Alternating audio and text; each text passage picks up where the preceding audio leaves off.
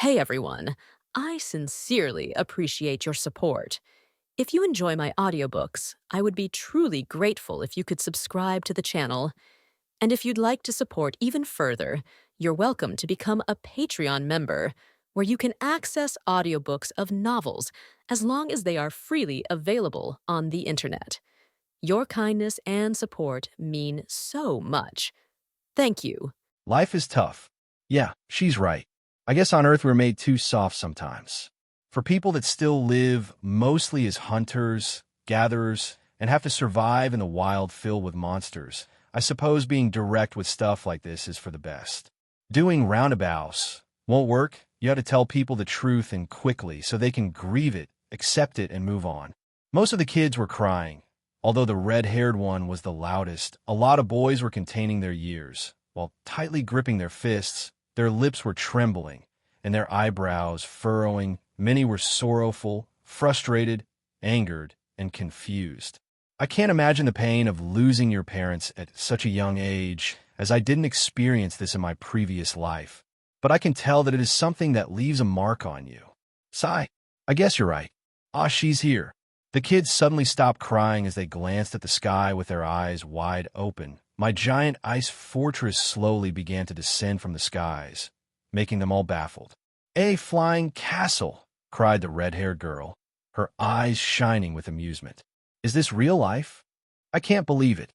It is like that tale that Mama used, Sniff, to tell me. Yeah, the floating castle of the Ice Queen. Sniff, tale, Ice Queen. There might be more to know from these people than I thought. Amazing. You're really not a normal dragon, aren't you? I really thought we were going to reconstruct the town or something with your help protecting us. But this is way ahead of my expectations," said the grandma. Even she was surprised. "See, I'm not a mere winged lizard. And my name is Drake. Call me by my name." I said, Okay, sighed the grandma as she got inside Fuyu alongside all the kids. "Wait, you were supposed to?" "Ugh, never mind," I sighed. "That's a lot of people." "Well, thankfully, there should be space for everyone. But still," sighed Fuyu. "I know. I will upgrade you in the upcoming days to give you more rooms and stuff," I said. "Well said. Now get in so we can get out of this place," said Fuyu. I quickly entered Fuyu as it began to float in midair once more, slowly reaching higher and higher. When I entered, I found the grandma protecting the kids with her long arms from Frost and the wolves, who were merely sitting on the floor while glaring at them. "Don't get scared. They have tamed wolves. Not dangerous," I said. "Oh, is that so?" asked the grandma, calming herself as she gasped for air. "The biggest one here is named Frost. He's a gentle giant, so make sure to treat him well. He's the pack leader here. He will protect you whenever I'm not around," I said as Frost released a loud bark and waved his tail. "I see," said the grandma, as some of the kids nodded, although most still were scared, as Frost's eyes was very tall, even for the ice giant kids. After all, most things in here were also giant, and that included wolves of 3 meters. "Grandma, what about Mama and Papa? Can't they get in?" asked one of the ice giants, a young girl with short black hair. She seemed around 6 years of age. "My dear, that's not possible. They are gone," sighed the grandma. "Sniff. Oh, really? Sniff. Yes," sighed the grandma, hugging the girl as she broke into tears. "Don't worry. I saw your parents' souls, your families, siblings, neighbors, and more. I buried them in front of their houses deep into the soil, and their souls seemed to be grateful. All of them went away now. They seem to be in peace," I said. The kids seemed to feel a bit better after hearing this, but they were still very sad that their family had left them behind. But even then, I believe that they're better off alive than dead. You can see souls?" asked the grandma. "Yeah, more or less." "Is it strange?" I asked. "Yes, of course it is. Only those that are adept to death magic can see souls like that. This is amazing. You're such a strange creature, Drake," said the grandma. "Well, I know I am, but let's leave this topic for another time. All of these kids should go take a bath. There's warm water too. Here, I will guide you," I said. I guided the kids to the large bathroom, mostly used by Benin or Yuki. Yes, she likes to take warm baths like those Japanese hot spring monkeys. It was made entirely out of crystal-like ice, so everything was shiny. bathroom. Big. Sniff. A bath? I don't want a bath. I want to see Mama and Big Brother, cried the red-haired girl. She was very stubborn. Flare, stop already, said the grandma, reprimanding the girl. Your family is gone, and their souls had gone away in peace. Respect their deaths, and stop calling them. You have to be strong, girl. I'm sure they would want you to keep going on, said the grandma. Sniff, sniff. Blah. The red-haired giant girl, named Flare, started to cry again. However, the other girl with short black hair hugged her. Flare, you're not alone. We have to be strong together. Okay, she asked. Morin. Flare seemed to be a friend of this dark-haired girl, which she called Morin. I quickly let them have a bath. After boiling the hot water, the grandma helped me getting them all well cleansed. After that, we used the leather we had to make some improved clothes for the moment. It was better than the tattered clothes they had. The clothes the houses were all burnt, sadly. After taking a warm bath as they had never done before, all the kids felt a bit better. Although deep down I'm sure that they must feel a lot of anguish. After that we moved to eat, I prepared some grilled meat for everyone, mostly crows and rabbits we had stockpiled, and I also gave them a lot of fruits, wolf milk, herbal tea, and jelly as dessert. I guess I did good work. After that, every single one of them went to sleep. After everyone went to sleep on the second floor, where I gave everyone some leather beds and put them on the chimney so they could sleep more comfortably, I decided to assess what I got. A pile of scrap metal and all types of mechanical pieces, and a large mana core battery shattered into pieces. Alright, there are also the small drones I got. Those also had small mana cores on them. I decided to eat all the mana cores. The big one was the tastiest, and it granted a nice amount of stats. Now, what do I do with the scrap metal? I just ate the mana cores, and I didn't get any skills like living mechanical body, gamma blade, or anything, so I don't think I will get any of such things from eating these robots either. But why not give them a try? They seem to be made of magic metals, even rarer than what I found with mining. Alright, when I mined days ago, I got a pile of metals, although I have not been using them because it is frankly easier to use Ice Smith to make weapons and armor. I have eaten a few of these metals, but they're not tasty, nor they gave me anything. Well, I guess like any other cultivation material. But maybe it could be different this time? Well, I will eat 3 drones, an entire arm of the big one. How about that? Maybe if I ever find a technomancer, he could build me a mech or something. Is there another technomancer? I hope so. Wait, no, I don't hope so. I don't want to fight with overpowered mechs again. Anyways, I started munching. It was very hard to eat. Ugh. But I continued to devour it all and swallowed it for some time. After around an hour, I finished. And nothing. Okay, this was a total waste of time. Ding. You learn the following skills. Magnetism Field Lesser Manipulation, Level 1. Metallic Rearrangement, Level 1. Mithril or Shell, Level 1. Photon Bullet, Level 1. What? So I got something. Not what I had imagined, though. I didn't instantly become a robot or something. But this is way more than I thought I would get, which was just nothing. This is also very strange. Is this the first time I am getting element-based skills that are not of ice and wind? Magnetism Field Lesser Manipulation, Level 1. Manipulate the magnetic energies around your body to a lesser extent. Can be improved through the use of gravity magic, a branch of spatial magic. So this one is related to space attribute. Well, it is not as if I suddenly gained space magic, though. It is limited to a certain use. Metallic Rearrangement, Level 1. Rearrange your metallic parts for greater efficiency when moving or fighting. This one is definitely for a robot. It shouldn't work for me, right? I quickly tried to use it and discovered that I was able to somewhat rearrange my own metallic scales, even to the point of forming something like a shield if I concentrated many in a certain area. Maybe this plus the previous skill could let me launch my own scales as an attack. Mithril or Shell, Level 1. Spend mana to generate a shell of mithril ore, an ore with high magical properties, both resistant to magic and also capable of conducting it with ease, while also being very resilient. This one, I tried it, and it generated a new layer of protective, shell-like scales around any part of my body that I wanted. Perhaps the robots were made of this material the most. Oh, and when I detach them, they stay, meaning that I could use this to craft stuff? Photon bullet, level 1. Concentrate your mana into a bullet of light and fire it at your foe to deal magic-based damage. As simple as that with this, I can fire a light bullet. Is this light attribute magic? Not really. It is limited to a bullet, like the ones the mech fired at me, which were able to bend my scales. But with this I get more variety, I suppose. Interesting. It would be nice if I could find something big and strong to test my new skills, but there's nothing like that around. I wonder, system, can I learn every single elemental magic? Answer, so I can't get full-fledged magic?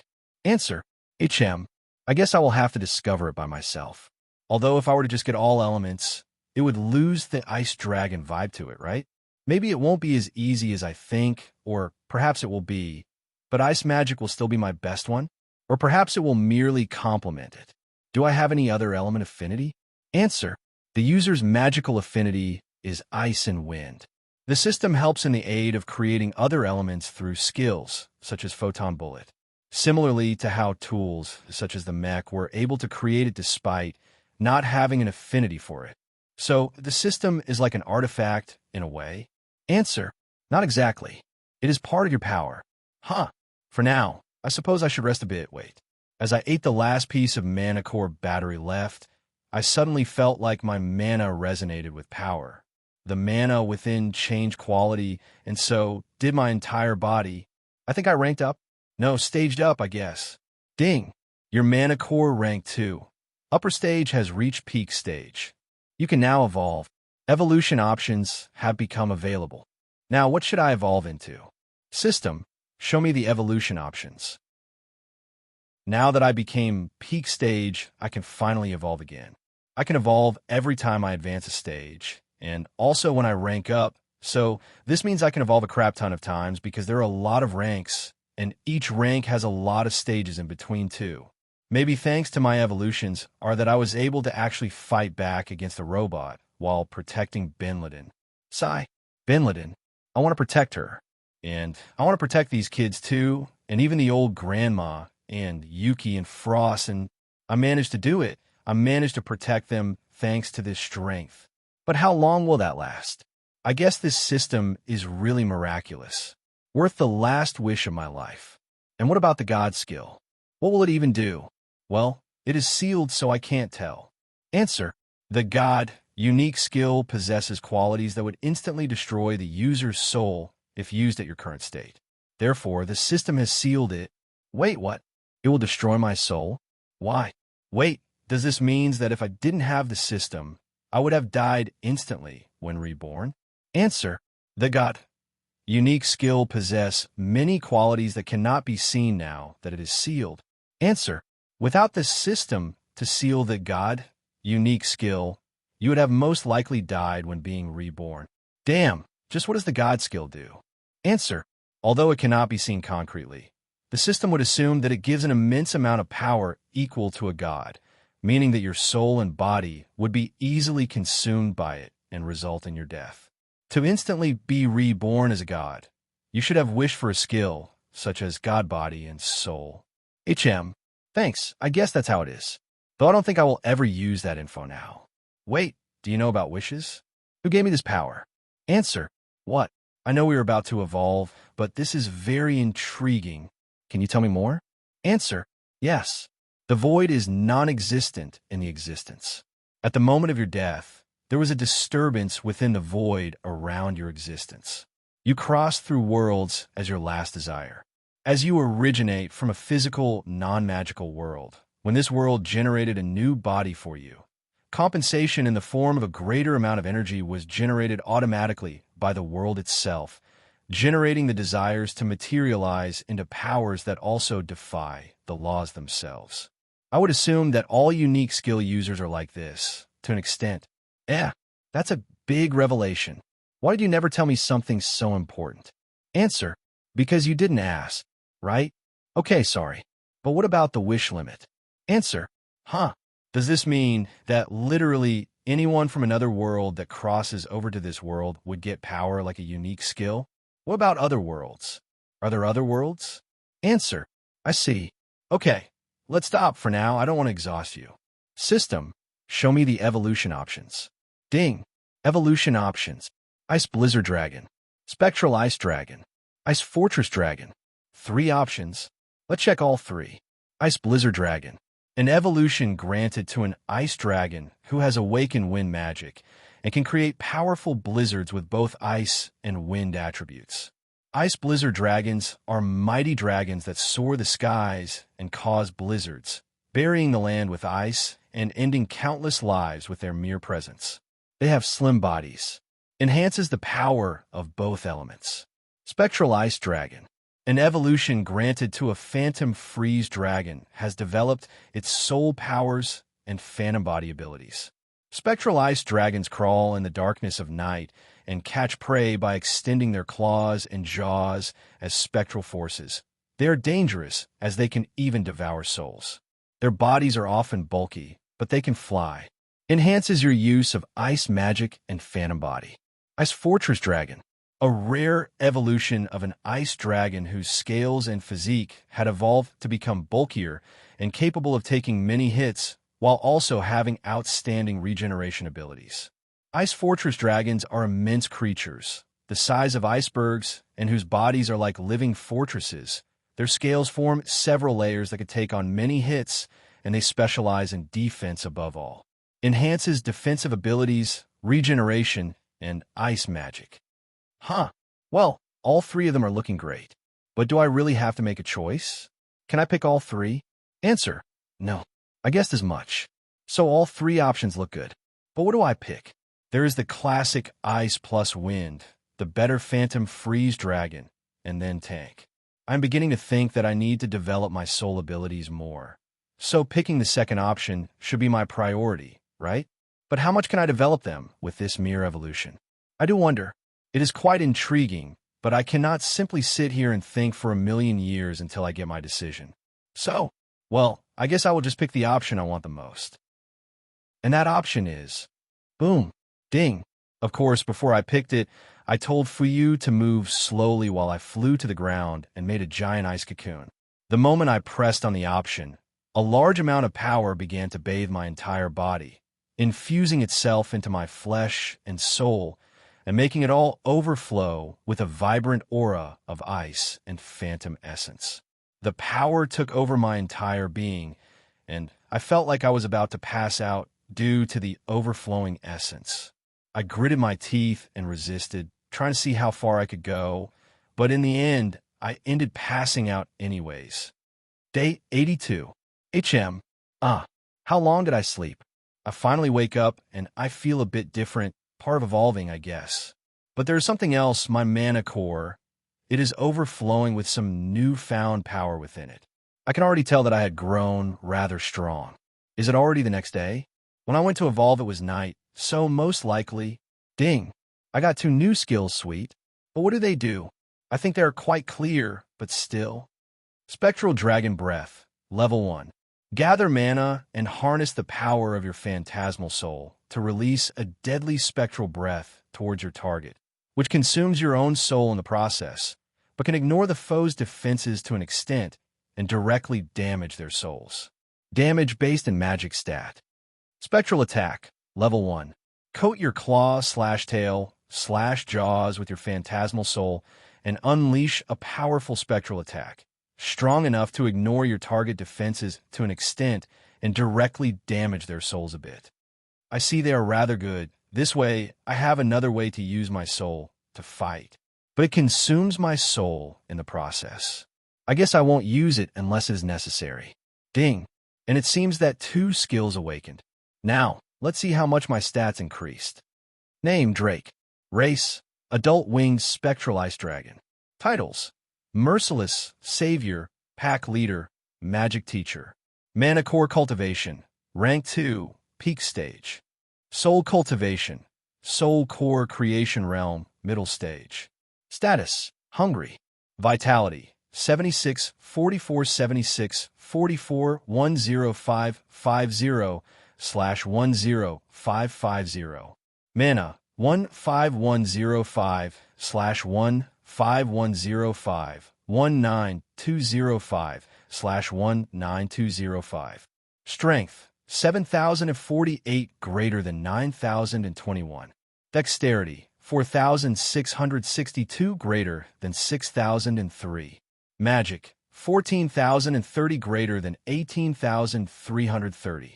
Abilities, unique skill, immortal body, unique skill, winter magic, unique skill, system, unique skill, ice absorption, unique skill, God sealed, camouflage, level 6, super high-speed thought processing, level 3, parallel mind, thought processing, level 3, storm magic, level 2, precise mana control, level 3, telepathy, level 10, psionic communication, level 1, berserk mode, level 9, fear-inducing aura, level 10, spectral fear aura, level 1, naming, level 7, kin control, level 5, crafting, level 7, apothecary, level 5, mining, level 5, hasten mana regeneration, level 5, phantom body, level 7, split phantom, level 4, phantom materialization, level 3,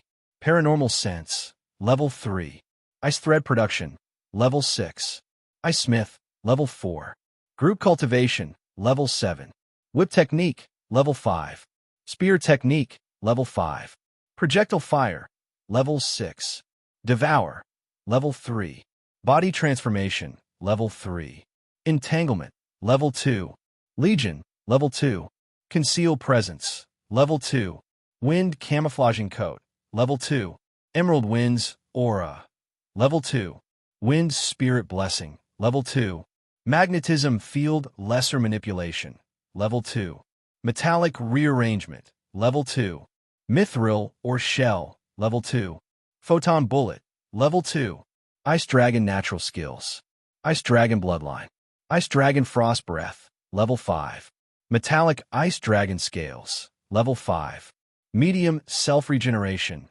level 7, strong freezing slash, level 5, furious freezing bite, level 5, phantasmal freezing tail whip, level 3, steel body, level 6, keen instincts, level 7, resistance, cold immunity, hunger resistance, level 5, fear resistance, level 6, pain resistance, level 7, ice dragon natural resistances, greater physical damage resistance, level 3, fire resistance, level 5, wind resistance, level 6, thunder resistance, level 5. A lot. Several skills had also leveled up, and those too had awakened. And what did they awaken again? Psionic communication and spectral fear aura. They sound better than what they actually are, which is merely upgrades from their previous versions. Psionic communication does have a better range, and I think I could even talk with someone on the other side of the world if I have ever met him and know his exact location. Spectral fear aura makes for an even denser black aura coating my body, which is very fear-inducing and can make most monsters piss themselves in fear, I guess.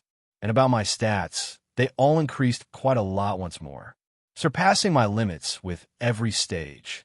Now I wonder how much can a rank up to rank 3 could give me. My vitality finally reached 10k, and my mana is about to reach 20k with its insane recovery. It has become near endless. Well, it is still not endless. And then other stats look pretty good as well. My strength keeps increasing, but my magic is still superior, as it doubles it. And my dexterity is reaching a pretty nice amount. Now, at 6k, despite my size and weight, I am quite flashy, I guess. Now that I look at my appearance, I am still almost the same as before. When I look at an ice mirror, I can notice that my face had grown more terrifying, though. I really do look like a dragon skull now, but made of crystal ice. Well, like a helmet more than my face, but that is actually part of my scales. Huh. Anyways, I quickly flew back to Fuyu. My emotions are turmoil. I don't know when I fell asleep, but it might have been a bit after something surged out from the ground. Something big and made of metal. It was strange, but Drake said it was a mech or something. And when that voice within this mech said something about, and now I remember. My parents are dead. This reality hurts so much. I don't want to accept it. I don't really want to accept it. Please make it stop. I don't want to. No. Mama, Papa. Why? Why did you have to die? I should have never left. Without you, what will I do? Where will I go? I miss them. I miss them so much. It feels as if I am about to be torn apart by the pain I feel. It feels like I want to kill myself. This pain is so big it makes me want to go insane. I don't want to live anymore. Without them, why are you getting like this now? After all that talk over that stupid dragon, now you're forgetting about him? Yeah, dragon. Drake. Yeah, Drake. Did you forget about him? He beat me to a pulp. No, I could never forget about him. But, my mind, my heart, my everything, it hurts so badly. I know how you feel. I can feel all your emotions, sister. Do you feel all my emotions? Yet, you made me suffer so much before. Why? Why are you like this? And why are you showing up now from all things? Only in my dreams. What do you want now? To make me feel even worse? I want to protect you. So, I was willing to bear the pain. Why do you care? Why are you here? I never disappeared. I was always here. I will always be here. I am a part of you, your sister, Miranda. Call me by my name.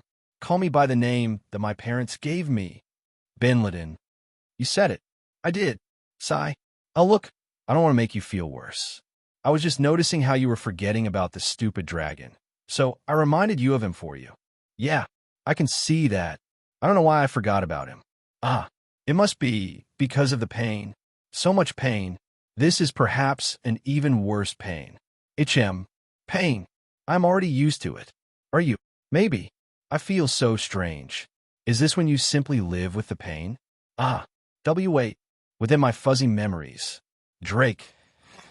He helped me put my parents' souls inside my weapons. He did that for me. I should stop being like this. I have to wake up quickly. I want to meet him. I want to thank him for this too. Drake. Miranda POV. She left. I guess I am here once more. Time to stare at the abyssal void. I also feel bad, Benliden. But I guess it is hard for you to relate to a monster like me, right? Yeah, it is rather obvious. I just wanted to protect you back then. Do you know? I was never taught a lot of stuff. I didn't know that it hurts so much. Maybe what I needed is something whose concept I didn't know. But that thing is what the dragon taught me. As I saw through your eyes how he took care of you. I didn't understand at first why would he do this with a complete stranger.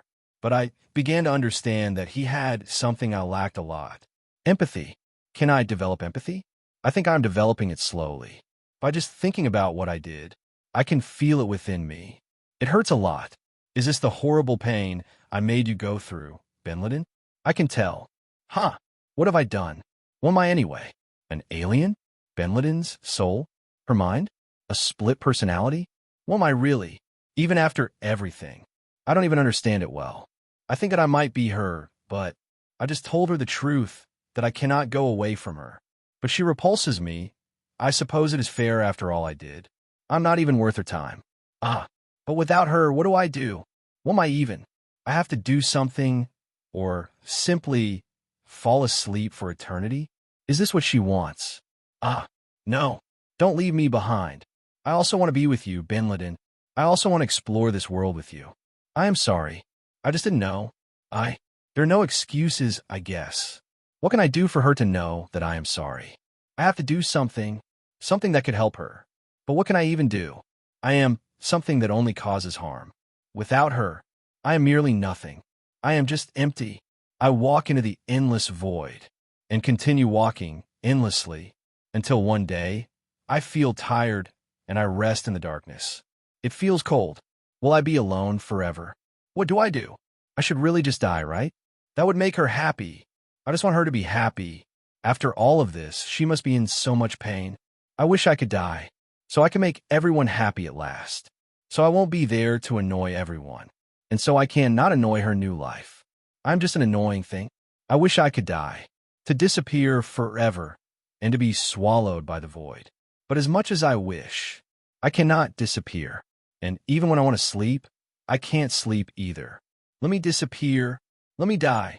I don't want to exist anymore. But why? Why can't I die? Let me go away from her life. Why? Why can't I? What do I even do then? Just let me disappear. When I flew back to Fuyu, I found Binliden surprised that there were so many little ice giants around, and well, a grumpy ice giant grandma. Actually, did I ever ask her name? I don't think I did. Oops. D. Drake? She asked as she saw all the kids waking up from their little leather beds. Ah, well, you fell unconscious yesterday. I beat up the robot, and then I found these people. They seem to be the last survivors, I said. The kids glanced at Binliden with wonder. She was an adult of their race, after all, and perhaps it made them think she was their mom or a big sister. She was very pretty, too, so everyone's eyes shined brightly as they admired her. Mama, asked one of the boys, with long silvery white hair and yellow gold eyes. And Mama, asked Binliden in surprise, as she saw the little boy walk towards her and hug her leg. Mama, she asked again.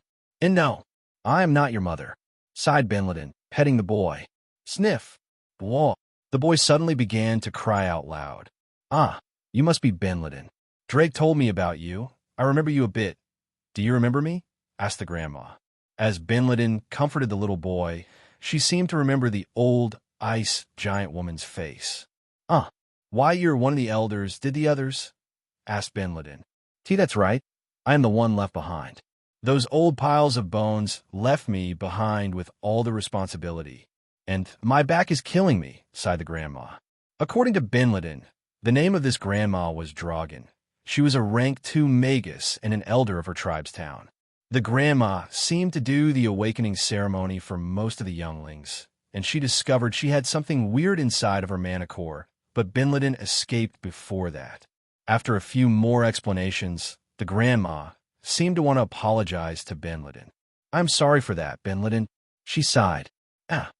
If it wasn't because of me being wary of your strange affinity, you wouldn't have ended leaving the town, right? I shouldn't have told the people to separate your family from the main village. We should have done things with care. She sighed. Binliden glanced at the grandma, with several emotions bubbling from within her heart. No, please don't say that. I left because of my own personal reasons. It was my own fault, and it was also my own decision. Don't worry, please, said Binliden. Is that so? Asked Dragon. Yeah, right, Drake? Asked Binliden.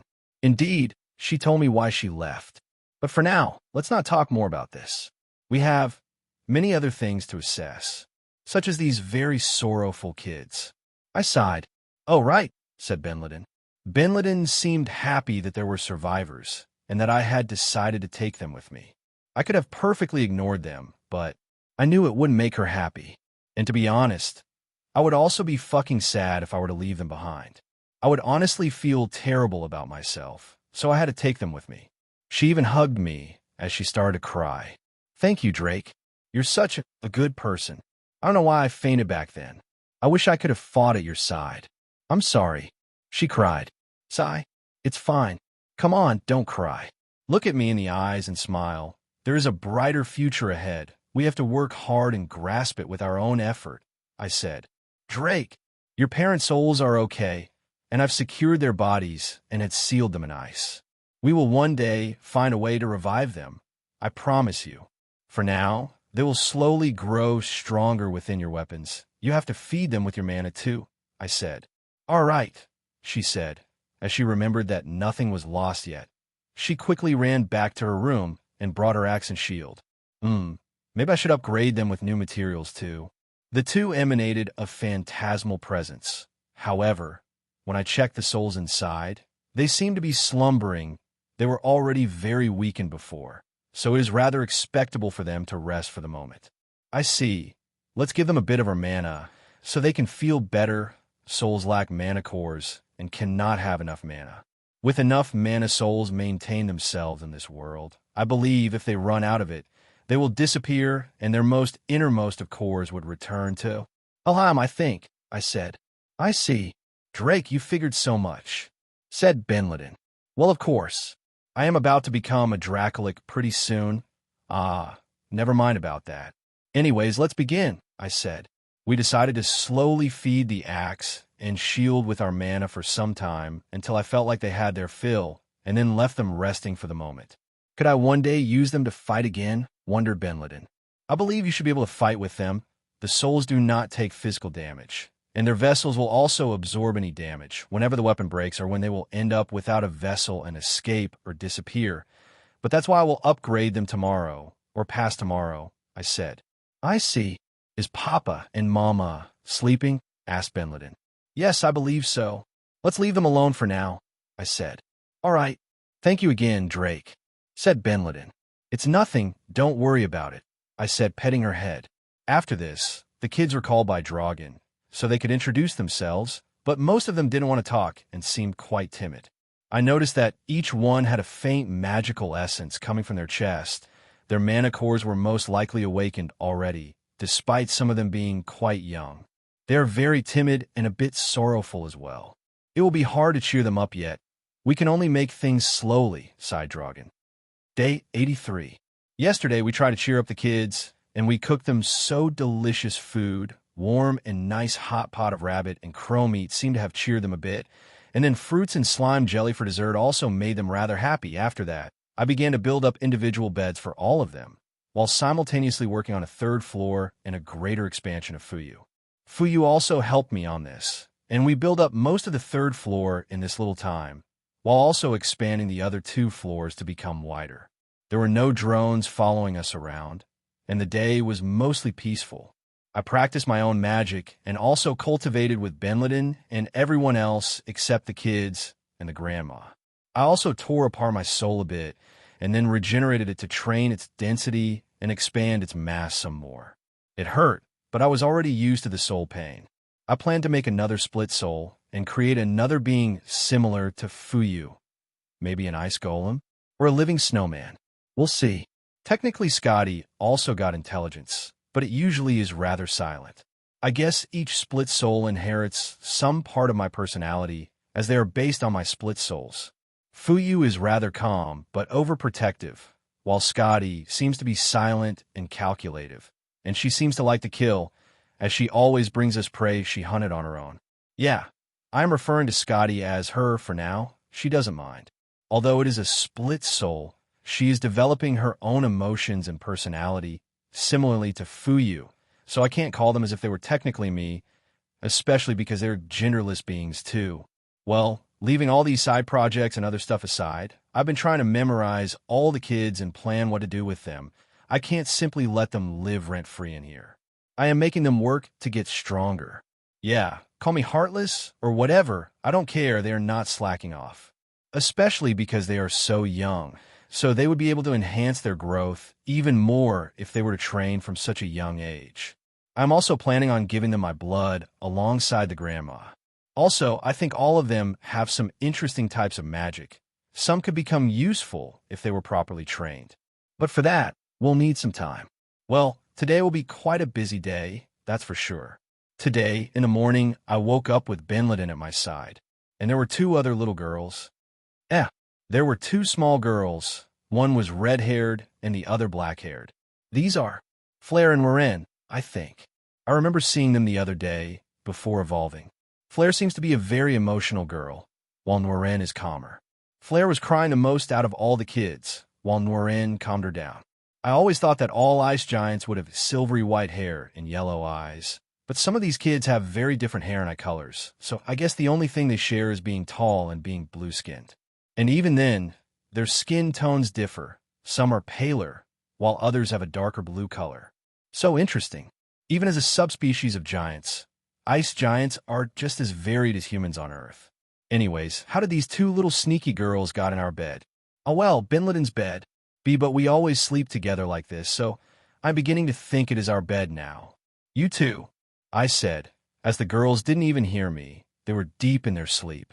They are little, as both are 6 years of age, but they're already around 1.5 meters in size, perhaps a bit more too. As they age, ice giants get bigger and bigger. Even the baby is quite large. Flair emanates a faintly red-colored essence from her chest, while Norin emanates a faintly dark-colored essence from her chest. These 2 girls clearly don't have ice magic. Flair would probably be fire magic on an ice giant, and Norin is most likely dark magic. Interesting. I wonder how their spells and magic could be used if they train it enough. Fire magic could certainly come in handy. If we could make a furnace and forge metallic weapons and armor, and then I can enhance them with my ice or my scales, that could be interesting. Also, fire magic is usually the most devastating of elements in most fantasy novels. Usually, fire mages are offensive, long-ranged maniacs. And seeing how explosive our Flair's emotions are, I would guess she would one day be yelling explosion at things. And Noren, I don't know, maybe she could manipulate shadows? Well, I began to touch their little foreheads with the tip of my claw, as they seemed to not want to wake up, cuddling more over the leather sheets. Ugh. Benleden, however, woke up after some time, as she opened her eyes wide as saw the two sleeping over us. Those are Flair and Noren, she asked, as the little girls ended waking up at the end. Mwah, big sis, muttered Noren, hugging Benleden's leg. Dragon, said Flair, as she hugged my tail. Both of us exclaimed at the same time. They really got clingy from meeting us just some days ago. I quickly spoke to Benleden through telepathy. I think they have attached themselves to us because they need some kind of fraternal figure. The grandma doesn't seem to be as friendly sometimes, as she is rather strict, I said. Is that so? Muttered Benleden with a low voice. What should we do? I don't really mind them being clingy. I guess we could teach them well if they trust us. This is a good opportunity, I said. Yeah, I think the same, said Benleden, nodding confidently. Decided to use the clinginess of these two girls desperate for some fraternal affection and guidance to get closer to them, so they can open up to us and trust us better. Flair, Noren, you shouldn't have sneaked into our bed, said Benleden with a gentle smile. But we wanted to be with Big Sis, said Noren, cutely stuttering as she spoke. Dragon makes me feel protected, said Flair. Anyways, I have to also speak. I can't keep being in silence. So that's how it is. Well, the next time you want to sleep with us, you have to ask, all right? I asked. Oh, really, Dragon? Asked Flair. Yes. And my name is Drake, I said. D. Drake, said Flair. Her fiery eyes seemed to have gotten very attached to me for some reason. Then, if we come and ask, will you let us sleep with you, be Big Sis Drake? Asked Noren, as Benleden caressed her silky and short black hair, which made her look a bit tomboyish. Of course, there isn't anything wrong with that, to be honest. If that makes you happy, I'm fine by sleeping with you too, said Benleden. Flair and Noren glanced at each other as they smiled. Wait, they smiled. We are progressing at a fast speed. Keep going like that, Benleden. She's really good at being a motherly big sister. Flair and Noren then cuddled with us. They seem to want to slack off in bed all day.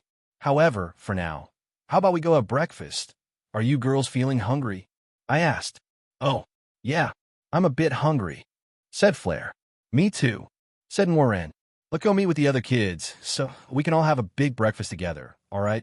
Asked Benleden. Okay, said Noren.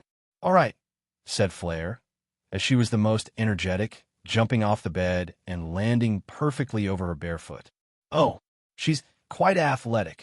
Flair, did you ever practice some kind of exercise? I asked. Yeah, I used to WL. I used to run around a lot with my big brother and mama. He also, sniff. I miss my big brother. I shouldn't have asked that. I see, I bet he was a nice guy. And I bet he wouldn't be happy to see you crying like that when you're about to have an amazing breakfast. So how about we go eat? I asked, quickly standing up and grabbing Flair with my claw. She sits right over my palm. Okay, said Flair, as she stopped crying. Benleden grabbed Noren and let her sat over her shoulder as we walked downstairs. The third floor is finished by the by, said Fuyu, rather nonchalantly. Oh, nice. Let's begin moving stuff upstairs later on today, then, I said. Third floor? Asked Flair. Indeed. Drake has been working hard with the fortress, so there could be a big room for all of you, said Benleden. Ooh, but I want to sleep with Drake, said Flair. I see. Well, you'll have to sleep there sometimes, okay? I asked.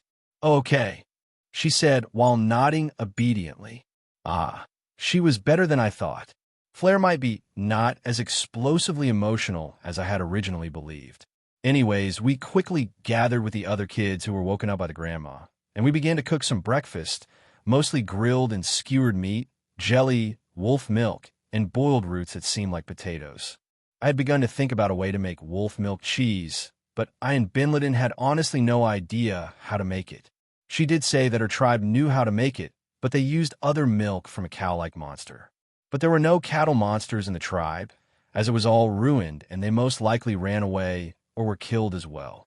The kids were all eating the food like crazy.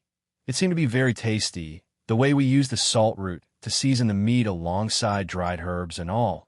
The soup from yesterday was also used for this morning, and the warm wolf milk was refreshing and would nourish their still-growing bones with enough calcium.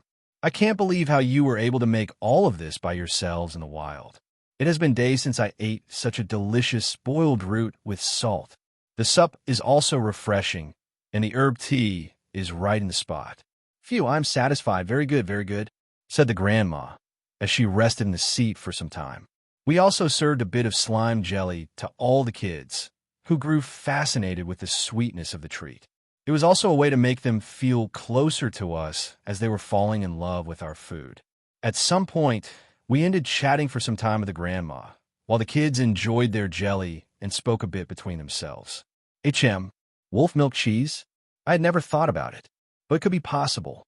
I'm rather good at cooking too, but I am way too lazy, haha. Laughed the grandma. Well, it would be nice if you could help us out.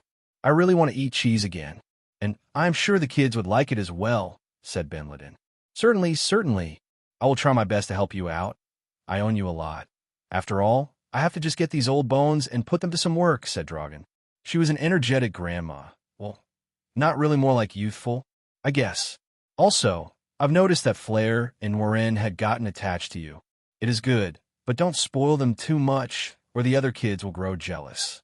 If you're going to spoil them, you better spoil all of them, or conflict between them might arise, said Dragan. I suppose you might be right. We can always do it gradually, though, said Binladin. Yes, for now, I want all the kids to do some magic exercises, I said as everyone suddenly stopped talking and glanced at me. Yep, they all looked at me with some fear. I guess they don't want to use magic? Why? It is the power that everyone has. Why that look? I asked. I don't know, perhaps they don't want to practice and slack off, said the grandma. Well, kids, you're all going to work hard. I don't want you to stay weak forever, especially because the outside world is harsh. Very harsh. So, I want you to live as much as you can for your family members that could not accompany you today. You have to make them proud and to survive in this world together. For this reason, please, help me by letting me help you grow stronger, I said. The kids seemed to be doubting it for some time, especially the younglings. Okay, I will train, said Flair, the first one to speak. She was somewhat of sunshine in the group. Norin's lips trembled a bit as she glanced at the floor a bit, but Binladin petted her head and gave her a reassuring smile. And me too, she said timidly. The other kids glanced at each other, like the ones that seemed the eldest nodded. Me too. I want to grow stronger to avenge my father. The other kids gave in and decided to cooperate too at the end. It seemed that the eldest of the group held some authority over the other kids, as if they were the group leaders or something. Oh, how interesting. So they want to help at the end. These kids are really quite the rascals. But it is nice to know that they want to cooperate. Maybe there's really some brighter future ahead. But that's all up to them, said the grandma. No, you're also helping, I said. Yeah, Grandma, you're also helping, said Binladin with a gentle smile. I am going to make cheese, she said. No, you're also coming with us for now, I said. Wait, she seemed to be tired of kids and wanted to give us all the responsibility already. But nope, she's working just as hard. In the end, we ended doing a lot of things. First of all, we learned about each kid's affinity. We had them use some spells, whatever they could muster. The only one that didn't manage to get something out was the baby, who was 1 year old. Ad had yet to awaken his mana core. There were more ice magic users, but there were a few unique ones too, which surprised me. Surprised? Despite being ice giants, our tribe the last years yielded a lot of other users of magic affinities. It was a strange event, but perhaps Emer by his grace had blessed us with such talents. Seeing how there are so many ice magic users when we find other affinity users, We usually make some celebration, but now there were many, so it was a big celebration. They're all quite talented. Sadly, there were even more talented youths before things went downhill, sighed the grandma. Interesting. Well, I guess it is better that way. After that, we asked every kid their names, and so I made a mental note of all of them. Flare, a cute red-haired ice giant girl. Her emotions are explosive and very expressive. When she gets sad, she cries loudly, and when she gets angry, she becomes wrathful. Her mana core affinity is fire, an incredibly rare one for an ice giant. She is 6 years old. Noreen, a small black-haired girl, her hair is short, like a boy. She is calm and silent, despite her eyes being filled with sorrow. Her mana core affinity is darkness, a very rare one for ice giants too. She is 6 years old. Samantha, a gentle and tall ice giant, particularly taller than the rest. Her eyes are emerald-colored, and her hair is long and silverly white. She has life attribute mana core and seems to be around 8 years of age. John, a silent little boy, is around 5 years of age, and he seems to have the look of a normal ice giant, being silvery white-haired and having yellow-gold eyes. His affinity is ice, and he seems to be curious about most things. Hansel, a boy that seems a bit fatty. He has a timid personality, but seems to harbor strong emotions, and perhaps might open up later on. He's around 7 years of age, and his affinity is earth. Bella Luna, the eldest girl, being 9 years of age, has taken the responsibility of becoming somewhat of the leader of all the other kids to a little extent. She has long white hair and gentle yellow-gold eyes. She seems the most mature as well. Her affinity is ice as well. Eller Jest, the oldest male at 8 years of age. He seems mostly silent, but he has proven to be sharp and intelligent. His body seems to be developing strong muscles at a young age, and he's rather tall too. His affinity is ice too. Sue, the youngest girl, is 1 year old and still is very dependent on others to eat and move and also go to the bathroom. Usually, the little girls take care of him. His power is unknown. They're only 8, but yeah, it is still a lot to memorize. Well, I will go one by one from now on, so it shouldn't get as chaotic unless all 8 of them begin speaking to me at the same time.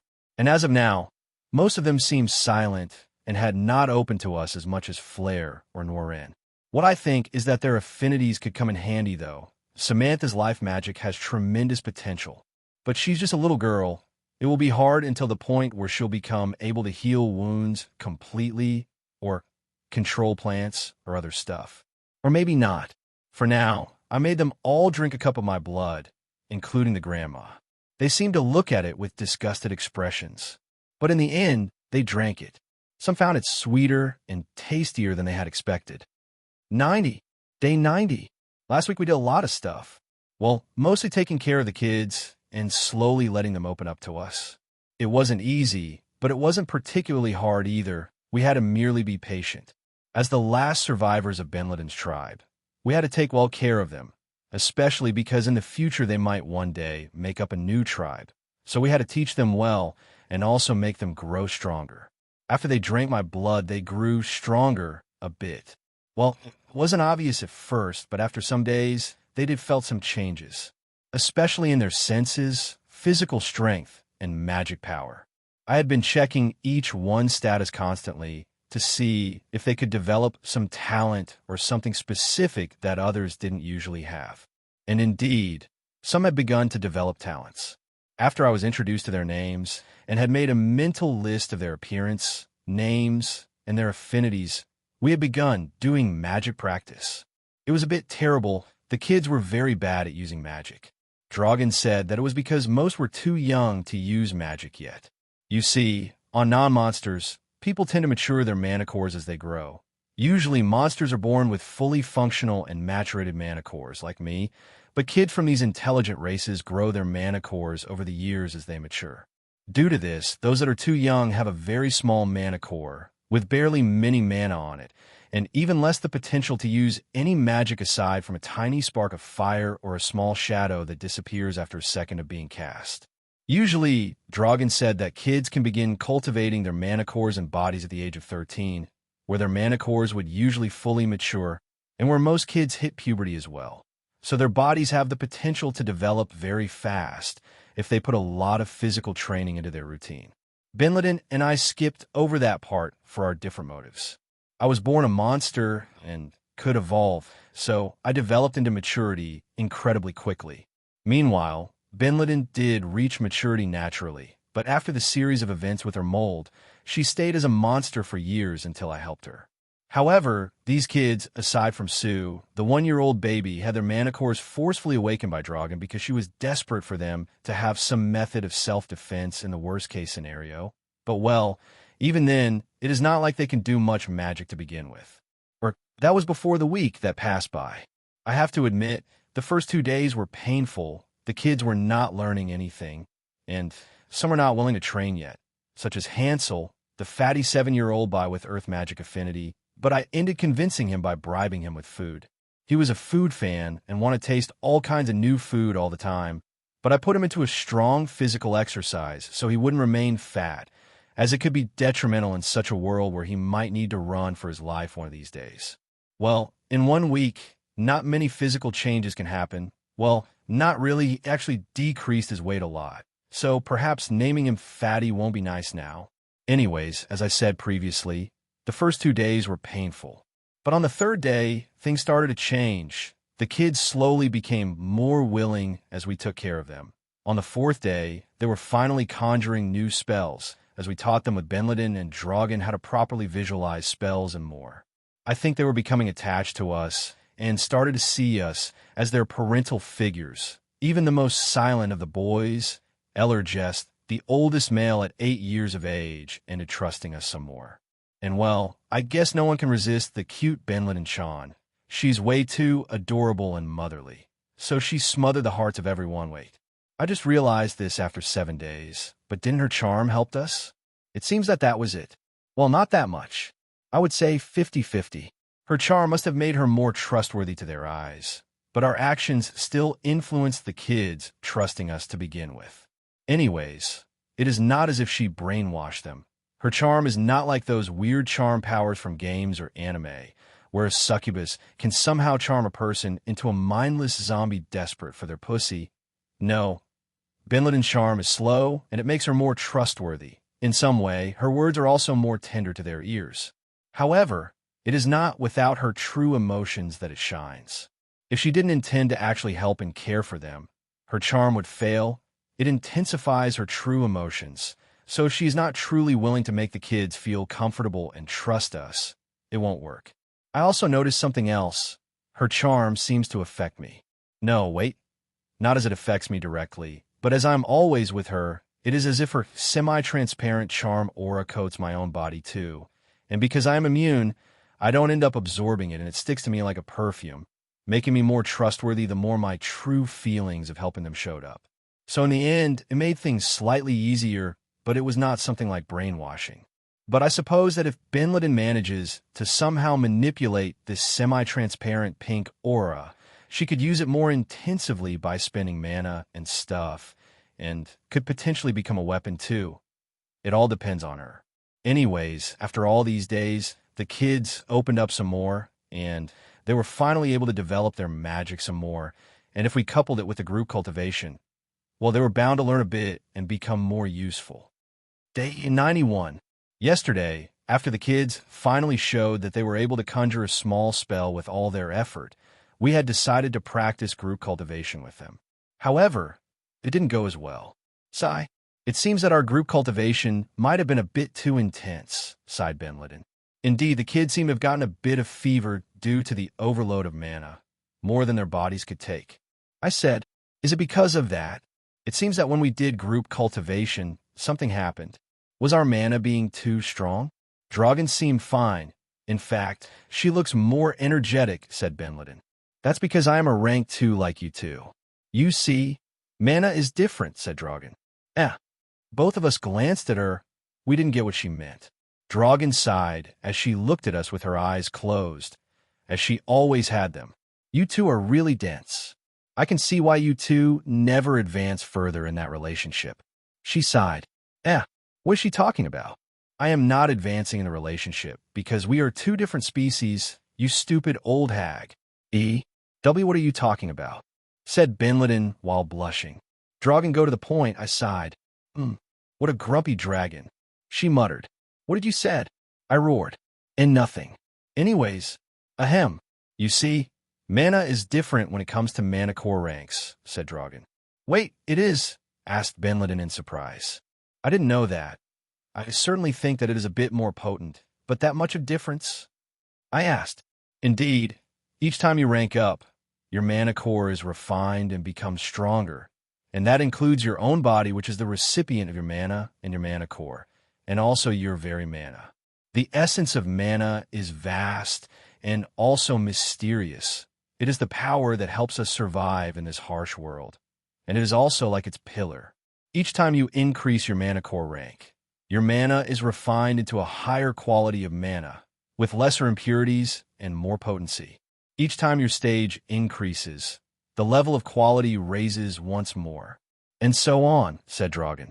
If that's the reason behind the kids feeling with a bit of fever, wouldn't it have affected me and the monsters too when we did group cultivation before? Wondered Benleden. Yeah, I never considered my theory over mana quality enhancing as we ranked up due to this. I really thought that it was the same, but we simply get more, I said. Oh, that's it. It must be because you and your pets are all fully maturated. It also takes into consideration that the difference must not have been as big if compared with the kids, said Dragon. I see. So, in the end, it was our fault. Wag. Now I feel terrible. Can we do something? Asked Benleden. For now, we could prepare them some herbs to alleviate the pain, I said. Good idea. I will go warm some water then, said Dragon. We quickly cooperated with the old grandma, and we gave the bedridden kids some warm herbal teas made of ice attribute plants that enhance digestion and also alleviate pain. After that, all of them felt dizzy and began to fall asleep. Drake, Drake, muttered Flare. I am here, Flare. It is not much, is it? You must be strong. Just resist, and it will go away in a bit, I said. Okay, I will trust you, Drake. Papa, said Flare. How did you call me? I asked. Drake Papa, she said. P Papa? Me? I asked. You don't want me to call you Papa? She asked. No, it is fine. I sighed as I caressed her tiny head and her silky red hair. I will take care of you, all right? Sleep for now, dear, I said. Okay. Will you watch over me? She asked. Oh, of course. I said. Then it is okay. She said as she closed her eyes. I see. She calls you Papa now, asked Benleden teasingly. Yeah. Why you hurt her? I asked as I walked a bit away from the kids. Of course, Drake Papa Foo-Foo, chuckled Benleden. Do not say it like that. It sounds lewd. I sighed. Lewd? She asked, glancing at me smugly. It seems that as Benleden recovered, she had gotten a bit too conceited, so I did what was better, ignoring her. I quickly gave her my back as I watched over the kids while sitting near them. Do not ignore me. Sorry, she cried, quickly swallowing her pride. But I ignored her. Jeez. Do not get angry. I was just trying to be more playful. I thought that you liked that side. She sighed. Well, I do. I said. Then, she asked. Still, there's a limit. I don't have much patience when I'm being teased, I said. I recall my past. Even at high school, I didn't like to be annoyed by people. Every so often I was in my own world. I lacked many social skills as well. So I didn't even have friends. But that was fine by me. I liked to be alone in that regard. I knew that when I went back home, there would be my family to cheer me up. I see. Well, I will try to not do it again, she said. She's way too complacent. Okay, don't get so sad. I guess you can be playful, but not too much. I'm just worried about the kids for now, I said. Me too. I was just trying to lighten the mood a bit. She said. I get it. For now, let's have something to eat, shall we? I asked with a brighter tone.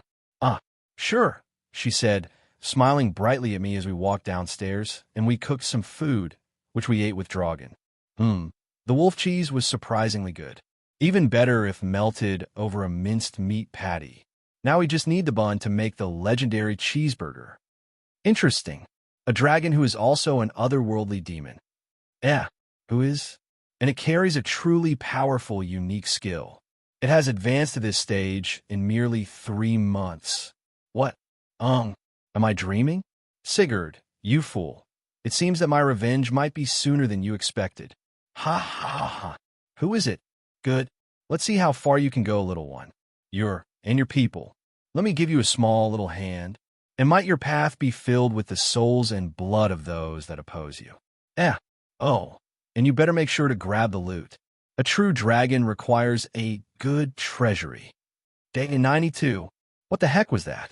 I think someone spoke to me while I was sleeping. Just what was that? It had the voice of an old man with a cracking noise that even made my soul feel chills. It was a nightmare, right? I couldn't possibly be something else, right? Ding. You've received the divine protection of the great dragon god of greed. Fafnir. Excuse me. You've ranked up to rank 3, initial stage. You've evolved into spectral death winter dragon. Your soul cultivation has reached the soul core creation realm, peak stage. All your stats have increased. You've developed a new mana core. You learned the death magic, level 1 skill. I see. What? When? How? Answer. Last night, you reached the level of energy to reach rank 3, but instead of being given options when you were to wake up, a divine entity intervened with your evolution and infused a part of their soul into your own in the form of a divine protection, automatically evolving you in the process. Are you for real? This feels like I am tripping. Answer. Yes, I am for real. Okay, no need to be so casual. Wait, did I cause some commotion while evolving? I quickly stood out of bed as I saw Benliden comfortably sleeping in bed. Nothing had changed. Oh, except me. Some of my scales had become darker, and my head now had a giant helmet-like exoskeleton made of pure hardened dark and bright azure scales. I looked truly terrifying, especially because my eyes were glowing with aquamarine and yellow gold colors. My claws became a bit like sharp bones instead, and my tail also gained curvature made of scales that shaped themselves as plates of bone-like armor. I really just evolved. And my soul also felt way stronger. Who blessed me again? Fafnir? So there are gods, actual gods here. It wasn't just some myth. They exist. And Fafnir seems to be a great dragon god. Huh. System. How strong is this being compared to mana core ranks? Answer. From information extracted from the divine protection, it could be said that Fafnir is a being at rank 9. A being at rank 9? And what did it wanted with me? Answer. Me? The humble me? Answer. Sheesh. All right. And, all right, was the message right? Did I just got another mana core? Answer. So that just happened. All right. Name. Drake Fafnir. Name change due to divine protection. Race. Spectral death winter dragon. Titles. Merciless. Savior. Pack leader. Magic teacher. Herald of Fafnir. Mana core cultivation. Ice/wind mana core. Rank 3, initial stage. Death/null mana core. Rank 1, initial stage. Soul cultivation. Soul core creation realm. Peak stage. Status. Hungry. Vitality. 10.550/10.550 20.600/20.600. Mana. 19.205/19.205 45.000/45.000. Strength 9.021 greater than 16.000. Dexterity 6.003 greater than 11.000. Magic 18.330 greater than 41.000. Unique abilities. Unique skill. Immortal body. Unique skill. Winter magic. Unique skill. System. Unique skill. Ice absorption. Unique skill. God sealed. Magic. Storm magic. Level 3. Death magic. Level 1. Abilities. Camouflage. Level 7. Super high-speed thought processing. Level 4. Parallel mind. Thought processing. Level 4. Precise mana control. Level 4. Psionic communication. Level 2. Berserk mode. Level 10. Spectral fear aura. Level 3. Naming. Level 7. Kin control. level 6. Crafting, level 8.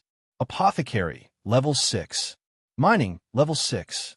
Hasten mana regeneration, level 6. Phantom body, level 8. Split phantom, level 5. Phantom materialization, level 4. Paranormal sense, level 4. Ice thread production, level 7. Ice smith, level 5. Group cultivation, level 8. Whip technique, level 6. Spear technique, level 6. Projectile fire, level 7. Devour, level 4.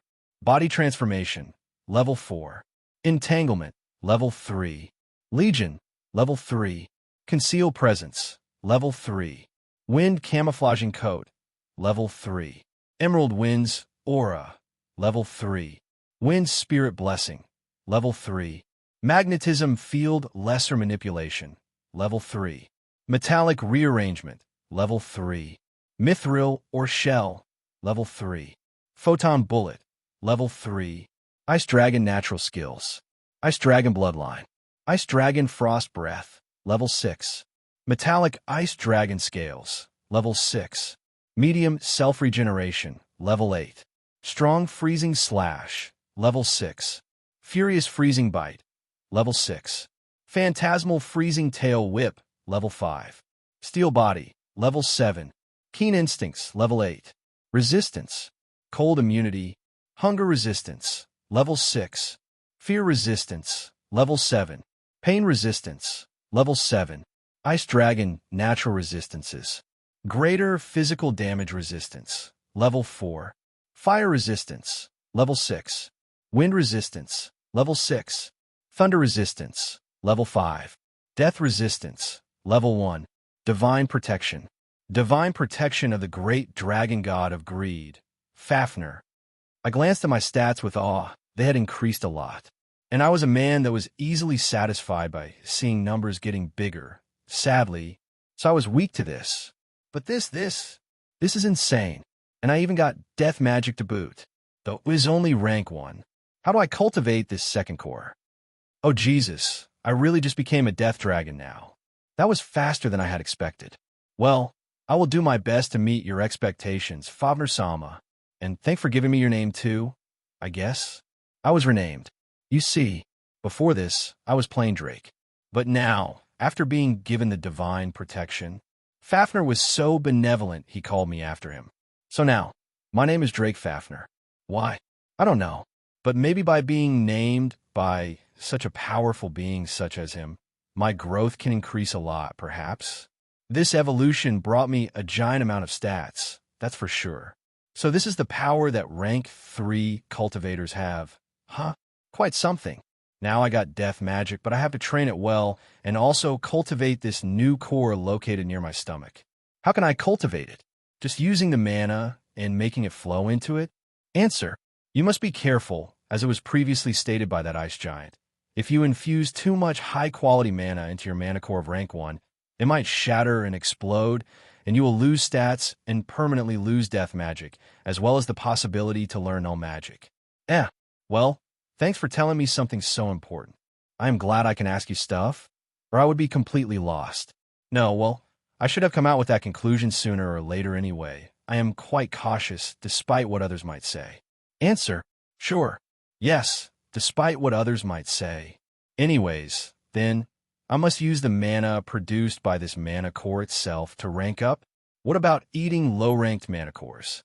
Answer: it should work. However, your core mana core is the ice/wind one.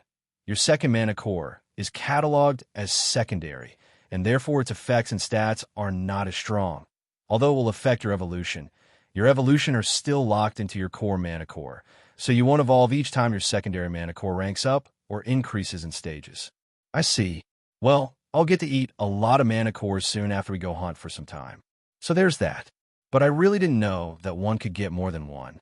Although it makes sense now that I think about it. They're just organs. And in most cultivation stories, people can strengthen their inner organs or something. So why not just get 2 mana cores? Now that I think about it, this thing might not be unique of mine. There should be others all around this enormous world that already got secondary mana cores one way or another. Perhaps this is how they grow even stronger aside from the natural affinity they're born with. But because people cannot evolve, I would guess that it might be harder to acquire, or they need to do some roundabouts. Such as, wait, what if they just stuck mana cores from monsters or other cultivators they kill inside their bodies through some special technique? I guess that's how they could get some more power. Well, I'm just letting my imagination run wild into these guesses. Time to wake up and have breakfast. I quickly jumped off the bed as I sensed something odd. I quickly ran upstairs as I saw all the kids waking up, but their essence, the mana they exuded, was different. It seemed that they all recovered from the fever, but something odd was going on in here. Why are they glowing so brightly with elements? What is happening right now? Every single kid is glowing with their mana essence. They quickly notice me as they see that my appearance changed a bit, but I am still me. Papa, I recovered from the fever, said Flare cutely. I can see that, but what about this aura you're exuding? I asked as I noticed a tiny dragon-shaped tattoo on Flare's forehead. It resembled a coiling dragon. It was made of red wondered. 2251. Yeah, maybe. I don't know either, but I really feel refreshed. Wait, did my stage increased? Oh, it painting. When did this happen? I don't know, but it's as if I feel a bit stronger now, said Flare as she pressed her hands against me and suddenly formed a perfect watermelon-sized fireball. Fway, she cried as she accidentally launched the fireball towards me. Clash. Of course, my resistance to fire is high for some reason, probably because I've evolved a lot, so the fireball explodes over my chest and dissipates into nothing. Sorry, she cried, rushing towards me. Don't worry, it didn't hurt. And you seem to have become stronger. Yesterday, you were only able to produce a little ember, didn't you? I asked. Why, yeah, something's odd, said Flare. With Flare and Naren sitting over my shoulders, I walked towards Benliden and woke her up. We began to speak about what had transpired, and I told her about the divine protection too, which might have related to the kids suddenly changing. So the divine protection you got also affected us? Asked Benliden. It seems so. I don't know how, but maybe it affected everyone that is below my protection. I wondered. Yeah, maybe. I don't know either, but I really feel refreshed. Wait, did my stage increased? Oh, it did. Benliden quickly realized that her rank 2 mana core cultivation increased to middle stage in a flash. And after checking each kid, it was the same. Each one went 1 stage up. This is most likely why their magic became way better. But not only that, the tattoo they have showed up as some kind of ability. Each kid had a different coiled dragon tattoo. It had a very small size, so from afar it looked like a little speck, and most of them covered it with their hair too. Their tattoo color was seemingly dependent on their affinity, and even Benliden got one, but not in her forehead, but in the middle of her chest, between her breasts. Wait, no, I didn't ask her to show me her breasts. I'm not a degenerate. She showed the tattoo willingly. New novels are out. After waking up today in the morning, I had been blessed, named, and evolved. And to boot, everyone in here received a dragon mark of a different color. This dragon mark emerged in their bodies and also within their status as some kind of ability. I checked on Benliden's status, as she had recently ranked up. Name, Benliden. Race, High Ice Giant, Jotun, female. Mana Core Cultivation, Rank 2, middle stage. Status, recently evolved. Average estimated vitality, 5637/5637. Average estimated mana, 7702/7702. Average estimated strength, 5805. Average estimated dexterity, 4112. Average estimated magic, 6432. Abilities. Unique skill. Mold, suppressed. Unique skill. Charm, active, ineffective against you. Ice Giant's bloodline. Emer's descendant. Cold immunity. Ice resistance. Hastens self-recovery. Parasite immunity. Status effect resistance. Ice dragon skin. Or skin. Cooking. Butcher. Crafting. Sewing. Mana manipulation. Giant's great physique. Superhuman strength. Magic genius. Hasten mana recovery. Magic enhancement. Acrobatics. Dexterity enhancement. Forager. Hunter. Fungokinesis mold, mold-assisted telekinesis mold, mold magic mold, mold bullet mold tentacle mold, axe technique, shield technique, armor technique, unarmed fighting technique, half monster, thin ice dragon bloodline, freezing ice aura, berserk mode, mold enhancement, divine dragon mark, chaos new. Unlike last time, she didn't evolve, so maybe she won't be as much as me, where she would be able to evolve every stage she increases. But the dragon mark brought upon her an increase in her stage, so she became middle stage and received a nice boost. Additionally, the ability itself is intriguing.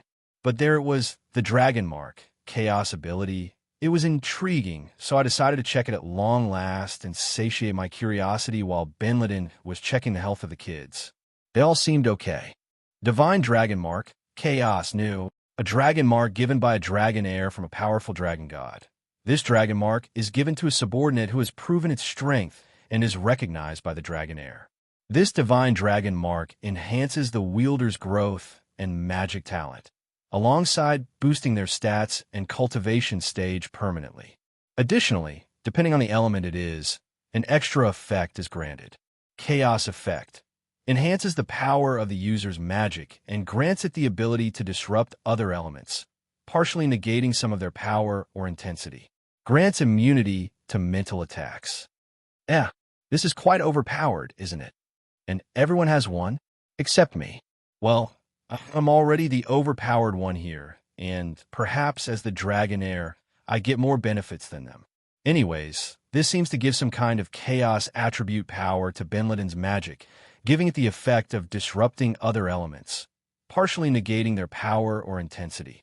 Maybe her mold won't be as weak to fire now, but I doubt it can negate a weakness, maybe lessen it but not negate it. And it also grants immunity to mental attacks. Most likely because someone that represents chaos cannot be disrupted, I guess. This is ice, though. Maybe with this, the mold won't be able to easily attack Benliden's mind anymore. Thank you, Favre-sama. I bet you knew about this somehow and did it for me. I can already imagine a terrifying and gigantic black dragon giving me a thumbs up and winking from the high heavens. Maybe Fafnir is my first friend from the part of the gods of this world. I suppose you're qualified as a god whenever you reach rank 7, I think. Rank 7 is where you acquire something called pseudo-divinity, depending on your main affinity. Gods can live for thousands of years, but sadly, they are not immortal. But perhaps Fafnir has found a way to live for long, or maybe he's part of the ancient gods. I don't know. The only thing I know is that this is amazing. Drake, come down. Yuki and the rest evolved. Suddenly, Benliden calls me to go downstairs, as I rush there and find some impressive changes in my tamed monsters. Yuki, Frost, and the twin crows, Hugin and Munin had ranked up to rank 2 and evolved too. Hugin and Munin looked like enormous birds now. Probably as big as 4 meters, they were intimidating as well, and their bodies were covered by hard as steel feathers that could also be launched as projectiles. Their natural ice magic has also improved, and they can generate snowstorms with the flap of their wings. Name, Hugin, female, /Munin, male. Race, celestial giant ice crow. Mana core cultivation, rank 2, initial stage. Status, recently evolved. Average estimated vitality, 2745/2745. Average estimated mana, 3360/3360. Average estimated strength, 2722. Average estimated dexterity, 4500. Average estimated magic, 3227. Abilities, acrobatics, air maneuver, wind sweep, ice wind, icicle spear, snowstorm, sharp ice claws, blade claws, bone-crushing ice beak, hastens self-recovery, parasite immunity, status effect resistance, ice dragon skin, keen senses, enhanced flying speed, enhanced magic, divine dragon mark, dark, /divine dragon mark, light. They also got 2 divine Drago marks of dark and light. It seems that it might affect their future evolutions, and they could actually one day become like the actual crows they are named after, as one is dark and the other light. And then next on the list, was Frost. Frost, the ice wolf, had grown stronger as well after evolving, to the point that he gained ice horns growing out of his head, and he now has a long and scaled tail with a sharp spear tip of the ice. His size increased, and he was now standing at 4.5 meters big from the former 3 meters he was. Wolves are supposed to be this big. He looks intimidating, even. Look at his eyes. He is gazing at my very soul. Wait, why'd he get scales? And big dragon-like horns? And he's exuding some kind of draconic aura too. Is this an evolution due to drinking my blood back then? So he awakened the dragon bloodline as Benin did. Plus, because I named him, he might grow into something even more terrifying in the future. A dragon wolf. I never expected this outcome. Frost seems to be a unique case. The other wolves didn't evolve into draconic wolves. I quickly decided to satiate my curiosity and check this guy's status. Name, Frost. Race, draconic ice wolf leader, male. Mana core cultivation, rank 2, initial stage. Status, recently evolved, prideful. Average estimated vitality, 3226/3230. Average estimated mana, 1664/1664. Average estimated strength, 3105. Average estimated dexterity, 3598. Average estimated magic, 1740. Abilities, pounce, strong slash, strong bite, ice wind, icicle spear, icicle shower, berserk mode, hastens self-recovery, parasite immunity, status effect resistance, ice dragon skin, keen senses, rampage, blade claws, bone-shattering bite, thin ice dragon bloodline, dragon scales, deadly tail whip, spear tail, furious howl, attack command, defense command, enhanced physical body, divine dragon mark, thunder. Frost acquired the divine dragon mark of thunder, which seemingly enhanced his speed and also gave him electric enhancements to his movements and muscles. He was able to move faster and react faster now, despite being so big and heavy. His race had changed accordingly to what I had expected, and he acquired the Ice Dragon Bloodline ability, meaning that in the future, he should be able to awaken more abilities. As of now, he acquired the Dragon Scales ability, which is clear within parts of his body, which seem to be covered by blue scales and not fur. He's also becoming better at using his tail now that it became longer and scaled, and even more as the tip is like that of a spear. And lastly, his stats skyrocketed and were pretty decent. Well, not as overpowered as mine, but he could easily crush Slime Kings now. Alongside him, many other wolves increased in their stages and evolved, but none was like Frost. He was the only one that awakened the dragon bloodline. But maybe there could be more in the future? Even then, every damn wolf got a mark as well. So I guess they all have a bright future ahead. And lastly, there was Yuki. She changed a bit in her evolution. Perhaps way too much.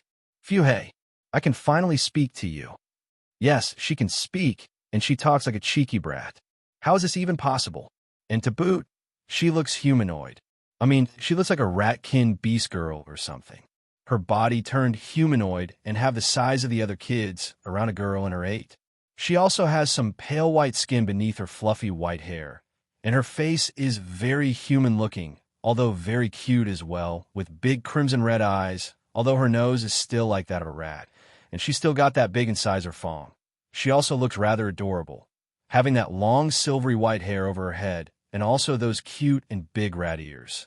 Her nails are large claws with sharp metallic claws secreting poison, and her tail also has a poisonous tip for some reason. Many of the kids, and even Benin, were surprised the most about her changes. I mean, who wouldn't be? How can you even talk? This doesn't make any sense.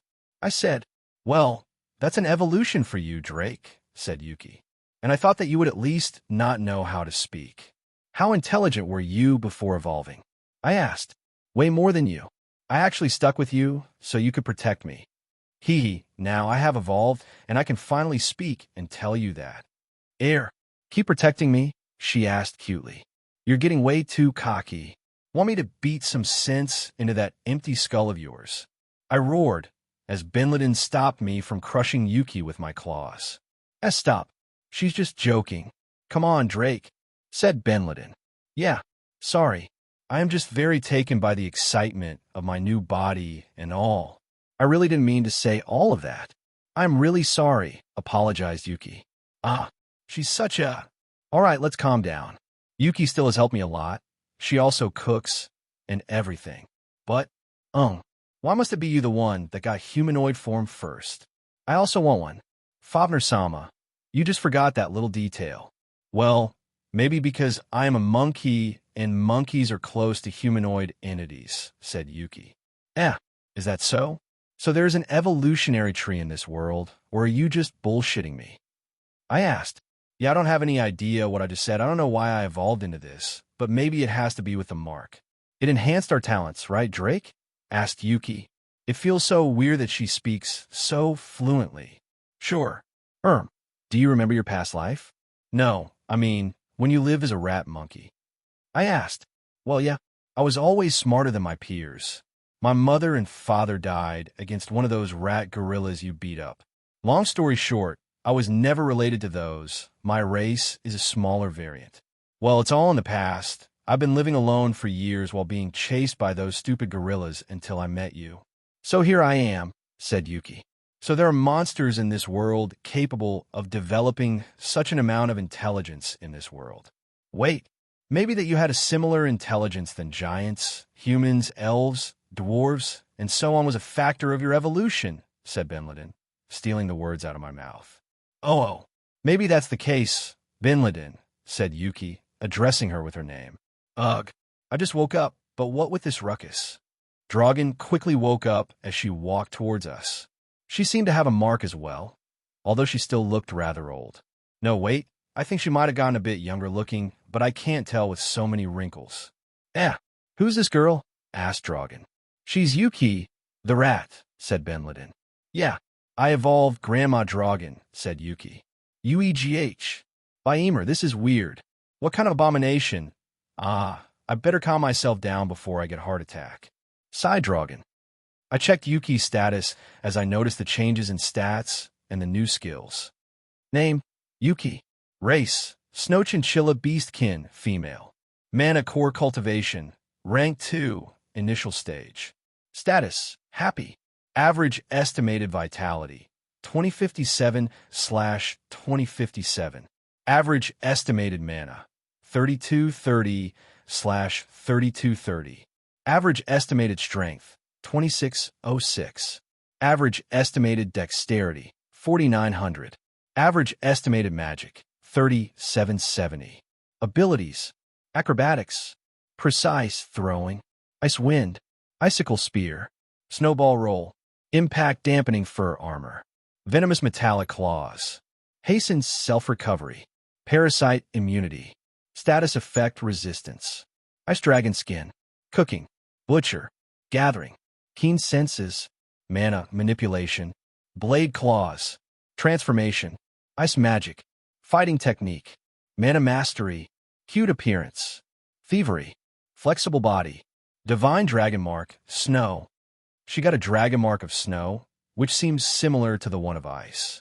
She also got Transformation, Ice Magic, Fighting Technique, Mana Mastery, Cute Appearance, Thievery, and Flexible Body as her new abilities after evolving. What with these power-ups? She even got magic out of it. And Cute Appearance? Is this a charming skill like Benliden's? Cute Appearance. The user has an irresistible and cute appearance, which can charm those weak to cute appearances. Charming targets can be convinced more easily to do certain things for the user. I wonder if it could work for me if I eat her and get the skill. Okay, better not imagine me acting cute. Nor eating her. That's horrible.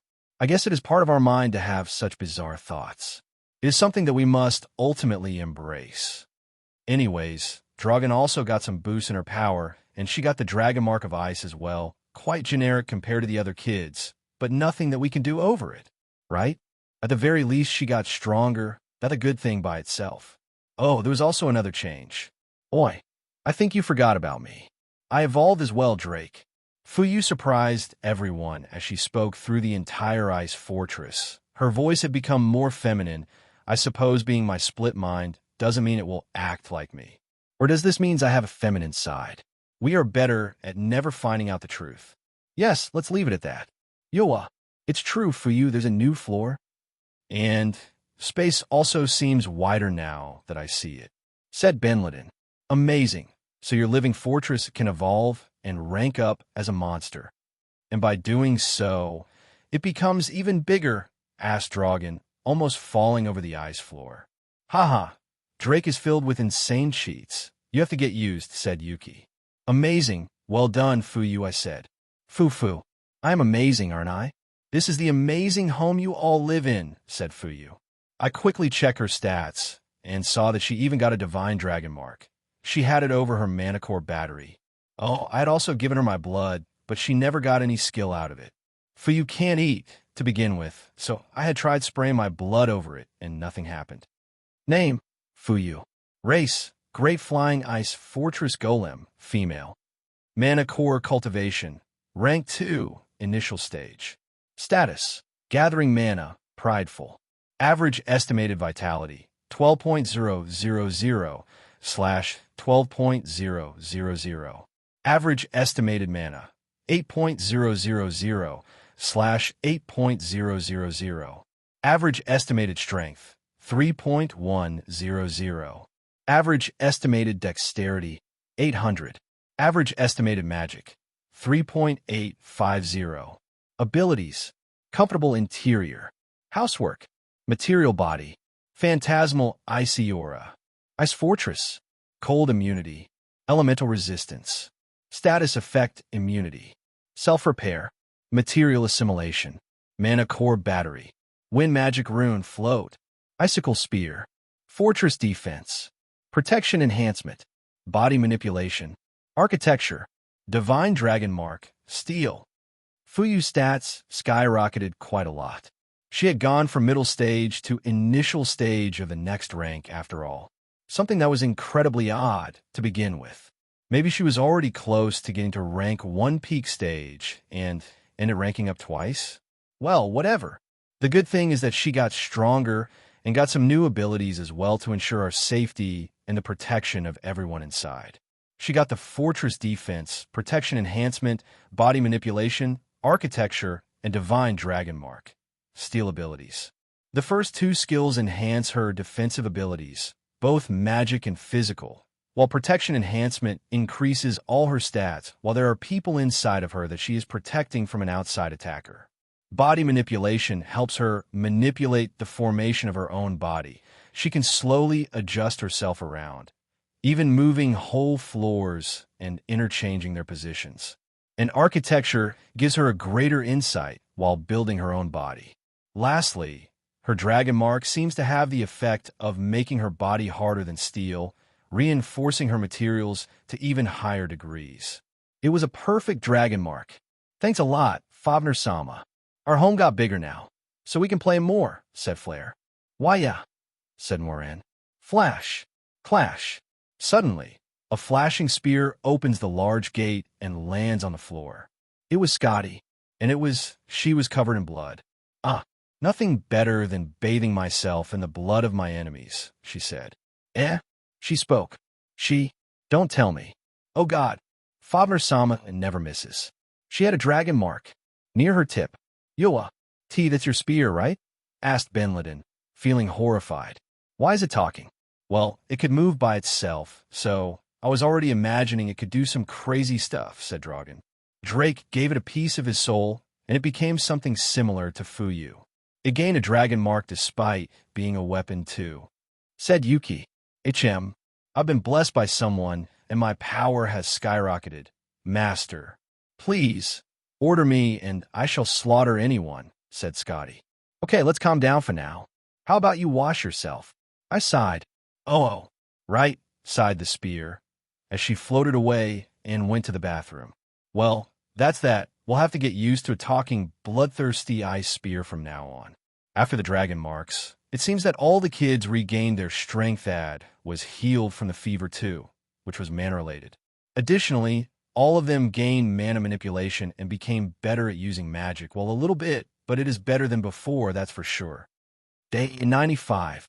It has been 4 days since everyone evolved or got dragon marks, and we have been slowly reaching farther territories that not even Dragon has reached through the commodity of our floating ice fortress. Benliden's parents have been resting most of the time, although whenever she had tried to speak with them, they would be able to barely whisper her name and then feel too weak to do anything else. For now, we are nourishing them with our mana, and I am feeding them phantom mass. What is phantom mass? Well, it is something I've discovered that forms around a bare soul when it moves around the world while it has yet to become a monster or an undead or whatever. This mass forms naturally, and it is an excess of mana accumulated around the surface of a soul. By grabbing wandering souls, extracting their phantom mass, and accumulating it into a ball, we can use this particular ingredient to nourish weakened souls, such as Benliden's parents. After 4 days of doing that, her parents' souls seem way bigger and less damaged, but they still require sleep. I have decided to enchant Benliden's weapons by pouring my blood over them, and then creating several runes of protection and defense and magic defense, making it all even stronger and protecting the souls inside even better. Runes are easy to make for me now that I am rank 3. By concentrating mana into a place, a rune pops up, and based on what I desire it to be, it might enhance defense, attack, and so on. And no, I can't do it over people. It won't work, or me either. I can only make as much before it becomes a strain to the item, so there was a limit. Meanwhile, I've been practicing death attribute magic while trying to get null magic. But it seems that I require to enhance my mana core even more to get to null magic. According to Dragon, null magic is a magic that only those without any magic affinity can use, no element at all either. It is a special elementless magic, which costs several times the amount of mana that element spells would cost. For now, I don't have much interest in it, as I've been eating rank 1 mana cores to enhance the cultivation of my death/null mana core. The result? It has reached upper sage just now. My death magic had become comparatively stronger as well, although we should get to the basics of its use and what death magic truly is in this world. No, it doesn't make instant death or something. That's not how death magic works. Death magic is based on the concept of the attribute of death. If there is a life attribute, there is also a death attribute. The life attribute encompasses the control and nourishment of life and nature. It can help some control plants and tame them. Some can learn healing spells.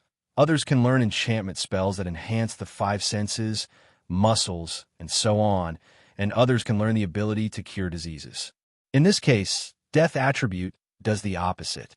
It is capable of taking away life from others, but not instantaneously, and it can do so slowly, like make someone age faster over time, or slowly make their muscles tire out.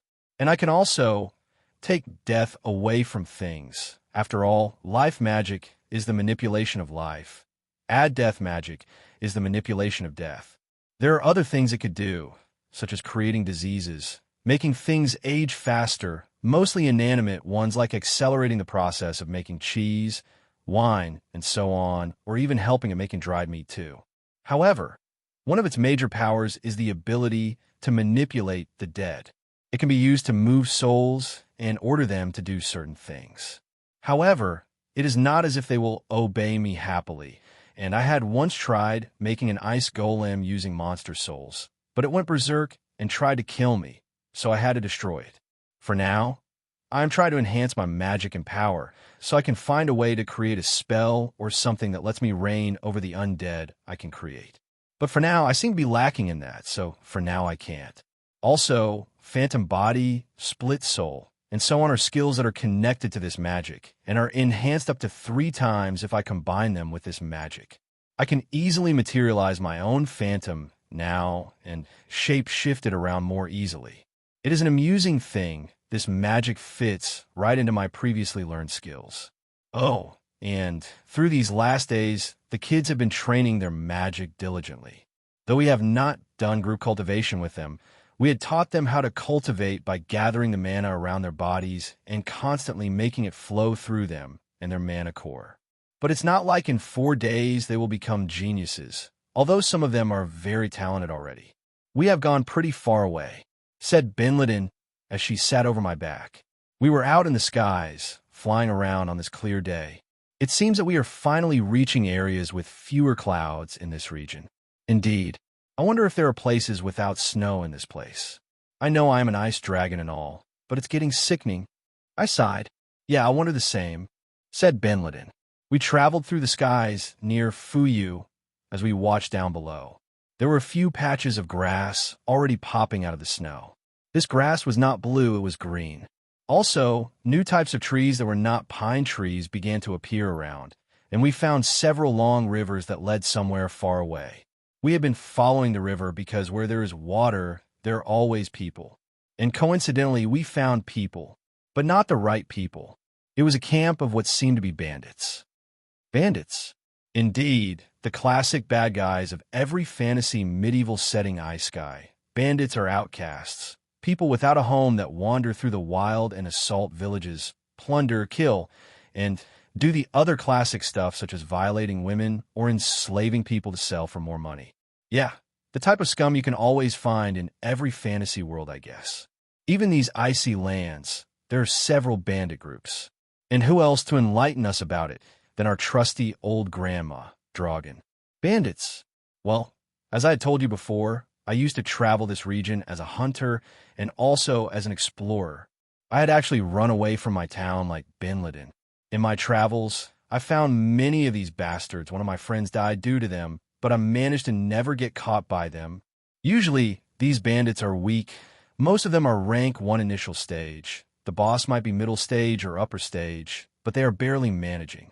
People often believe that bandits are fearsome, but that's only if you're common folk. Anyone with a bit of strength can blast them out of the orbit. I know because I used to slaughter them with my magic back in the days, avenging my friend. This is why bandits never got near the town. I just killed all those that lived near us, said Dragon. Damn, Grandma. Calm down. I guess my respect for her has increased. If she really just killed so many bandits ruthlessly, then she's a hell of a badass grandma. You really killed a lot, said Benliden. Yeah, and I would do it again. I just detest bandits with my very soul. But I wouldn't take away your prey from you. These guys, oh, they have slaves. Bastards. Sighed Dragon. We glanced at the bandit camp from above the ice fortress, hiding beneath the white clouds passing by. The camp of bandits had around 15 of them. They were roasting a small ice wolf and a few rat monkeys they caught. All of them seem like infant monsters, so it's nothing impressive. They're all, of course, ice giants. They all have ugly faces, while most of them are filled with scars. The majority has a missing eye or an arm. I guess they really do fight with whatever they can against the wild monsters around. The camp also had slaves. They had around 5 women and 3 men with them. They were all tied with chains and wearing strange collars that seemingly were the cause of their enslavement. Slave collars are not cheap, but I suppose they might have gotten them by stealing a passing, unprotected merchant caravan. They suppress a person's will and magic and leave them weak and to the will of the master. Of course, they only work with super weak people. If Benliden were to wear one, she could easily destroy it with her mana alone, said Dragon. How awful, sighed Benliden. If there are bandits here, though, there might be a bigger village nearby, or maybe they already plundered it and destroyed it. Sighed Dragon. Perhaps to Dragon, these were mere trash, but to me, they were treasure. Why? Because I will be able to kill them without remorse. No one will miss these assholes anyway. And what's best? I can assimilate their bodies after eating a bunch, and I would be able to take into an ice giant form using my transformation skill. Though, will I get their ugly faces? That's something I fear, wearing other people's faces instead of my own. But wait, wouldn't that also be rather convenient? If I could eat someone, convert into them, and then infiltrate a place, it could certainly be useful. But for now, let's go with simple things. So what are you planning on doing? Asked Dragon. We'll wipe them out and save the slaves. As easy as that, I said. Good words. Let me aid you. I want to freeze some, said Dragon. This old grandma was rank 2 after all. So she packed a punch. I'll go too. I want to practice killing other ice giants, so I can be prepared for the future, where we might fight even more people, said Benliden. That's the spirit. Don't worry. They're all trash. so there shouldn't be any guilt, I said. Haha. Yeah, but it still will be a bit strange while I have to be brave. For the kids, said Benliden. That's a good mindset. In this world, only the strong thrive, Benliden. The weak are killed, enslaved, and eaten. We have to be both strong magically, physically, and mentally. This will be a nice test, said Dragan. This old lady had slaughtered hundreds, so I guess she has really been forged in this world with a will of steel. Maybe this is why she adapted so well to us, especially of me, a talking dragon. We decided to quickly descend now. While the kids were taking a nap, we left Fuyu taking care of them for the most part, while we brought Frost, Yuki, and the twin crows with us so they could get some practice. As we landed over the snow, we slowly began to move stealthily, but I was way too big, so the moment I were to get any closer, they would definitely notice me, even with my size alteration to 3 meters tall. So I decided to simply assault them with everything we had. The bandits were minding their own business, mostly talking with each other, eating the grilled monster meat, and living the classic bandit life, completely unaware that a giant dragon was about to come here. Ichem, ice wolf meat again? Come on, boss, said a slender ice giant. Eat it and shut up. This is all we could hunt today. Whenever we get into town, we can sell the slaves and get ourselves a better meal. God damn. I want ale, sighed the boss, a bullier ice giant of rank 1 middle stage. He wore an eye patch on his left eye. Ichem, I wonder if we can play a bit with the slaves, though, asked another. Don't touch the merchandise, roared the boss, as he ate a large chunk of grilled meat. But we haven't gotten any women in some time already, boss, sighed a slender ice giant. And what I told you, when we get back into the fucking town, we can get you some whores. But for now, don't touch them. Don't you remember the last time? Because you guys touched the girls with your filthy hands, their price went down. They wanted virgins. Virgins, roared the boss. Okay, sighed the bandits. If they were to enrage their boss, they would get a boulder thrown into their faces, as he was an earth attribute mage. They had gotten these slaves by chance when they found a family of explorers that were going around the wilderness, probably gathering cultivation resources and hunting monsters to sell in the town and get by. However, as a family, but there's a mom and a dad there. The mom is already not a virgin. Yeah, what about that bitch? I guess you can take that one, but don't be too rough or the price will decrease anyways, said the boss as the ice giant smiled eerily and glanced at the woman with predatory glares. Gee, get away from me, she cried, although she could not move. Don't touch my wife, roared the man at her side, although he could not move an inch either. Gee, don't worry. We'll bring her back right away, dash. Slash. Okay. However, out of nowhere, a giant ice blade pierced one of the bandits' stomachs. The other bandits glanced with horror at the figures that emerged from the forest nearby. Please make sure to check out my other novels. I am sure that you will like them. My World Traveling System, The Harbinger of Death, a story about a young man who is suddenly struck by lightning while sleeping with his phone, which awakened his ability in the World Traveling System. Demon Queen Rebirth, I Reincarnated as a Living Armor, a story about a demon queen who lost everything. In the last battle, her soul was split in half, and she was reincarnated twice in her third life. Vampire Overlord System in the Apocalypse, the story of a young and bullied man born in an apocalyptic world who is given the chance to become a vampire and dominate this world as he pleases with a malicious and scheming mind. Epic of Summoner, Supreme Summoner System in the Apocalypse, the story of a young web novelist who is suddenly thrown into an interdimensional apocalypse, but given a powerful system that lets him summon his novel characters to aid him. Epic of Vampire Dragon, Reborn as a vampire dragon with a system, the story of a boy born with strange and mysterious powers who was held captive and used as a guinea pig through his entire life, until the day he died and suddenly reincarnated as a vampire dragon chimera in a completely different world, created by an insane elder lich that claims to be his father. Out of nowhere, a large ice blade pierced the stomach of one of the bandits trying to take the innocent explorer mother away. He immediately vomited a mouthful of blood as he fell to his knees and glanced at the blade. It came out of nowhere. The other bandits glanced at the man as he tried to take away the blade out of his stomach. However, Another blade pierced the ice giant's head, slicing it open as brain matter began to splatter outside of the horrendous wound. The ice giant was killed. Even the slaves were terrified, as everyone slowly glanced at the source of these blades. An enormous monster, coated in black and azure scales, alongside large crystals, the size of around 3 meters, emerged, slowly walking towards them. Its head was enormous and covered by what looked like a skull of its same species, but it was actually part of the scales that covered its body. What is that? Aron, a giant lizard with wings. You slaves, buy us some time. The bandit leader was a quick thinker, as he ordered the slaves to run towards the furious beast charging at them and sacrifice their lives so they could buy them some time.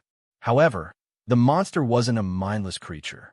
It quickly jumped away from the slaves charging at him as he reached the camp, clashing over a large tent and crushing the 2 bandits inside. Clash! Grier! The 2 bandits inside were quickly turned into minced meat as several other figures rushed out of the forest around the camp, reaching the screaming and terrified bandits. Roar! The dragon roared, intimidating everyone with a roar that made some of them instantly paralyzed in terror. Gaiag! Alongside that, it exuded a deadly black and azure aura that unleashed an even terrifying aura of fear.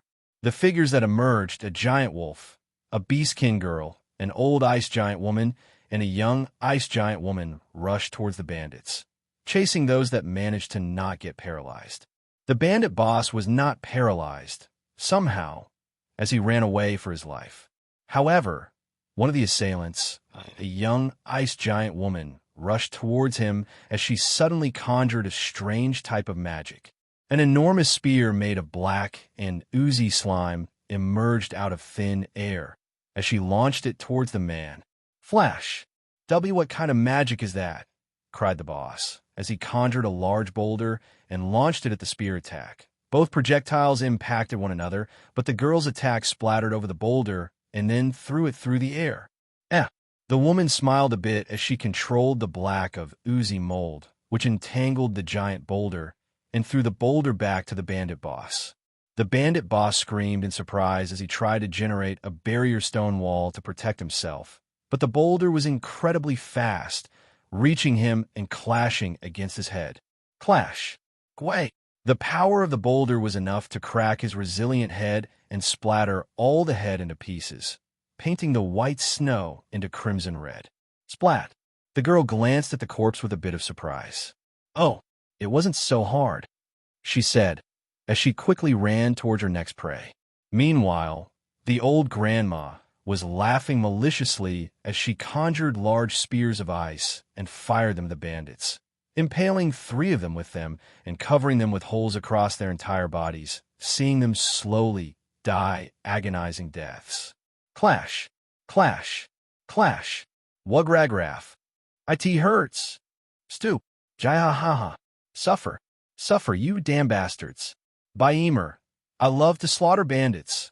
Laughed the grandma, as her party got to know more about her hidden side. Meanwhile, the wolf and the fluffy white beast girl rushed over the bandits, as the wolf easily leaped over them and bit their necks, tearing apart their heads of their bodies, while the small beastkin girl jumped over their torsos and slashed their bodies into pieces with her sharp claws. The dragon continued to kill as well, mostly firing projectiles of ice with amazing precision, slaughtering a bunch of bandits with utmost ease. The slaughter continued for a few minutes until every single bandit was killed. We quickly jumped into action. I started by slaughtering that one guy that was about to do something shady to that woman, and then I jumped over a camp and crushed 2 guys beneath my feet. I had no idea they. After that, the rest of the party rushed inside the camp as we slaughtered the bandits running away. Fear-inducing aura came into handy today, as I was able to use it to inflict a lot of fear to the point that most of these guys got paralyzed out of fear.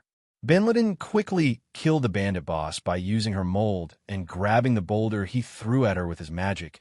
She crushed him with his same boulder. What a letdown. Well, at the very least, it was an easy kill for Benliden, and she got a bit accustomed to killing after she killed 3 more bandits with a provisional axe I made for her alongside her mole magic. Dragon slaughtered the bandits while laughing maliciously, and she really scared the shit out of me right there. Afterward, Frost and Yuki slaughtered their own bandits, and after a bit, we were done. The slaves, well, they all fell unconscious in the middle of the fight. So we brought them back to Fuyu alongside all of the bandits' things. They had some interesting stuff I haven't seen before. No one was into cannibalism, but the meat of the bandits might be food for the wolves or the other tame pets. So I froze them into cubes of ice for later. Oh, and I decided to eat their mana cores, of course, alongside some of the corpses. I ate the boss and 5 other bandits. I think that was more than enough. I wonder if I should have left some remorse by eating people mildly similar to human beings. But nope, no remorse at all. I guess I'm just as bloodthirsty as I look. Anyways, their meat wasn't the best. It was pretty bland, but nothing too bad either. Decent at most, I would give them that. Ding. You learn the following skills. Acrobatics, level 1. Plunder, level 1. Axe technique, level 1. Mace technique, level 1. Oh, even this trash gave me some useful skills. Who would have guessed? Acrobatics is a skill that most of those that practice a lot of slim movements or fighting techniques learn. It enhances dexterity and movement flexibility. And plunder. It seems to be a skill that enhances the chances of successfully stealing something from another person without them realizing it. Wow, did they had this as an ability? They were so trash, I didn't even check their stats. Axe and mace techniques are interesting ones, but like all the other technique abilities, they enhance my ability to use these weapon types. Sadly, I didn't get anything like earth magic from the bandit boss. But well, that's how life is anyway. After this, it seems that I was finally able to see if I could shape-shift into an ice giant form. At long last, please, don't look like those ugly guys. I decided to check my stats for the moment being, as they had increased after the last week, and a bit more after eating the mana cores and the bandits too. Name, Drake Fafnir. Race, Spectral Death Winter Dragon. Titles, Merciless, Savior, Pack Leader, Magic Teacher, Herald of Fafnir. Mana core Cultivation, Ice/Wind mana core. Rank 3, Initial Stage. Death/Null mana core. Rank 1, Upper Stage. Soul Cultivation, Soul Core Creation Realm, Peak Stage. Status, Hungry. Vitality, 25.600/25.600. Mana, 56.000/56.000. Strength, 21.000. Dexterity, 15.000. Magic, 48.000. Unique abilities. Unique skill, Immortal Body. Unique skill, Winter Magic. Unique skill, System. Unique skill, Ice Absorption. Unique skill, God Sealed. Magic, Storm Magic, Level 3. Death Magic, Level 2. Abilities, Camouflage, Level 7. Super High Speed Thought Processing, Level 4. Parallel Mind Thought Processing, Level 4. Precise Mana Control, Level 4. Psionic Communication, Level 2. Berserk Mode, Level 10. Spectral Fear Aura, Level 3. Naming, Level 7. Kin Control, Level 6. Crafting, Level 8. Apothecary, Level 6. Mining, Level 6. Hasten Mana Regeneration, Level 6. Phantom Body, Level 8. Split Phantom, Level 5. Phantom Materialization, Level 4. Paranormal Sense, Level 4. Ice Thread Production, Level 7. Ice Smith, Level 5. Group Cultivation, Level 8. Whip Technique, Level 6. Spear Technique, Level 6. Projectile Fire, Level 7. Devour, Level 4.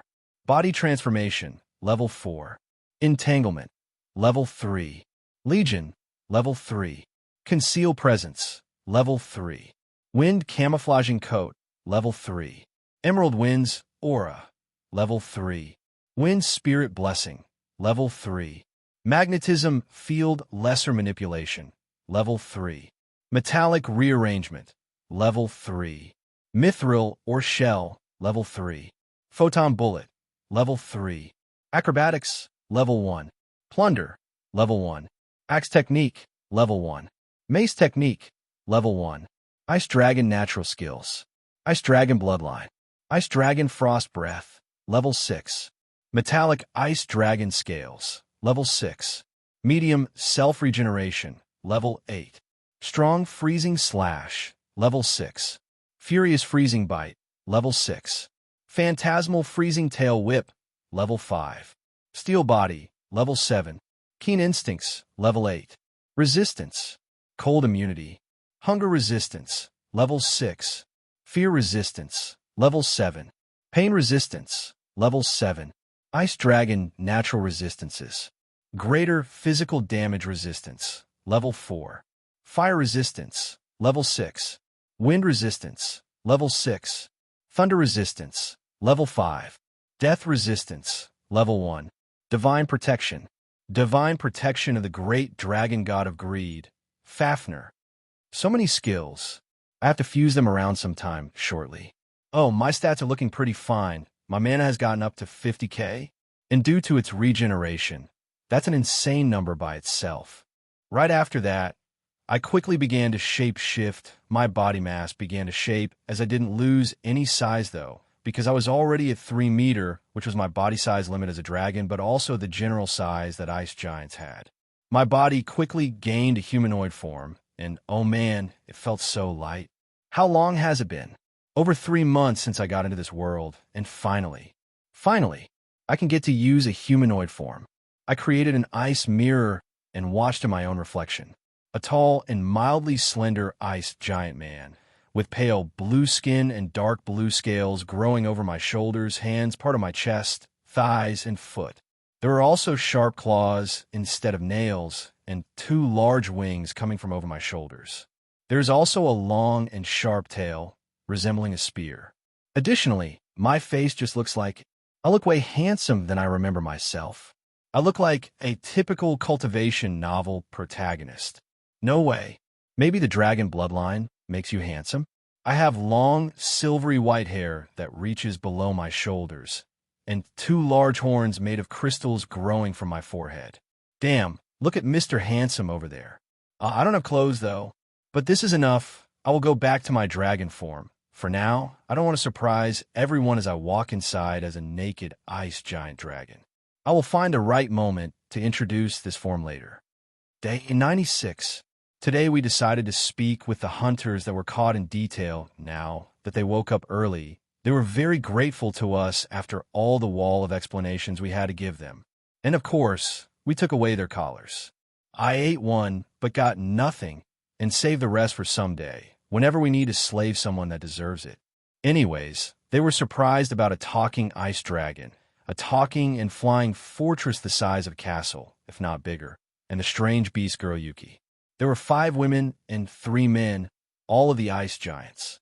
It resulted that they were just a big family of hunters and explorers that came out of the village a few kilometers from here, which is big enough to even have a sect that supports it, named Ice Moon Sect. They are not sect members, but mere hunters who usually go out to hunt monsters and gather resources to sell for currency. The currency of the town seems to be, mana cores? It is. So the currency of this world is just mana cores from monsters.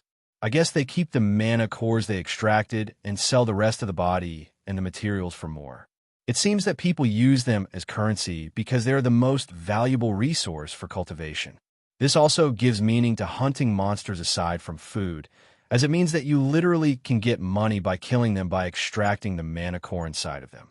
But wouldn't this flood the market with mana cores if there are too many monsters being hunted? I guess so. In that case, things just get more expensive, I would guess.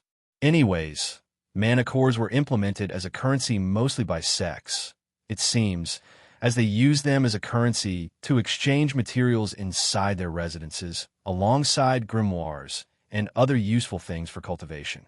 After that, the people around them adapted to it and began to sell their own stuff for the same currency. Oh wait, no. Mana cores are used, yes, but the coin equivalent is mana stones. These are little versions of mana cores that come out of special refinement formations. It seems that the sect controls the source of mana stones across the village. By pilling up mana cores into the formation, mana stones are created, which are the size of pebbles.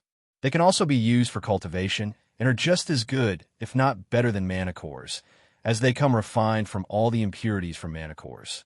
Anyways, the family is varied, but they're mostly hunters, although some of the girls are adept at cooking, so we got some more help at attending the kids now. They seemed grateful, but they didn't seem inclined to stay with us. So for now, they'll stay with us and repay us with their help in anything we need until we can get them back to the village.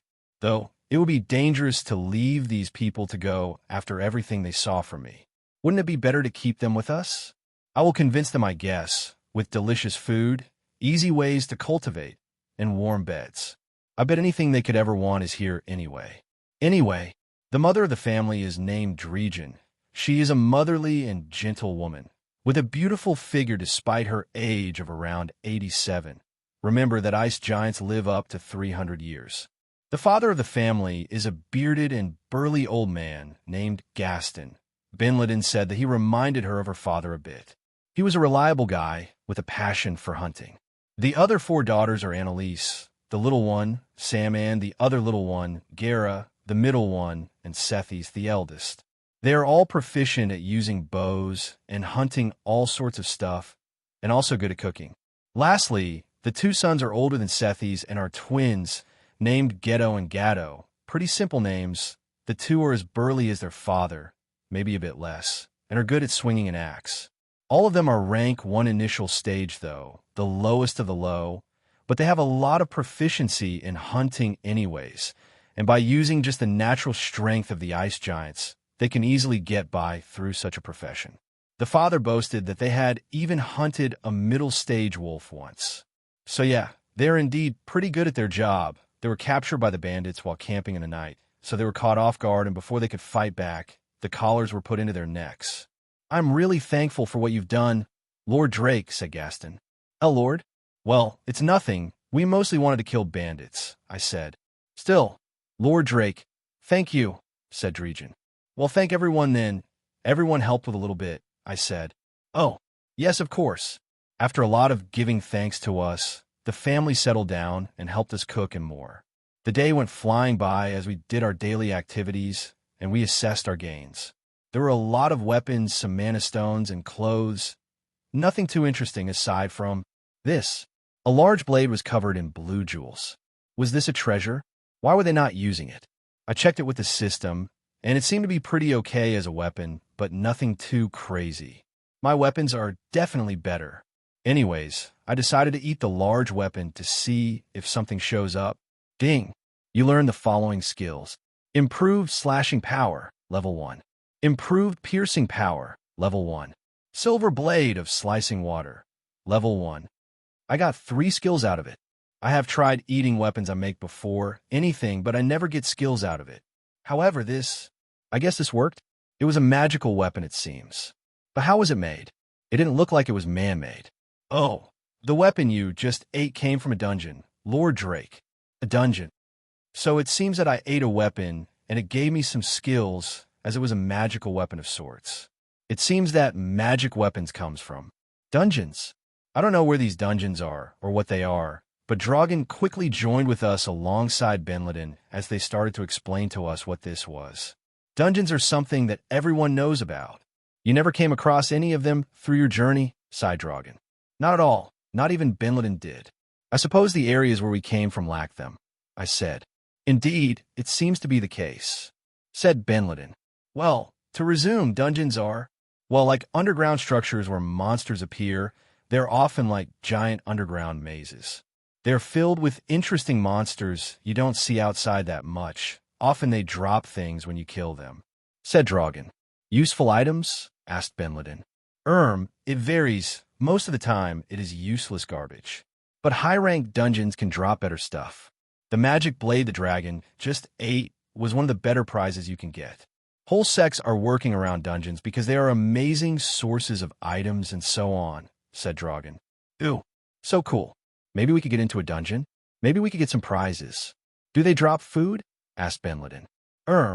I don't know if they would drop food, but it is said that sometimes they drop things such as health or mana potions, antidotes, or even the prized and rare elixirs, said Dragon. It seems that there is yet another RPG element in this non-system world. Dungeons that magically produce monsters and items out of thin air. I'm sure that there might be some rule behind their creation of items, but for now, that's how it seems to me. I wonder if the gods maintain the dungeons, or if the dungeons are merely created spontaneously. I said, I don't know, but there are some tales that the one that created dungeons was some sort of demon of the past, who fought the first immortal venerable in history. It was an elf. I think the name was Oberon Wonderdragon. It holds up for a bit. That's a lot of stuff I didn't even know about. But let's not go for it yet. The topic at hand seems interesting enough for now. A demon from the past? Wondered Benliden. Some old story. I don't know if it is even real or not, said Dragon. Do you know anything else about dungeons? From where these bandits could get this weapon? I asked. Most likely they got it from the dungeon near the town we live in. The Ice Moon Sect uses this dungeon as a resource gathering point, although they don't let normal folk get in because we can easily get killed by the monsters inside. It is said that the last floors even have rank 3 monsters, said Dregan. Rank 3 monsters? That would be ideal for me. If I can hunt as much as I wanted there, I could easily increase my cultivation. Though a sect, it would be a pain to deal with. And I'm not into sicko mode to destroy the whole city so I can get the dungeon for myself. Maybe they could let visitors get in for a fee or something. I wouldn't really like to cause commotion if possible. But you never know. If I go there like a dragon, I will most likely alert the guards, and everyone will try to either kill me or run away from me. It would be ideal if everyone just ran away, but I don't think they would leave such a precious place and abandon everything. If there's a sect there, there might be strong cultivators that are raised to become strong sect members, and then there would be the sect master. Usually, sect masters are the strongest cultivators in the sect, right? So the guy might be tough. But even then, killing him and taking over the sect might just cause even more trouble because other sects might learn one way or another, and I would get hunted down. So the solution is not being a bloodthirsty psychopath. Do you have any plans of getting into the dungeon, Lord Drake? I wouldn't mind you bringing me there with my family. Though, it might be tough to get you inside as a dragon, said Dregan. Yes, I do plan to get there eventually. It would be a nice experience, and I would like to get into those rank 3 monsters, I said. But getting a big and scary dragon like you there might prove to be an issue, said Dragan. Why, yeah, sighed Benliden. Well, don't worry about that for now. At the moment, I would like to know anything else any of you know regarding this region, I said. In the end, we ended chatting about a few things through the night. It was an enriching experience where I learned a few things. One of them was that there were 5 great devils or demons in the past, whom the first venerable fought against. These guys were said to have special demonic powers unrelated to magic, known as unique skills. Yes, they were reincarnated people, no doubt.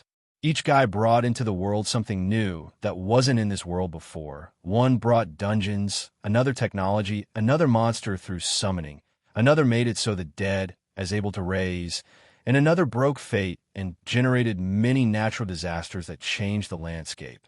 They pretty much turned the place upside down. And apparently, this happened millions of years ago. Just how old is this world's civilization? Even older than Earth. What? I see. So that Greenwood bastard got the technology from this demon of ancient times. But why do not normal people have technology? Well, because it is considered a taboo, said to be a demonic power, so righteous sects hunt down people that utilize it. But I guess not dungeons? Yeah, I can see that things are shifted around. Perhaps technology is too strong and gives unfair advantages that the righteous sects don't like, so they hunt down the users. These demons change the entire world, but for us, it doesn't seem like it because we never experienced how the world was before this. Of course, so, in the end, this is often treated as tales, myths, or legends, and not as actual history. Although I'm sure that other people might do. Though the persecution of technology users seems to be something big, as technology is qualified as a taboo, yet that one bastard had a lot. I also asked about the immortal venerable figures across history, and it seems that there are some big stuff.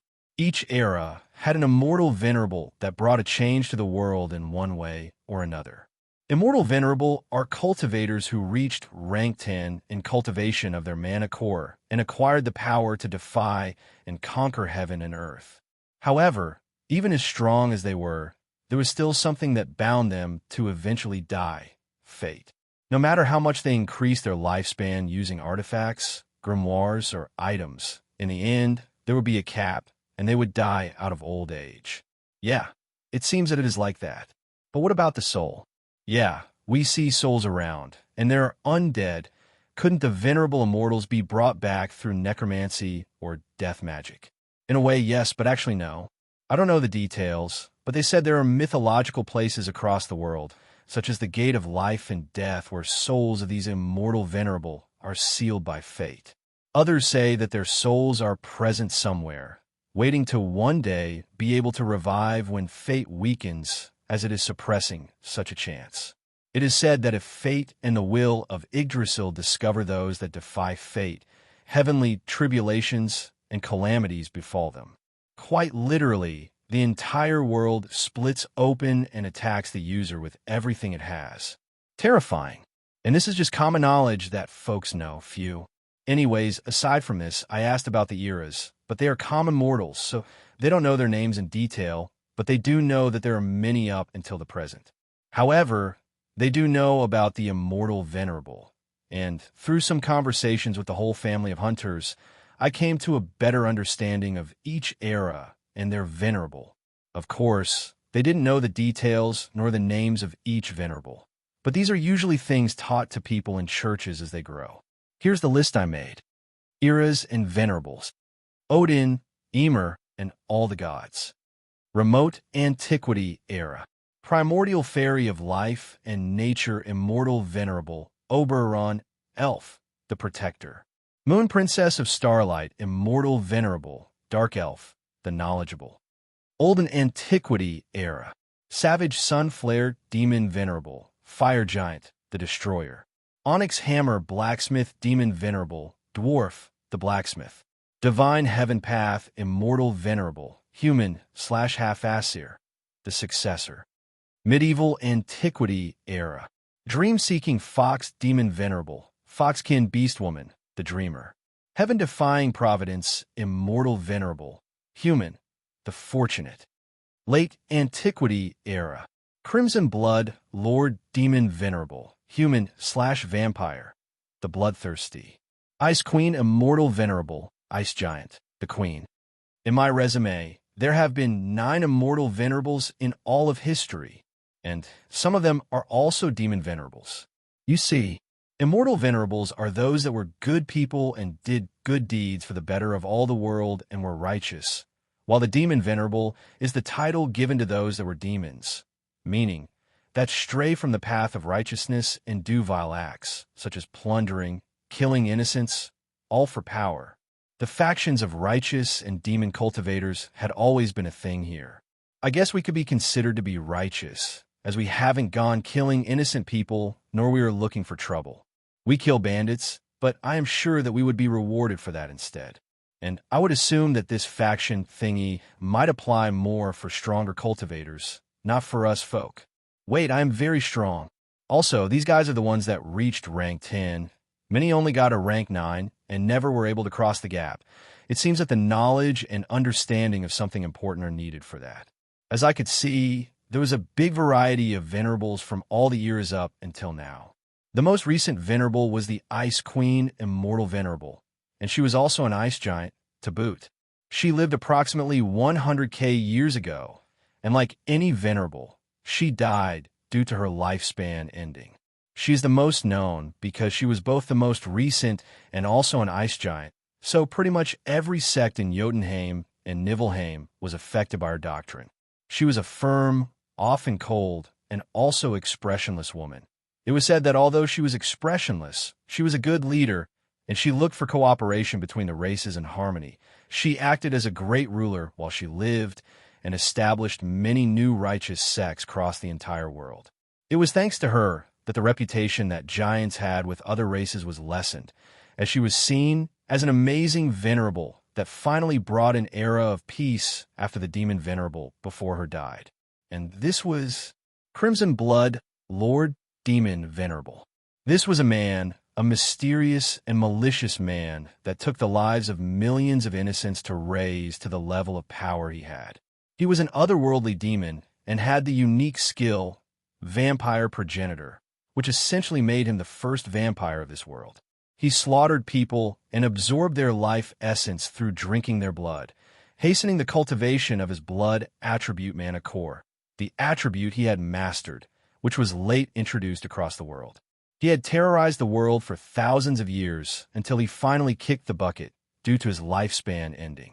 Yes, even a damn vampire died because his lifespan ended in here. Don't blame me, please. I didn't make the rules here. This vampire guy was seriously a sicko.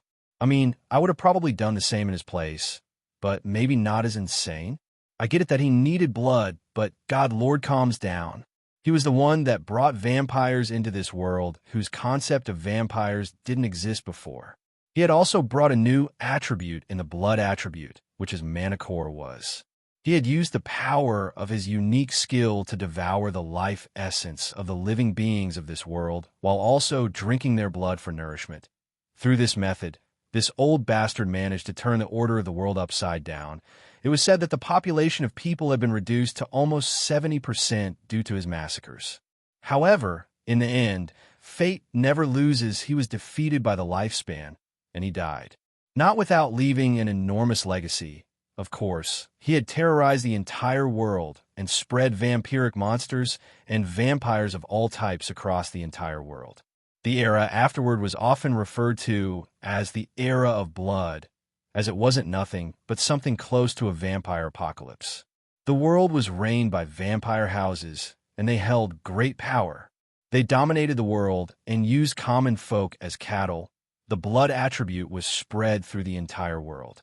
It was said that those that turned into vampires would change their mana core into blood attribute and gain unprecedented regeneration, senses, and more powers, but they would also gain weakness to sunlight, light, and fire attribute, and also would need to drink fresh blood to remain sane and with their powers.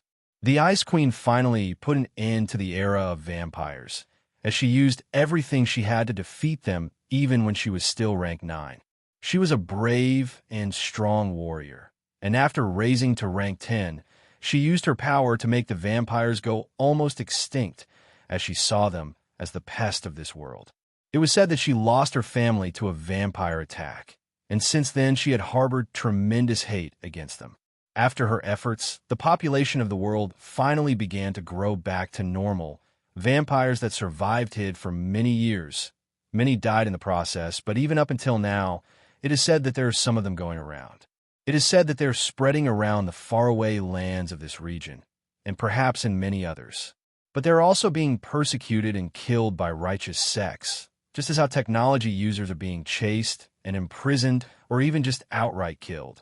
It is also said that other venerables were also otherworldly demons, some of them having overpowered unique skills that helped them get where they got. But it is also said that even for all the catastrophes they bring, demon venerables were also chosen by fate. Some call them a necessary evil, or that there can't be light where there is no darkness. I suppose for the good to be here, there is also the need for evil. But each one also brought a revolution to the world. They brought the power of new attributes, new unique abilities that they spread, and more. It was a lot of info to take in a single sip, but here I was wondering more and more until the ice giants in front of me didn't know what else to say. It seems that the tale of the Ice Queen is very popular. She is praised as a literal goddess by most sects, aside from Ymir himself. There is a tale regarding her flying ice castle, which usually emerged within the skies. I suppose we were doing the same here. Huh? I tried to ask about the other venerables, but they didn't know much other than very basic stuff regarding their titles. In the end, we decided to slowly move to that town where this family came from it might take some days, so for those days I will try to see if we can slowly convince them to stay with us. I don't want to employ any type of violence against these people if possible, but I can't possibly let them go. If they go, they might end up spiting everything about us one way or another. Even if they're good people in the end, if they get caught and tortured, they will reveal everything anyways. So better to simply not even let that happen to begin with. If they refuse in the end and are desperate of moving into the town, well, let's say I will force my way one way or another. Let's leave it at that. Call me whatever you want, I don't care. Anyways, for the moment we decided to rest. With so many people in the castle, things had gotten pretty lively, I gotta say. But Fuyu has been upgrading herself more and more as I produce more ice bricks for her, alongside bringing her wood, rocks, and giving her mind, or as we find along the way. Like this, many more floors have been made, and she really just looks like an enormous medieval castle at this point. Due to this, whenever we want some time of peacefulness, we just go upstairs with Benliden. Although to be honest, everyone is rather calm. Even the kids are learning and slowly doing things calmer. They have been good kids. At the end of the day, we checked on Benliden's parents' souls, and they seem to be doing quite fine. They were recovering at a good pace. I used death magic to nourish their souls by giving them residual phantom essence from the souls I pick and eat often, and I'm slowly making some spells with it to do it automatically. Perhaps something like Phantom Heal might be a nice name for a soul healing spell. I still haven't talked about my ice giant form to anyone, not even Benliden, but I do plan to do it soon. I think. In day 97, after yesterday's talk, I learned a lot to the point that I felt exhausted. Anyways, I want to try out the new skills I got after eating the magic sword, which was improved slashing power. Level 1, improved piercing power, level 1, and silver blade of slicing water. Level 1. The first two skills enhanced my slashing and piercing power. Pretty simple. The more they leveled up, the more the enhancement. And the third skill was not a passive skill. It pretty much let me do something rather interesting. By using the skill, I can summon the weapon. Yes, it is actually a thing. But it doesn't work with anything I create, but maybe with other magic weapons or equipment I don't create, it might work to get them as skills by eating them. I tried it out, and the blade, a perfect replica from the one I ate, emerged out of thin air, falling over the ground. I tried to break it, and then it quickly dissipated into particles of light. I tried to make more than one, but I could not, only one at a time. And when it breaks, it turns into particles of light and disappears, but I can summon it again. I guess it could be a nice projectile. I think my ice projectiles are stronger than this. But the interesting part is that I can lend the weapon to anyone and it won't matter. So I gave it to Benliden for the moment, so she could practice with it around. I kind of wanted to train her with all sorts of weapon types, so making her acquire sword technique might be good. And as for me, I could just eat someone with sword technique. So yeah, I don't care at the moment. I already had my Scotty, and I was still crafting a second weapon in the giant ice blade that is yet to be made completely, but that might soon emerge. Anyways, it doesn't mean I am lazy or something, though I want to relax and calm down for some time. So lazing around doesn't seem so unappealing. The kids were training more magic usage and mana cultivation today. Even after the dragon mark, they were still far from being better, so there will need some more time for them to learn how to use magic better. But definitely, if they begin cultivating from an early stage, they will surely get stronger, so it's not bad at all. We spent the rest of the day mostly cultivating and practicing, while also cooking and eating delicious preparations. There is such a wild world outside, but I really just want a slow and secluded life. Well, not like it will last forever, but it is nice to appreciate the little moments that bring us joy in the present. Day 98. Today in the morning, I have finally managed to create a new death magic spell, which I decided to call Phantom Heal. It is a spell that automatically gathers residual phantom essence from the environment and heals the soul directly. It can also generate phantom essence from mana alone, but the cost of the spell is higher. I quickly used this spell repeatedly over Benliden's parents' souls, until they began to flash with more power. Their souls have been recovering some more, and now they seem to be closer and closer to fully recover. But even after that, they might enter into a long slumber to stabilize their minds and thoughts within the souls. After all, most people utilize their brains to store the mind, So when their soul is moved out of their bodies, the memories and emotions that come with them end up chaotically spreading across the entire thing, which is bad. It might even cause severe dementia or other things, so enough rest is required. After that, we left them resting once more. It seemed that the more the souls were recovered, the more they released a faint flow of magical essence. Perhaps they were undergoing some kind of change, especially because even the weapons were changing. They had become living, cursed weapons and had gained new stats and traits, but it might be too soon to test them yet. Nonetheless, using her own parents as weapons intimidated Benliden a bit, so it was better not to force her. Now, they should rest for a bit, I said. All right. Thank you for doing so much, Drake, said Benliden. Don't worry. It wasn't anything hard to do. I hope your parents' souls can get better soon, I said. Yeah, I hope so too. Well, with your help I am sure they will be. For now, I have to keep working hard on what I can do, such as cultivating, training, and cooking delicious food for you, said Benliden, smiling gently. I guess she's also a hard worker. She is always doing something, and I've barely seen her rest aside from the night when she goes to sleep. She's a good girl. You're a good girl, Benliden. Don't push yourself too hard, I said. Drake, don't worry, I am doing fine. I'm doing this on my own. I just want to grow stronger because of everything that has happened, said Benliden. I see. Well, let me tell you that I will be here for you, I said, and I'm very thankful for that. Benliden approached me as she hugged me. I wish I could just take my ice giant form to hug her better without this stiff and heavy dragon form. Yeah?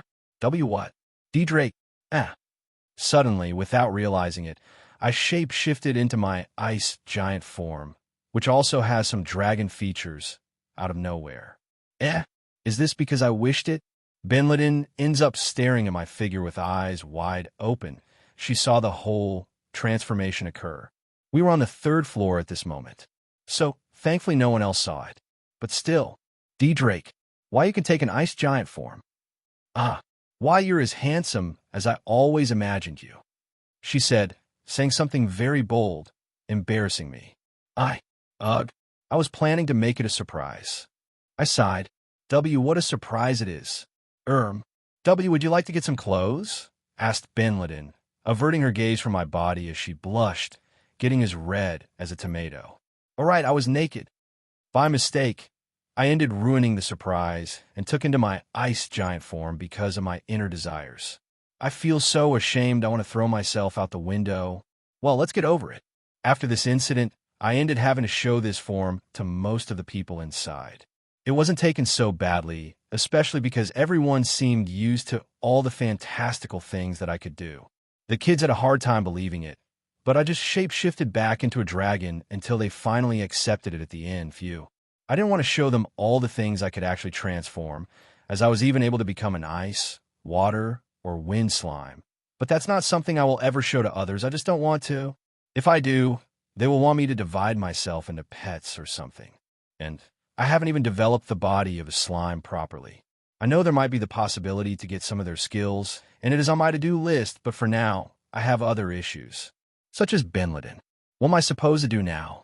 As she's always looking at me so cutely, now with this form, it is pretty obvious what's next.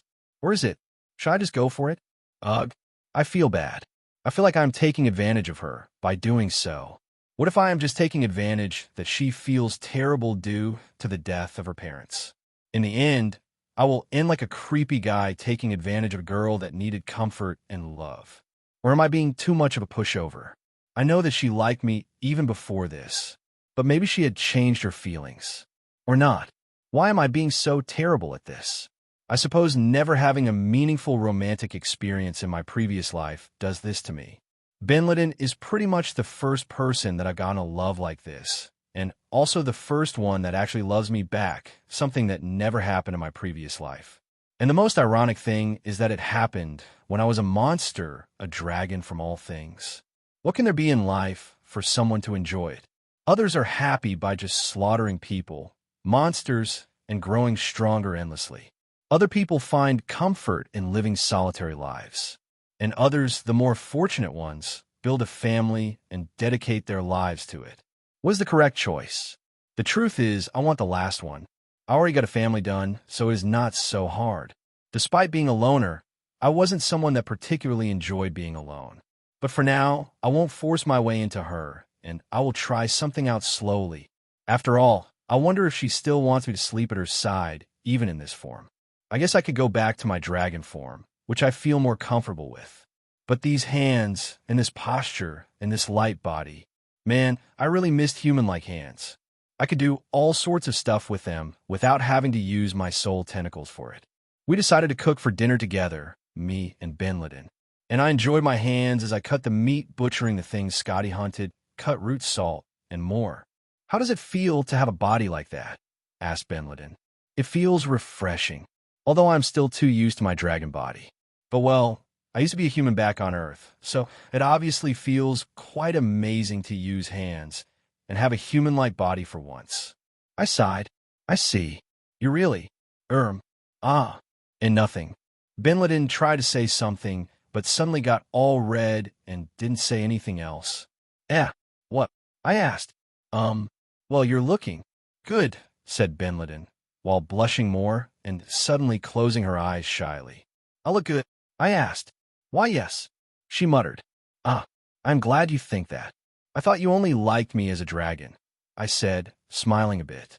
Damn, have I ever smiled before now that I think about it? It feels so odd. She noticed my smile as she got even redder. Oh, of course. Drake, why your dragon form is very cool and majestic. But you're this form, it has its own thing too. It is also quite handsome, she said. Handsome? I see. So the dragon bloodline really makes me handsome. Back on Earth, I was just average at most, but never was considered handsome. I think they used to call me ugly. I laughed. Iya, how terrible.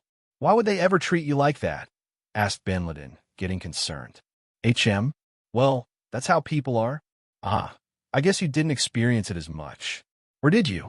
Better not to talk about our past. It is not good to remember bad things, I said. Yeah, well, I guess I didn't have much experience either, but I just felt bad.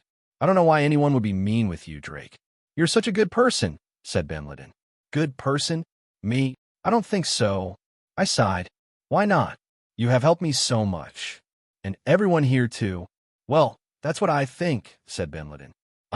She's way too good for me. I don't deserve to be loved by her. I see. As long as you're the one that thinks of me, then I don't care about the rest, I said. That's right. That's a good mindset, said Benliden, while smiling, as she drank some of the soup with a large wooden spoon. I think it might be almost ready, she said. I quickly drank some of the soup from the spoon. The broth was almost ready. Suddenly, Benliden gets even redder. What's wrong? Why you? Drake. You tasted the soup from the spoon, I did. That's like an indirect K-kiss. She muttered. Oh, well, I didn't know. I apologized. She muttered. She seemed to be in cloud nine. Damn. So after the dinner was ready, we enjoyed the dinner at a large table we had crafted beforehand. We had to make a lot for everyone, but this wasn't enough for my big stomach, even in this form. Thankfully, Benliden always makes a lot of soup for me, and I also had a few other monsters roasting, which I ate while eating the hot pot. Some ate from them too, but they were way too many, so I ended eating most of them, naturally. After things were done, the kids quickly went to bed after taking a warm bath, so we were left alone. Well, I should go back to my dragon form if you still want to sleep at my side, I said. Wait, see, could you stay like that? Asked Benliden. I could, but are you sure? I asked. Yeah, I want to hug you as we sleep. In this form, you're softer, said Benliden, while getting redder. Of course, I cannot resist such a request. All right, we already took a bath, so we are ready to rest for now, I said as I moved the bed sheets and rested over the large bed, fitting for ice giants. Benliden sat over it and slowly moved her feet beneath the sheets, accommodating her head over the pillow. I realized that I was a bit taller than her as she rested near my chest. This is like a completely different experience in this form. With my hands and skin, I can clearly feel the warmth of her body. Even as ice giants, they're still mammals, and although they are immune to cold and resistant to ice giants produce their own warmth even more if they consume calories, such as Benliden, who had just finished eating. This is really something else. Wait, why are we even sleeping together as if we were a married couple? Isn't this actually not right? People don't do that with their friends, right? And this becomes even more awkward because we are both male and women. I guess when I was a dragon, it felt like sleeping with her pet. But now, Drake. Suddenly, Binladin speaks to me with a tender voice. She seems to have not fallen asleep yet. Yes. W, what do you think of me? She asked. What do I think of you? I asked. Yeah, like. W, what do you think? Why, she muttered. Well, I think you're a lovely girl, and someone I consider family. You're the first person I met here, so you're important to me, I said. Binladin's yellow-gold eyes flashed with light as she heard me speak. A lovely girl? Important? Really? Am I important to you? She asked. Of course. I think this has been made clear several times already. I said, I suppose. Well, why you're also important to me, Drake, she said, as she extended her arms and wrapped them around my torso. Such a nice hug. Her arms are also incredibly strong. Oof, she got quite the muscles. I am glad, I said. She suddenly began to rub her face over my chest cutely. I never thought you would come in this form. I had given up on everything, It was very painful. She sighed. What do you mean? I asked. Nothing. It is just stupid thoughts I had. Now, why you're like this. It changes everything. It really changes everything, she said. It does. I asked. Well, for now, let's sleep. I don't want to bother you anymore. I bet you're tired, she said. Well, I am. I'm a bit tired. But, no, yeah, you're right, let's sleep. Good night, Binladin, I said. Good night, Drake. We closed our eyes as we hugged each other, and we slept. Day 98. Day 98, already almost 2 more days, so I could be 100 days old in this new world. I still want to learn many things, though. There's a lot I want to learn. But for now, I must keep it up with whatever I got at my disposal. And there's a lot, honestly. I woke up in my ice giant form, of course. It still feels a bit odd. I gotta get used to this shape-shifting body thing a bit more. It's hard, I know, but I will do everything I can to adapt well to it. However, it will take its time. And while doing all of that, we slowly approach the big town where there is the famous Ice Moon Sect, a dungeon, and a lot of people. There are many possibilities there, many new things I want to explore and see by myself. I honestly can't wait to get there. But today in the morning, I found myself in quite the dilemma. Binladin moves a lot while sleeping, and she was now squeezing my face over her breasts. Yes, a classic. And her legs are locked over my waist. Her thighs are incredibly muscular, so they are very strong and have a tight grip. Oof, I don't know how I am even resisting. Ugh, good, let's calm down. Yui, hey, Drake. And Binladin is dreaming something. What with that laugh?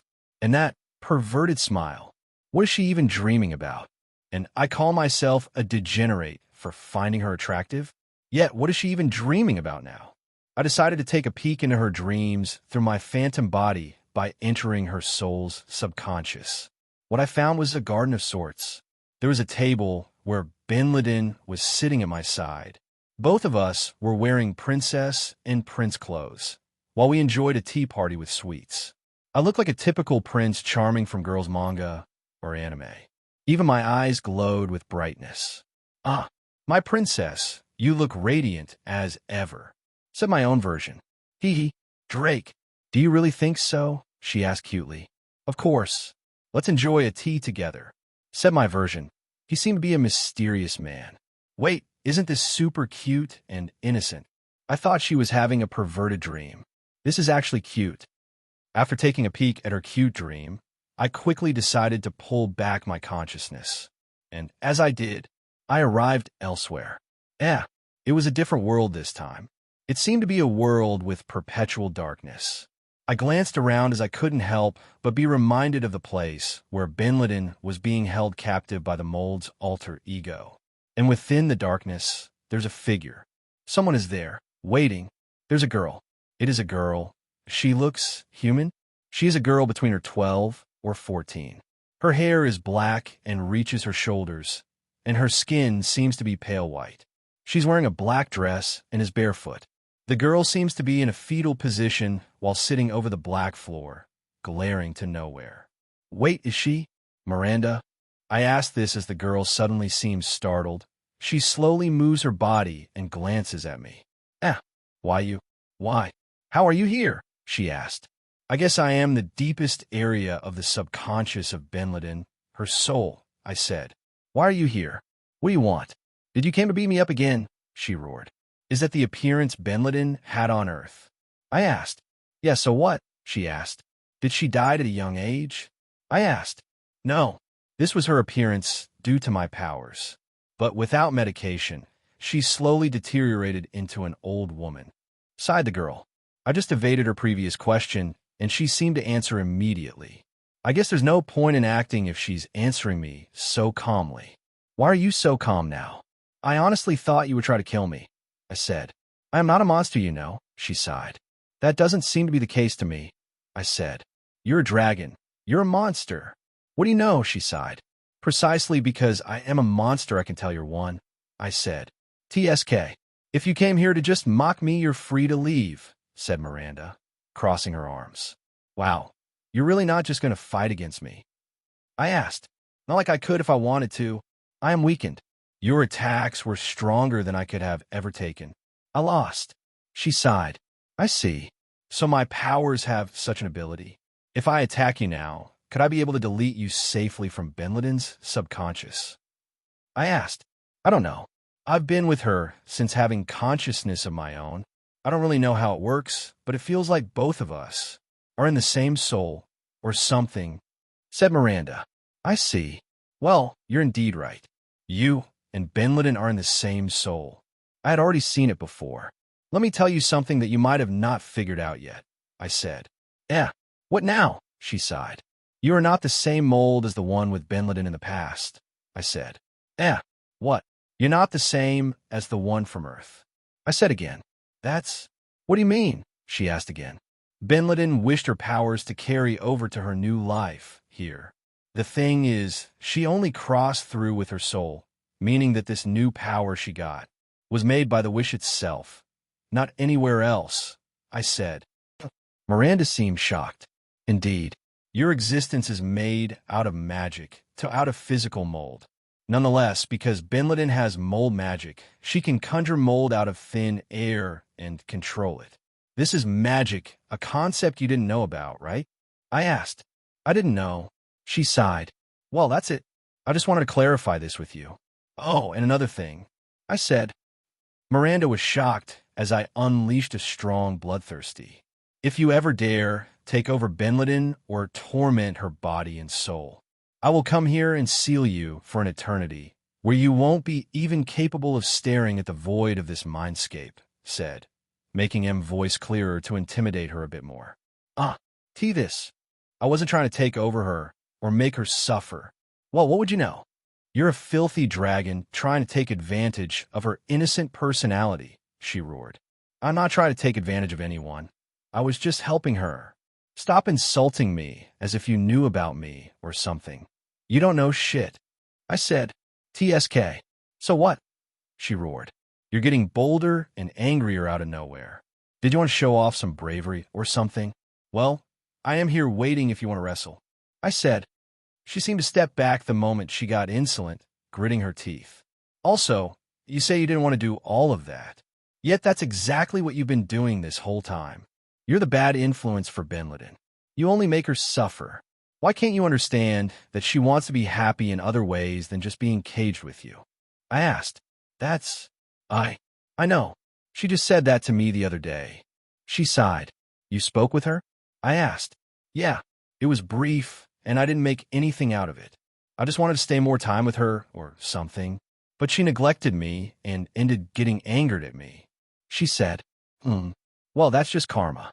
For being such an annoying and malicious being, it is the least punishment you could take, I said. Indeed, after everything it did to Benleden, the least it could get is suffering a bit and getting her anger and rejection. That's the least you could deserve. I sighed. TCH. Just go away. I don't have the mood to speak with someone so annoying. She sighed. Sigh? Do you know? It really doesn't suit my style to annoy and bully little girls. I just wanted to know you better, but I guess that won't be the case, I sighed as I disappeared from the place. However, I suddenly emerged in yet another space. Another dream walker, said the voice of a mysterious figure behind me. After seeing Bin Laden's innocent and cute dream, I decided to leave her sleep for some time as I tried to pull back my consciousness. But then I met a certain somebody they call Miranda, who is supposedly the ego of the mold itself. I told it the truth about her existence, and that she was a fabrication of Bin Laden's unique skill and not the actual mold brought to this world, but some sort of magic. She took it seemingly well, but I believe she might have gotten more affected. I decided to leave her after we ended discussing, and the conversation was just getting pointless. I didn't want to damage her for the moment, and if she were to get me angrier, I might have done it in a heartbeat. But that's why I left. However, instead of going back to the outside world, to my body, I ended elsewhere. And this place was definitely not Bin Laden's soul. What is this place? I glanced around my surroundings to find a place of darkness. However, as I continued to glance around and walk through it, I found pink-colored mist and the presence of someone else. Someone watching me through this pink mist. Another dream walker, said the voice of a mysterious figure behind me. What is this? Where am I? And who is this? I quickly turn over to glance at the voice, but I don't find anything. I see. You're not ready yet? Or is it? Fafnir, is it? A dragon. The voice continued to speak as it moved around the mist. I tried to catch up to it, but I could not.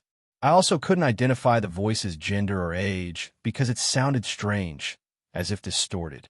I'm amazed that your soul hasn't been consumed yet. Despite its low level of cultivation, it seems that there are several powers attached to it. You're an odd one, aren't you? Who are you? How did you find me? What do you want? I roared, trying to look for the voice as I dived into the sea of pink mist, but there was only that and darkness. The voice answered as it began to laugh. Fufu, I am just a playful little fox. I can't believe that you have not realized where you've stepped into, she said. Her voice suddenly turned feminine, like that of a girl around her teens. Playful little fox? I don't realize where I have stepped into. Those are not really good clues, you know. A girl. And what do you mean? Can't you answer any of my questions? I asked. But it is no fun if I just give you all the answers to your questions, right, little dragon? Flash. Suddenly, within the pink mist, someone emerged. It resembled a little girl. Her eyes were bright purple, her hair long and pink, and she had two fluffy fox-like ears atop her head, alongside several fluffy fox-like tails behind her. She was wearing something that resembled a kimono, clearly not of this world. Who is she? Wait, dreams, a fox girl that might be a beast woman. Is this? No way. Why from all people and things? I get to see your dream-seeking fox demon venerable. I said I was shocked. The little girl begins to chuckle cutely. Fufu, I guess you realize faster than I thought. You're interesting, she said. Wait, but aren't you dead? I asked. My body might be gone, my soul might be gone, but my thoughts, my emotions, it remains within my dreams, the dreams all across the world. I brought the dreams here, and I control them even after death. I have not seen someone capable of entering other people's dreams in a long time. It is a power that not many develop naturally, she said. She's really her. WHAT. I'm already meeting a venerable, and I am not even 100 days old. I don't know what to say. I just developed my abilities, and I was just able to do it, I said. The fox girl walks towards me as she looks over my body. I am in my dragon form, so I'm naturally taller than her little girl figure. You have talent, yes? Let me give you a clue of what this place is, she said, walking around the pink mist. A clue? I asked.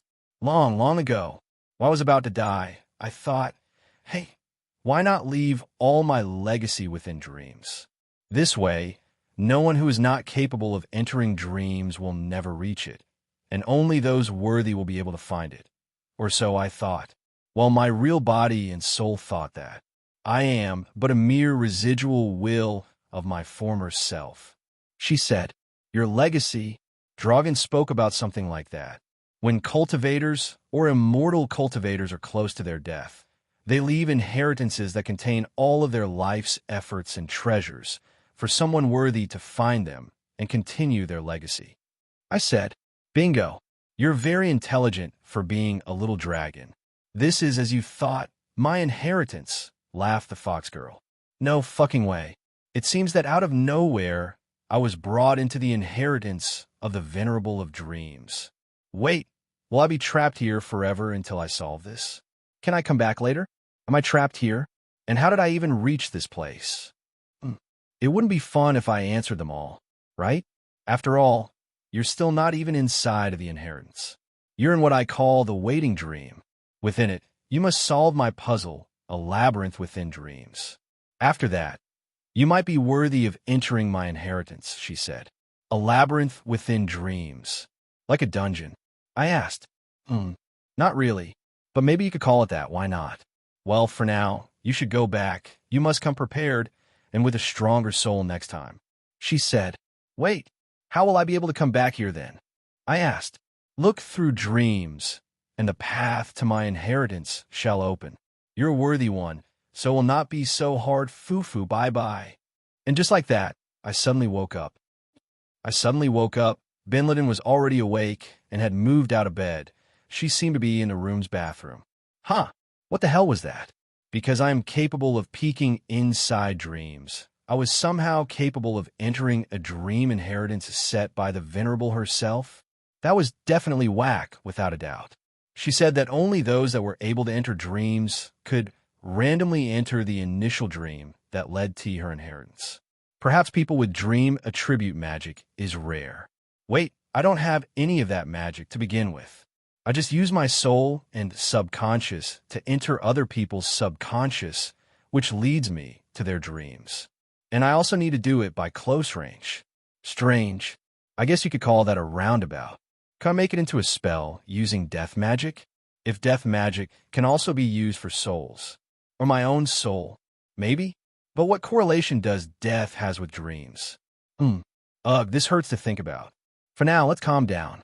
So, I can enter dreams, and somehow that led me to the venerable's inheritance. And that's it. She did say that I should come back with a stronger soul, if possible. And she also said that I just need to seek dreams, and the path to her inheritance will naturally open. I wish I could learn more about her and what she did to the world, but Dragon and the other hunters didn't know anything else other than things such as her personality being playful and mysterious, and that she brought dreams to the world or awakened them. I wonder if she was an otherworldly person, a reincarnated soul. Maybe that's how she developed the dream attribute here, where it seems to not exist before her. The dream attribute is rare, so I can't find much info about it other than the obvious stuff as giving the power to enter dreams of people kind of deal. Well, as I said previously, let's relax and take things slowly for now. I decided to wake up from bed and moved into the bathroom. Maybe I should take a normal shower in the actual bath now. I usually go down and take one in the river we were following while traveling. However, as I open, I realized that Bin Laden was bathing. Drake? Is it you? Thankfully, there are bath curtains, so I didn't get to see her naked. Well, I'd already seen her naked several times. Sorry, I will wait my turn, I said, walking away. No, wait. Come bath with me. You've already seen my body, so... It doesn't matter. We can rub each other's backs, she said. Is she talking seriously? Does this girl has no sense of shame? Or embarrassment? Of course, as a man of culture, I cannot reject such a good invitation. Even with all the embarrassment I felt, I will go. Okay, if you want to... I quickly took out my clothes, which were just a shirt and pants, and walked into the bathroom. There, Bin Laden slowly opens the curtain, and a wave of the vapor reaches my face. The water was warm, and the atmosphere felt also nice. And there she was, such a beautiful and toned body. She looks as if a god molded her body carefully. Wide hips, large breasts, slender figure, nice curves, strong muscles. Her belly is packed with a very clear six-pack as of now. Training every day really paid off. Her thighs were packed with muscles as well. They could easily crush a watermelon. And her, but is just as big due to training it. I bet it is as hard as a rock, though. Or maybe as squeezy. S stopped staring. Come in, she said, as I quickly got inside the bathtub. We have made a simple mechanism that boils water by putting on the chimney on the first floor. Usually, Yuki or Dragon put it in the morning, so the water accumulated in the tanks in here boil, and it is ready to come out through the shower. She quickly put on the shower again as she admired my body and glanced down below. The warm water really felt nice, though, but this intense stare was quite rude. As such, a nice body. D. Drake, she muttered. Well, you also have a beautiful body. I can already see that the training has paid off. Those muscles are perfect, I said. Oh, is that so? I am glad you like my body, she said. I sure do. You're really beautiful. Sorry if I was being too bold there. I sighed. Benliden suddenly puts her hands over my chest. And no, I'm glad you like it. I am happy that you find me beautiful. It makes me so happy, she said. For a moment, we were awkwardly staring at each other. I'm glad it makes you happy. Anyways, let's go back to the bath, I said as I moved her to the front and started to rub her strong and toned muscular back. It was both soft and also as hard as steel. Her body was really at peak condition. Sure. In the end, we ended taking a nice bath together, and we slowly lost some of our embarrassment from each other. Although seeing her nude like this, I had to admit it, I was suppressing a boner with all of my might. As a dragon, for some reason, I couldn't get one. Most likely because that private part was being covered by scales. And maybe dragons only get hard when it is mating season and a female releases pheromones or something. But with this body, it is obvious that there is no need for that. Only some visual stimulus is enough to get me hard. I am a man, so I obviously have to admit that boners are a natural thing. It doesn't mean that I'm a predator or something. Well, in the end, I managed to suppress it, and we dried our bodies and put clothes back up. However, Benliden seemed on cloud 9 after the bath. Day 99. Day 99, and today I had woken up rather energetic. I quickly jumped off the bed as I went to take a bath, this time without Benliden. I had decided to see how the kids were doing, so after breakfast, I was going to see how their magic had progressed. However, for the morning, I decided to practice shape-shifting into other forms and see if I could acquire or gain skills by using them in certain ways. After all, as it is already known, I can gain skills by eating things or by doing certain actions. I remember eating a lot of slimes, but I could never get their skills such as self-division or slime body, slime king body, and so on. So I went to a separate room, the only one that was actually empty for the most part, and began to shape-shift. I had several slime forms that I could take through body transformation. I never thought I could become a slime while being a dragon, but I suppose this thing has its limits as well. Indeed, with body transformation, I can modify each transformation a bit. Usually the most liberty I have is when adding dragon-like parts into the transformed form, but I seem to be unable to add the nature of other transformations into another, meaning that I cannot become a half slime and half dragon. I have to be one or the other. I tried it out, and I found out I can add little horns and small bat-sized dragon wings to my slime forms, but that's it. How disappointing. System, could I be able to mix up the transformations one day? Answer, perhaps if you increase the level of the skill and awaken it, but I cannot confirm anything. I see, well, might as well try it out. The several slime forms available for me were ice slime, water slime, wind slime, and the king versions of them, which made them a bit bigger. As a slime, I seem to be able to still use my other abilities, such as immortal body, meaning that I can expand my body around and recover it super quickly. However, I cannot enlarge my own size and weight indefinitely. There is a limit of around 15 meters. Wait, that's pretty big already.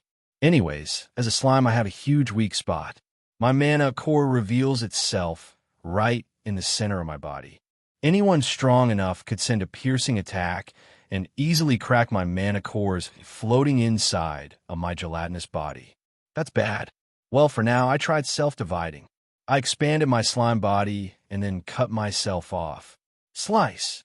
I glanced at the sliced slime piece.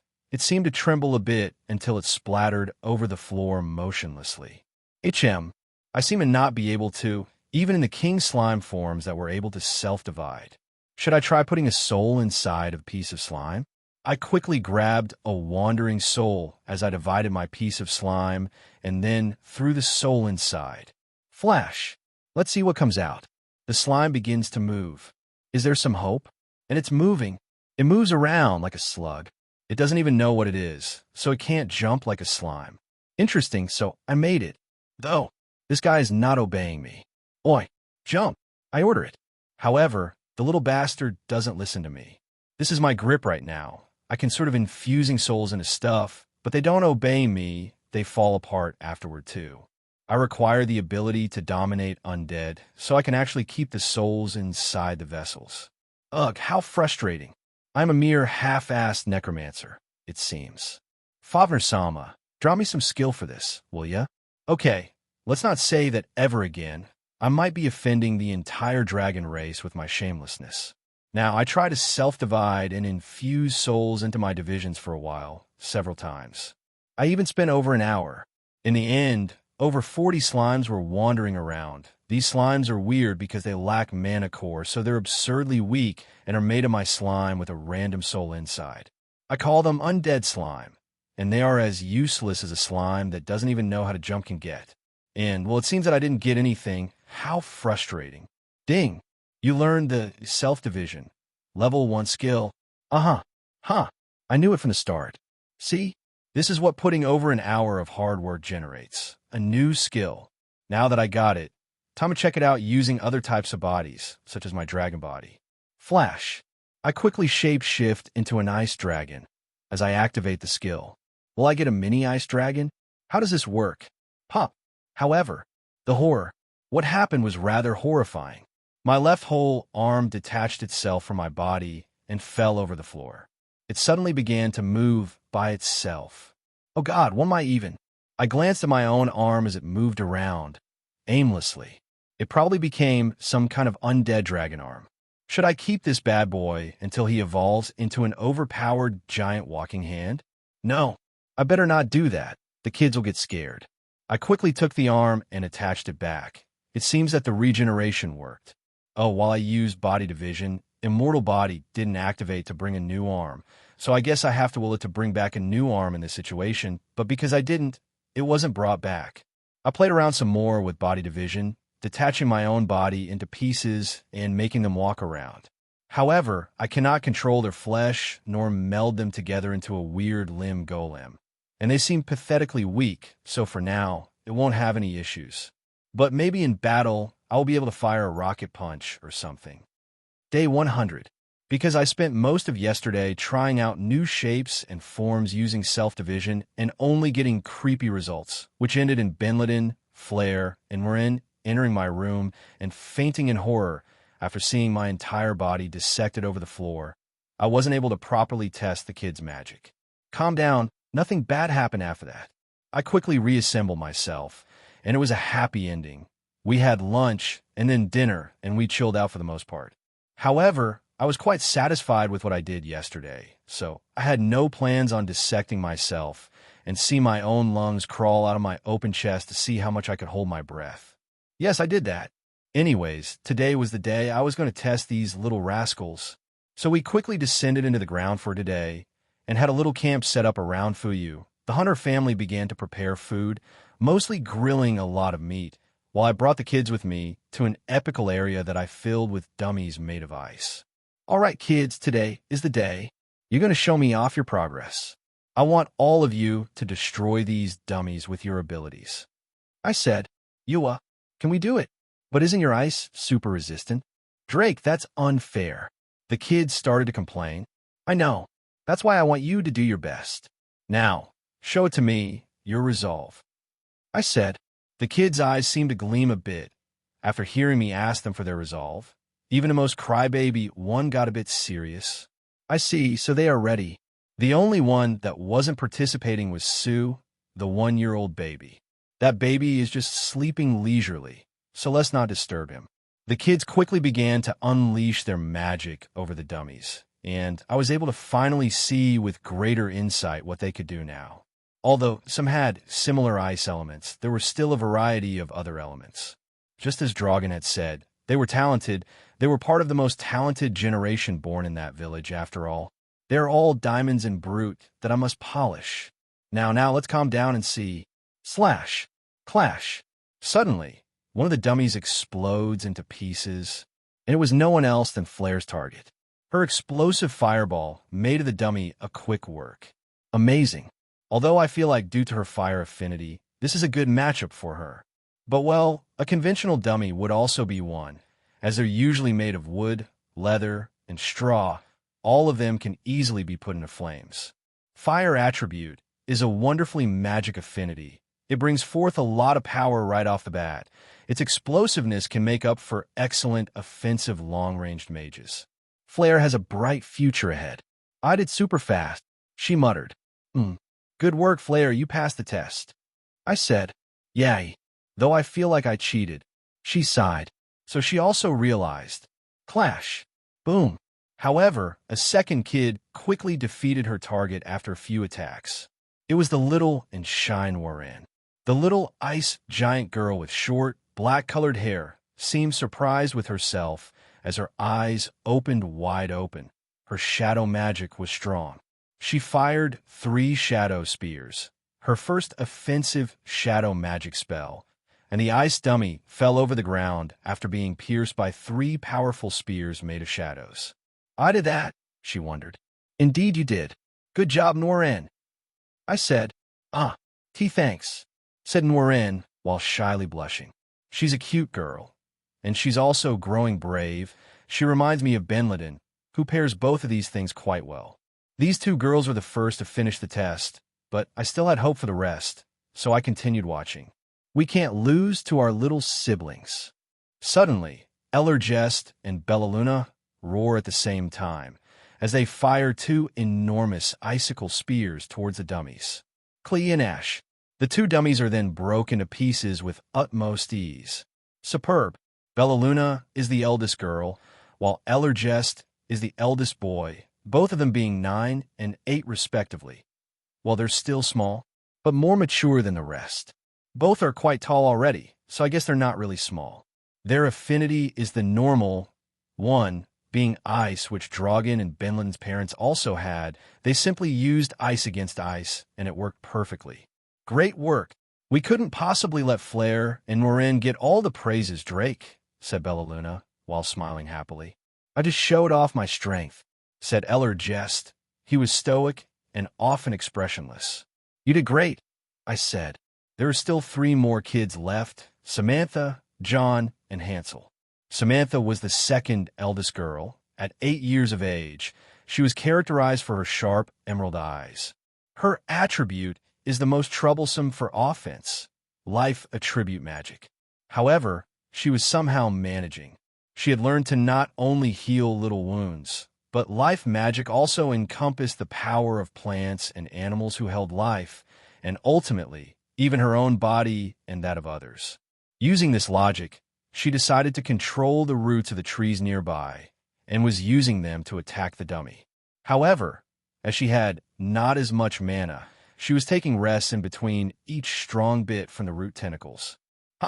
See, come on, she sighed, forcing her mana into the root as it suddenly slap, crack, crack, crash. The dummy was broken in half. I did it. Yay away. Samantha began to celebrate by jumping around as she celebrated, screaming her lungs out. She really did a good job. Good job, Samantha. I can see that you just need to sharpen your control over the plants, and you'll have a better offensive method, I said. Thank you, Sir Drake, said Samantha. She was a very polite girl, so she called me Sir. I wasn't even in my ice giant form at the moment, but it was fine. 2 more kids were left. Let's see how they manage. The 2 remaining kids were John, a silent little boy, his affinity was ice, and then Hansel, a former fat kid, who had now gotten pretty slim. He still has a timid personality, and his affinity is earth. Both have conventional looks as ice giants concern, such as yellow gold eyes and silvery white hair. John was doing his hardest, but his icicle spears were not big or strong enough, He was slowly chipping away the dummy of ice, but had to take rest for his mana to regenerate here and then, so he was taking his time. He's only 5 years old, so it is rather normal. And then there was Hansel. He had yet to find a way to launch his rocks, so he was grabbing them when he conjured them with magic and launching them with his arms. The dummy was also slowly being chipped away. "Come on, you can do it," I said. It's hard," sighed John. "Ugh, damn rocks. Earth is supposed to be a strong element. Why are you so small and pathetic?" wondered Hansel, getting frustrated. "Hansel, don't conjure rocks. Use the ground itself," said Flair, suddenly giving him an insight that surprised even me. Right? Why doesn't he use the big element all around him instead of trying to make it? I had completely forgotten he could do just that. Damn, I am a retard. Right. "Why, you're right," said Hansel, as he concentrated his mana into his palms and then touched the ground with them. Boom! Suddenly, a thin stone spear surged from the ground, penetrating the dummy form below and slicing it apart. Wow, deadly. He could quite easily kill someone. Well, everyone here should be able to. "I did it." "Yes," said Hansel, jumping happily. "Sigh, how can I?" John suddenly had an inspiration as he saw the thing spear made of stone that Hansel made, as he conjured a special type of icicle spear, which was very thin and had a sharp tip. It looked more like an arrow, to be honest. Flash! The arrow rushed into its target as it pierced the dummy's chest and make it slowly crack. Not yet. John quickly conjured 2 more ice arrows, destroying the dummy once and for all. Crash! The dummy fell into pieces over the ground, as John seemed surprised with himself. Amazing. I did that. I really did that just now. I can't believe it, he said, surprising himself. John might not be able to conjure too much ice, but what he can do is make little arrows with strong and fast-piercing power. Good work, John. You did well, I said. As all the kids gathered around me, I praised them all. I saw that most of them put a lot of effort into the task. They seemed all decided, and that's what mattered to me. I wanted to see how much resolve they had to fight, to use their own magic, their own and only weapon. You did amazing. The order in which you managed to defeat the dummy had no implications for your grade. I find that all of you showed me off your strength, your resolve, and your ability to fight. Some need to polish their power some more, but this was a good showcase of how much you've reached, everyone, I said. All the kids seemed to be happy at my words. John was relieved that he wouldn't get some bad grade for something for ending last. Now, kids, I have made several new pieces of equipment for all of you, which I have specifically designed for your body sizes and your weapon preferences. There are even some accessories mixed in between, and they are all enchanted as I made them use my magic, scales, and I even poured my own blood on them. Make sure to take good care of them, I said. Benladin came carrying a large sack filled with gifts, armor pieces, weapons, accessories, anything. I have been crafting this off-camera for several days now. The ability to make items with status infused with traits and even abilities is a great power, so I abused it to its limits and made equipment for everyone. Yoa, amazing! This is so cool. An armor made of drake scales. A shield. I like this ice blade. Oh, this ring seems to give me more magic. Thank you, Sir Drake. It's nothing. Make sure to equip them and sport them out around, so you can show off your power. Each piece of equipment comes infused with a part of my might, so you can summon the dragon might out of my weapons to enhance your power. There may be times when I will need you to fend by yourselves. This is why I am preparing you for that inevitable day. I want you all to grow as strong as you can. I said, yeah, but I don't want to leave. Me neither. Well, you don't have to leave, but it will be your choice if you want to. But I won't let you go anytime soon for now, until you grow a few more years and also get stronger. So don't get your hopes up. I said, some kids actually wanted to explore the world, but they were way too young for that. Wait, I'm just 100 days old. Who am I to even speak about age? Well, let's keep pretending I'm actually older than that. Not even Benladin knows I am that young. It shall be a secret kept forever within my sealed lips. Everyone, lunch is ready. Come eat already, said Dragon while acting a bit grumpy. She was hungry. Coming. Let's go eat. Mr. Drake, food time. Eat. Eat. The kids marched into the large table we set up over the snow and near the portable kitchen and bonfire that was being used to roast the meat as they all sat down around it. After that, we enjoyed a nice lunch and an overall comfortable day. Soon enough, we shall finally reach the Ice Moon Sect town, so I better prepare. I will probably not get there with my dragon form, that's for sure. Day 107. A week had gone by since the kids' test, and it has been a peaceful one. They and Benin had been recovering from their emotional wounds while also growing stronger. Benin nor anyone in the entire group had been slacking off, as there had been daily exercises, group cultivation, and magic and technique practice every single day. Benin had begun to teach some of the kids interested some fighting techniques, although due to the age and size difference, she had been cleaning the floor with all of them all the time, so it was hard for them to learn much. She had been trying her best to be as gentle as possible, and some such as Hansel and Ellerjest had shown to have the talent for techniques, having learned axe and blade technique respectively. Meanwhile, everyone had strengthened their bodies through the opening of mana veins across their bodies, and everyone seems to be growing stronger at a steady pace. So even the little kids of 6 years of age are getting stronger, even physically. In fact, as they trained physically, they grew in size as well. Most of them had advanced another stage of their rank 1 mana cores, some of them being already at upper stage, showing off their amazing talent. Coupled with drinking my blood, and also with the power of the dragon marks, they're all proving to grow into strong kids. But not only the kids, everyone had been growing stronger. Dragon got stronger as well, while almost magically, she sucks at physical fighting. It cannot be changed even if she gets a bit younger. And not only the old grandma, but all the others, the tamed monsters too, as everyone had crossed into rank 2 middle stage, alongside Benin, who had become rank 2 upper stage. After receiving the dragon mark, her cultivation speed got even faster, even more now that we got so many people around to do group cultivation. And of course, I have also been training a lot. I have been eating low-ranked mana cores to increase the power of my second mana core, which finally reached rank 1 peak stage. And I've also been practicing more death magic, trying to find a spell that can let me force undead to obey me or something that could charm them, like a certain damper boy. But nothing yet. However, for the moment, I've found some pretty amazing uses to my death magic, such as the power of using it to accelerate the process of wolf milk becoming cheese through the fermentation spell, which I'm also using over fruit juice to make. Yes, you guessed it, wine. Or ale. Well, whatever it's called, it was refreshing to taste after so long. I used to drink some in my past life, you know? So I wasn't that much of a pushover. Well, not like I'm a brainless alcoholic either, so relax. There are other uses, such as revitalizing someone old by taking away the death from them, such as Dragon using youth restoration, although I'm still amateur on it, and I need to practice some more. There are other spells I've been trying to make, but most of them helped in the maturation of things, although they didn't affect living beings.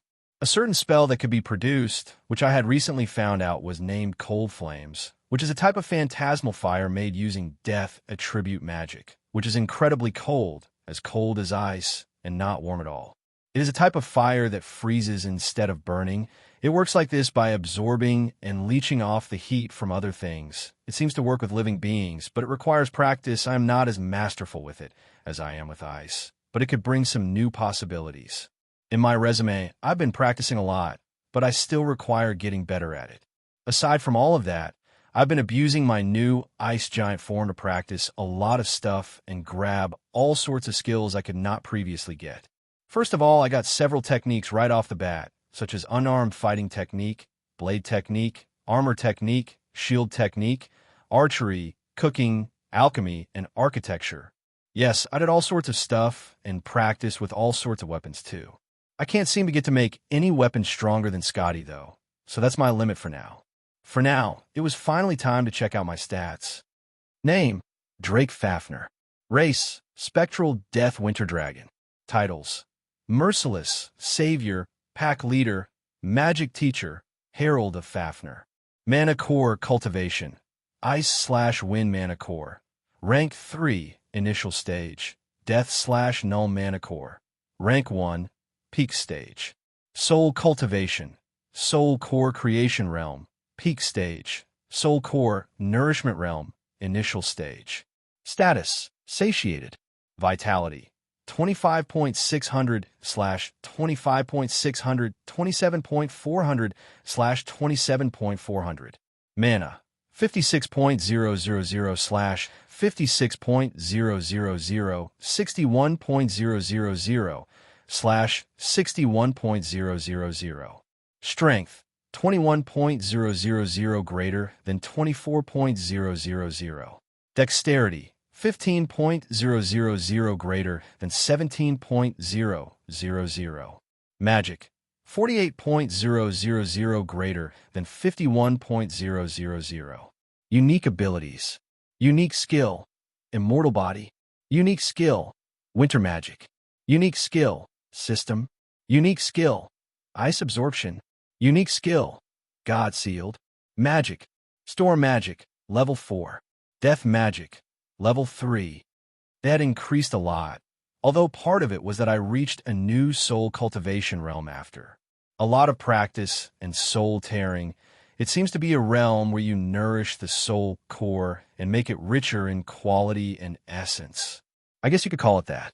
The stats had increased decently in a week, and also without even increasing my rank 3 mana core stages yet, so I guess it is pretty decent overall.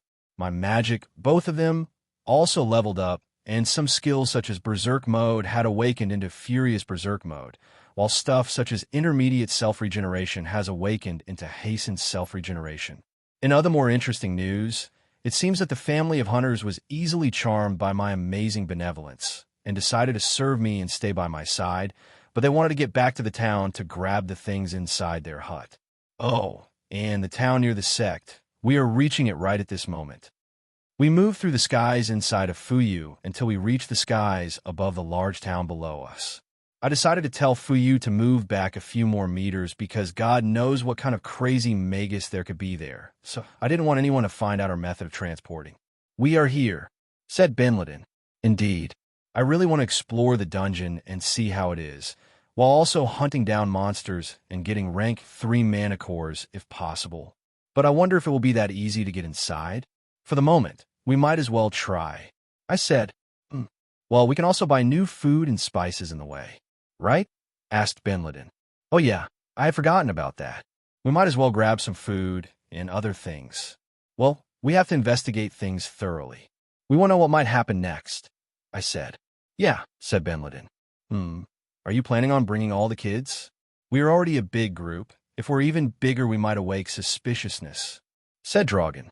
"Well, that's why you're staying in here, Grandma," I said. "Yeah, but I want to go to the big city. I want to drink some booze," cried Dragon. "Sorry, but you'll stay here. Tomorrow we'll come back in the morning to bring you with us, and some of the kids. They are many, so we have to take turns in between." "Got it?" I asked. "Sigh?" "Okay," sighed Dragon. In the end, we decided to go to the town with a small group, the family of the hunters, who will welcome us in their home, me and Benliden. The town seems not as guarded, although there is a gate. The gate is the one that leads to the more high-class streets. There are a lot more houses around it, which also have markets and farms where the common folk that produces food for the rest of the town and the sect members reside. Actually, they reside outside the walls, meaning that if there is a monster tide, all these people will die quickly and will probably serve as a distraction for the monsters while the rest of the people inside the walls prepare for battle. Or maybe I'm overthinking it too much. Anyways, because there's a big town outside the walls, which is barely guarded, there seems to be some shady stuff around, such as a slave market, and a market where they sell robbed things. But there are also nice markets that we want to go to, such as the markets of vegetables, fruits, cattle, meat, eggs, and more. So when we saw that there wasn't anyone around, I used camouflage conceal presence and wind camouflaging coat all at the same time. And through these concealing winds, I covered everyone else as I descended from the skies in the shape of a dragon. After that, I transformed into a pure ice giant without any dragon-like appearance. Benliden had a little horn, but the hunters said that there were some old ice giants that grew ice horns around the sect. It seems that high-caste ice giants have grown horns as they grow, and as they develop their cultivation.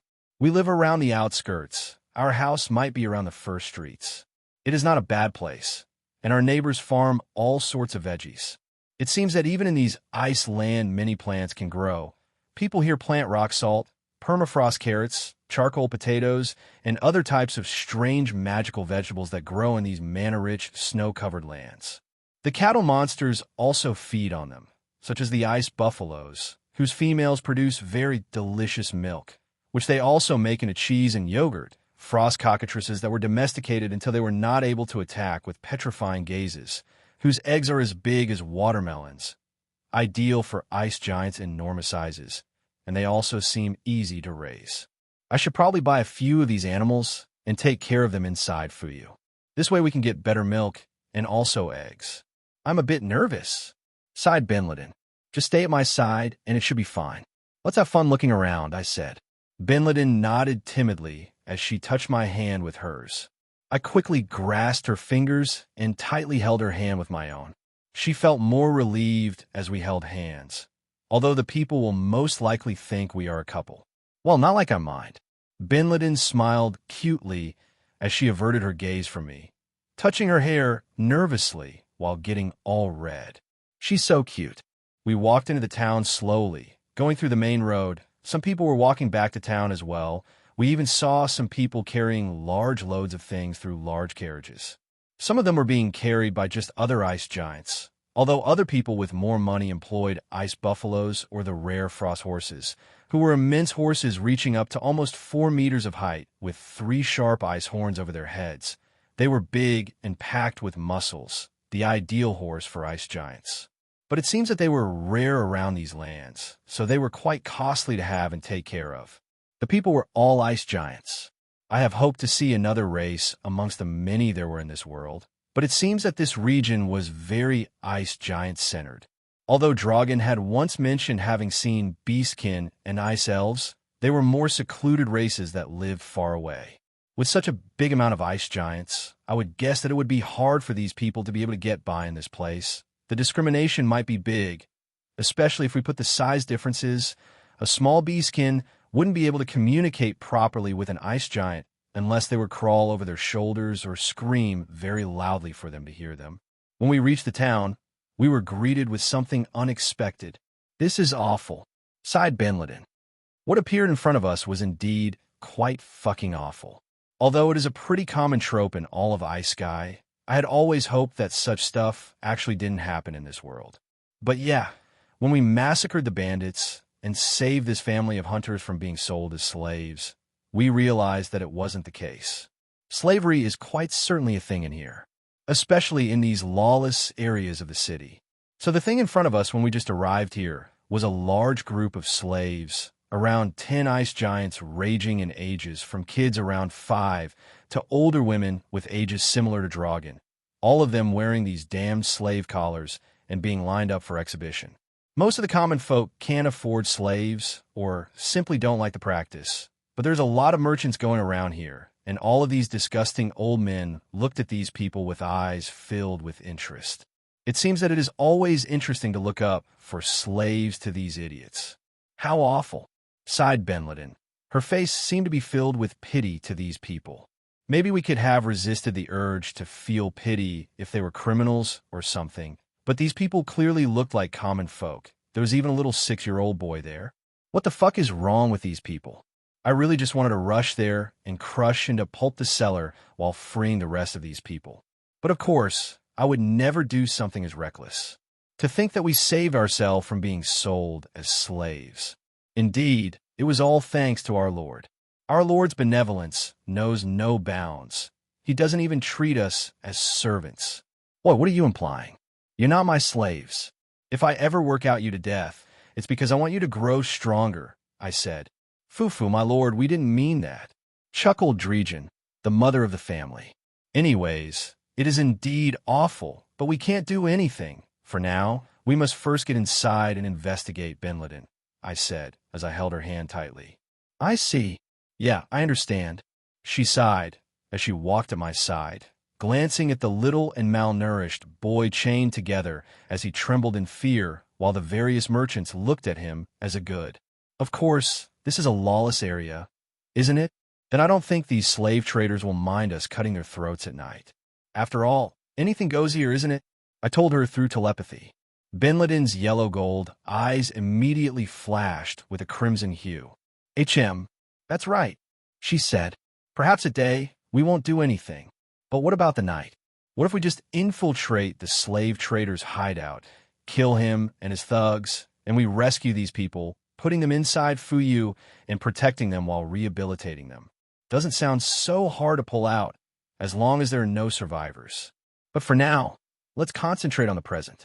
We reached into the deeper areas of the outskirt town as the hunter family led us through the area towards their hut.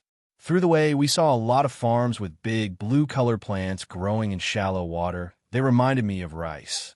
And indeed, they were rice-like plants named white grain. They were used as a cheaper replacement for bread, and the people here boiled it just like rice and ate it with boiled and pickled vegetables, meat, and so on. It was a staple for poor families. The snow was soft beneath our boots as we slowly walked over it and rounded up most of the town, seeing the large houses constructed by the ice giants where many people lived. "Here's our hut," said Gaston, the father of the hunter family. Their cabin was quite big, and it had 2 floors too. "Oh, looks like a nice place," I said. "Come in here for a little bit. Let me offer you some herbal tea, my lord," said Drejan, as we accepted and entered their humble home. They had a large table where they usually sat around to eat. We were served not only herbal tea, but some things we had not eaten before, which they had saved in the house, such as boiled white grains, with dried salted fish, pickled radish, and permafrost carrots, and even a boiled egg on top, which was made with the rice. It looked so good. "Thank you for the meal." Benliden quickly began to dig in, as I started with the big, boiled egg, cutting it into pieces as I saw the tenderness of the white part and the yellow yolk inside. This egg was like a whole ostrich egg, so it was immense. But for an ice giant, it might not look so big, mostly because I remember my past life and the little eggs we had back then. It was a bit salted, so when I took a little piece of the egg with some rice on top, the flavors went pretty nice. Although a bit dry, nothing that some herbal you didn't take down. The egg was indeed nice. We have been trying to find eggs this whole time, but the ice crows hide them way too well. And our own crows have not laid any eggs either. I don't think they like each other, despite being male and female. I devoured everything in no time and called for seconds. We ended eating like 4 plates before we decided to stop to leave some for the rest of the family. My stomach was bigger than it seemed, so I could keep eating for hours if I wanted. But this was more than enough for now. Thanks a lot, that was delicious. I love the boiled eggs. I wonder if we can make cheese omelet with it, or fry it with grease oil. I said, "Omelet?" Wonder the hunter family. It seems that they didn't know about the preparation of such a thing using eggs. I shall show you later on. After our meal, we rushed outside to go shopping. However, there was a shady group of guys waiting for us outside. After having a nice meal, we moved outside of the house, only to find that there was a group of 4 shady-looking, ugly ice giant guys wearing leather clothes and whose faces were covered in scars. All of them were rank 1 initial stage. "Oi, you are finally back. You've been missing for over 2 weeks. You owe us almost a month of tax for occupying our master's territory. If it wasn't for us, your miserable hut would have gotten robbed long ago," said the smallest of the group. He had a seemingly rat-like face, with a big tooth sprouting out of his front jaw. His eyes seemed to be filled with greed. He looked at me and then at Benliden. He clearly didn't recognize us. "Huh? Who are those?" he asked. "Boss, that girl's hot," said one the biggest, and also the fattest ice giant of the group, who was bald. "Boss, can we keep her?" "Shouldn't be hard to just grab her," said another idiot. "Well, maybe, but oi, are you listening? Where's the money? Bring anything you got to pay. Oh, maybe you're finally willing to sell your daughters, old Gaston," chuckled the little rat-faced ice giant. I stared blankly at the idiots as I spoke to Gaston. "Who are these clowns?" These guys came to this area of the town around a year ago when a criminal organization started to expand around here. They ask us for taxes for living in their territory, as they give us protection. But we were already here before them, so it is not really their territory," sighed Gaston. "I see. Well, you lot don't live here anymore, so it doesn't matter if they keep the house, right?" I asked. "Yeah, we already took out all our belongings," said Gaston, as they were carrying a large sack with a lot of their stuff. The four ice giants slowly walked towards us as Gaston spoke to the rat-faced guy. Sorry, Ghetto, but we are leaving today. We're moving out of the city, said Gaston. Huh. Well, do whatever the fuck you want, but you gotta pay for all these days you were not here. So where's the money? You want me to sell your wife as a whore? Asked the son of a bitch. What? Stop saying such disgusting stuff. We are leaving. You can keep the house. That should be paid for itself, right? Asked Gaston rather angrily. What did you say? That shitty pile of wood doesn't amount to any value, said Ghetto. Yeah, if you ain't paying, you're being a criminal. And criminals become criminal slaves. Yeah, so we are allowed to enslave you and sell you out. What kind of fucked up logic is that? But we don't have money. Let us go, said Gaston. No way we are. And even less with all the cuties you got, said Ghetto. He and his entire group quickly unsheathed their weapons, mostly daggers as big as swords. I guess they were daggers for ice giants. Leave these clowns to me, I sighed. My lord. I walked in front of the four clowns as I glanced at their eyes. My long silvery white hair began to flutter by the cold wind coming from the left. Leave now, I said. And who's this idiot? Is he a friend of Ghetto? Do you think you can fight us or something, shithead? It's common sense for against one. You're out of commission. Let's gang on him. Ghetto rushed towards me while leading the other three taller thugs. All three of them raised their daggers, while one of them conjured a small icicle spear. With you lot, I only require waving my hands, I said. And so I did. A swipe of my hand was enough to produce strong enough winds to push all four of them into the ground. Clash! Whack! The thugs cried in pain as they hit the floor.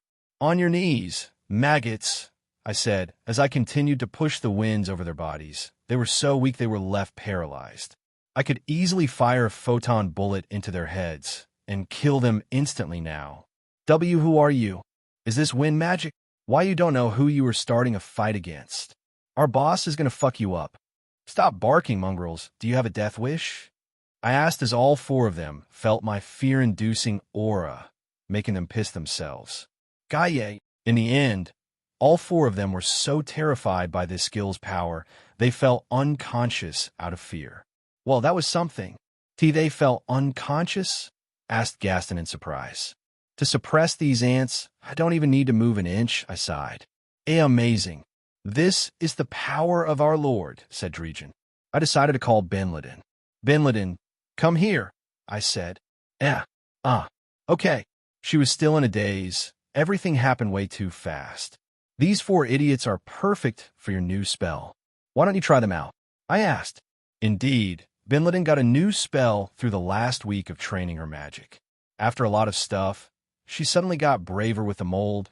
She started to fear it less and even allowed it to crawl over her hand a bit.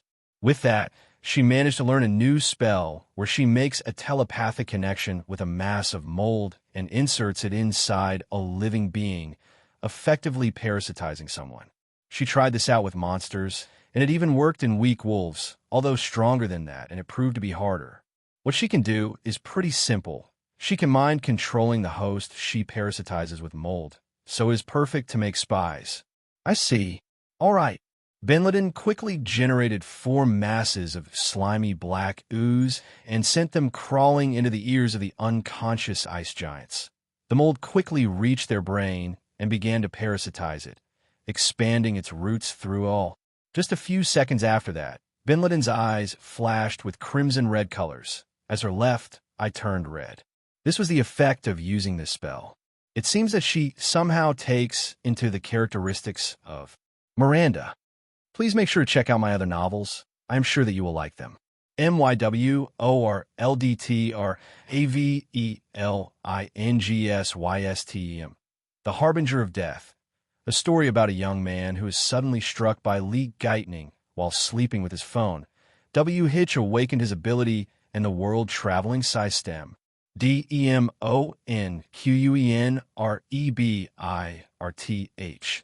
I reincarnated as a living armor? A story about a demon queen who lost everything. In Tihi last battle, her soul W is split in half, and S he was reincarnated twice in her third life. EPICOFCATERPILE LAR. A story about a mysterious man who died of a fever and reincarnated as a caterpillar in the middle of a forest infested with monsters. PW will have to show me how survive as a caterpillar in Tia's world filled with HCHOS. VAMPI REOVERLORD SYSTEMINTHEAPOCALYPSE. The story of a young and bullied man born in an apocalyptic world who is given the chance to become a vampire and dominate this world as he pleases with a malicious and scheming mind. EPICOFSUMONER SUPREMESUMONINTHEAPOCALYPS. The story of a young web novelist WHO is suddenly thrown into an interdimensional apocalypse, but given a powerful system that lets him summon his novel characters to aid him. EPICOFVAMPI REDRAGON REB or NASAVAMPI REDRAGONWITHASYSTM. The story of a boy born with strange and mysterious powers who was held CA-tive and you said as a guinea pig through his entire life, until the day he died, and suddenly reincarnated as a vampire dragon chimera in a completely different war LD. Create D by an insane elderly CH that claims to be his other. Just a few seconds after that, Bin Laden's eyes flashed with crimson-red colors. As her left, I turned red. This was the effect of using this spell. It seems that she somehow takes into the characteristics of Miranda. I don't know how it works or what happened, but it seems that the two are cooperating into using this spell. Miranda is controlling the parasitized and showing Bin Laden what she sees. It's amazing. I am very proud that they've finally managed to get friendlier with each other, to the point of cooperating with a parasitizing spell of this caliber. It's ready. I think 4 is my limit for now. Phew, I spent a lot of mana, said Bin Laden. I checked her status, and without me realizing she spent around 80% of her mana right away. This spell seems to be costly. Amazing. And well done. Now that we're done here, can you wake them up? I've checked the area, and no one watched us. I said, all right, wake up. Bin Laden ordered the 4 men to wake up from their sleep with a domineering presence, one that she usually never shows. It made me a bit surprised. The 4 men suddenly woke up confused, although the moment they glanced at Bin Laden, they felt some kind of jolt into their heads. Gay. They looked like zombies. Well, only their way of acting, they were not rotting away, nor they had mold around their bodies, thankfully. Bin Laden, can you see what they see? I asked. More or less, through this eye, said Bin Laden, pointing her crimson-red eye. It is interesting how she can see this stuff like this. Even if I were to get some kind of parasite skill, I don't think I would be able to do the same awesome stuff she can do with this. Truly just outstanding. Now you 4, act like you always do and go back to your boss hideout. Tell him that Gaston left before you could catch him, said Bin Laden. Yes. The 4 suddenly changed their expressions, as if they came back to normal, yet they didn't. And apparently, this brainwashing is permanent. As long as the host continues to eat food, the mold inside their brain can live off their shared nutrients and mana. However, if she wants to, Bin Laden can also kill the host by telling the mold to destroy their brain, or even make the mold crawl out of their brain. So it's pretty convenient. I think that after some time, she can even adjust their memories and more. So if she leaves a host without killing him, she can make it so he never remembers anything regarding being parasitized. The 4 thugs walked back to their hideout, as we were done for now. We can go to their hideout after we find out where they live, and we can massacre them there. Perhaps they are connected with the slave trading business, so we might even end up killing 2 birds with 1 stone. If we get lucky, that's it, I said. That's right. I had not thought about that, said Bin Laden. For now, let's go back to town so we can buy stuff, I said. Gaston and the rest were left speechless as they saw Bin Laden casually parasitize 4 thugs into loyal slaves. But don't get so scared. She just reached her limit, so she can't do it again with another person without losing control over it, unless she kills another parasitized person to open a slot or free him. As we walked back to the town, we reached the market right away. We had some materials we wanted to see if we could sell. First of all, we were going to sell a large bag filled with mana cores, which I had decided to not eat, but sell instead. Don't worry, I am not slowing down my cultivation or something by selling a few mana cores. Additionally, I also made some weapons made of ice, accessories infused with magic, and shield and armor pieces with my scales. I was going to sell them off and see if they could be of any value. All these weapons were actually my failures that came out when I got an unsatisfactory result while making the equipment of the kids, as they had not the stats I wanted and lacked traits and stuff while being of low grade. So I didn't feel any fault for selling them. There's a tinkerer's shop that has a wealthy merchant. He often buys anything of value, said Gaston, as he led us to a building made of rock bricks instead of the usual wood. It had a large wooden table with the words buy and sell, so we got inside. We were greeted instantly by a large shop filled with all sorts of items and assortments. There was a lot of stuff I've never seen in my life. There were golden items, maps of the entire world, books of all types, swords, daggers, shields, armor, potions, concoctions, and even colorful elixir that bubbled out the strange, colorful mist.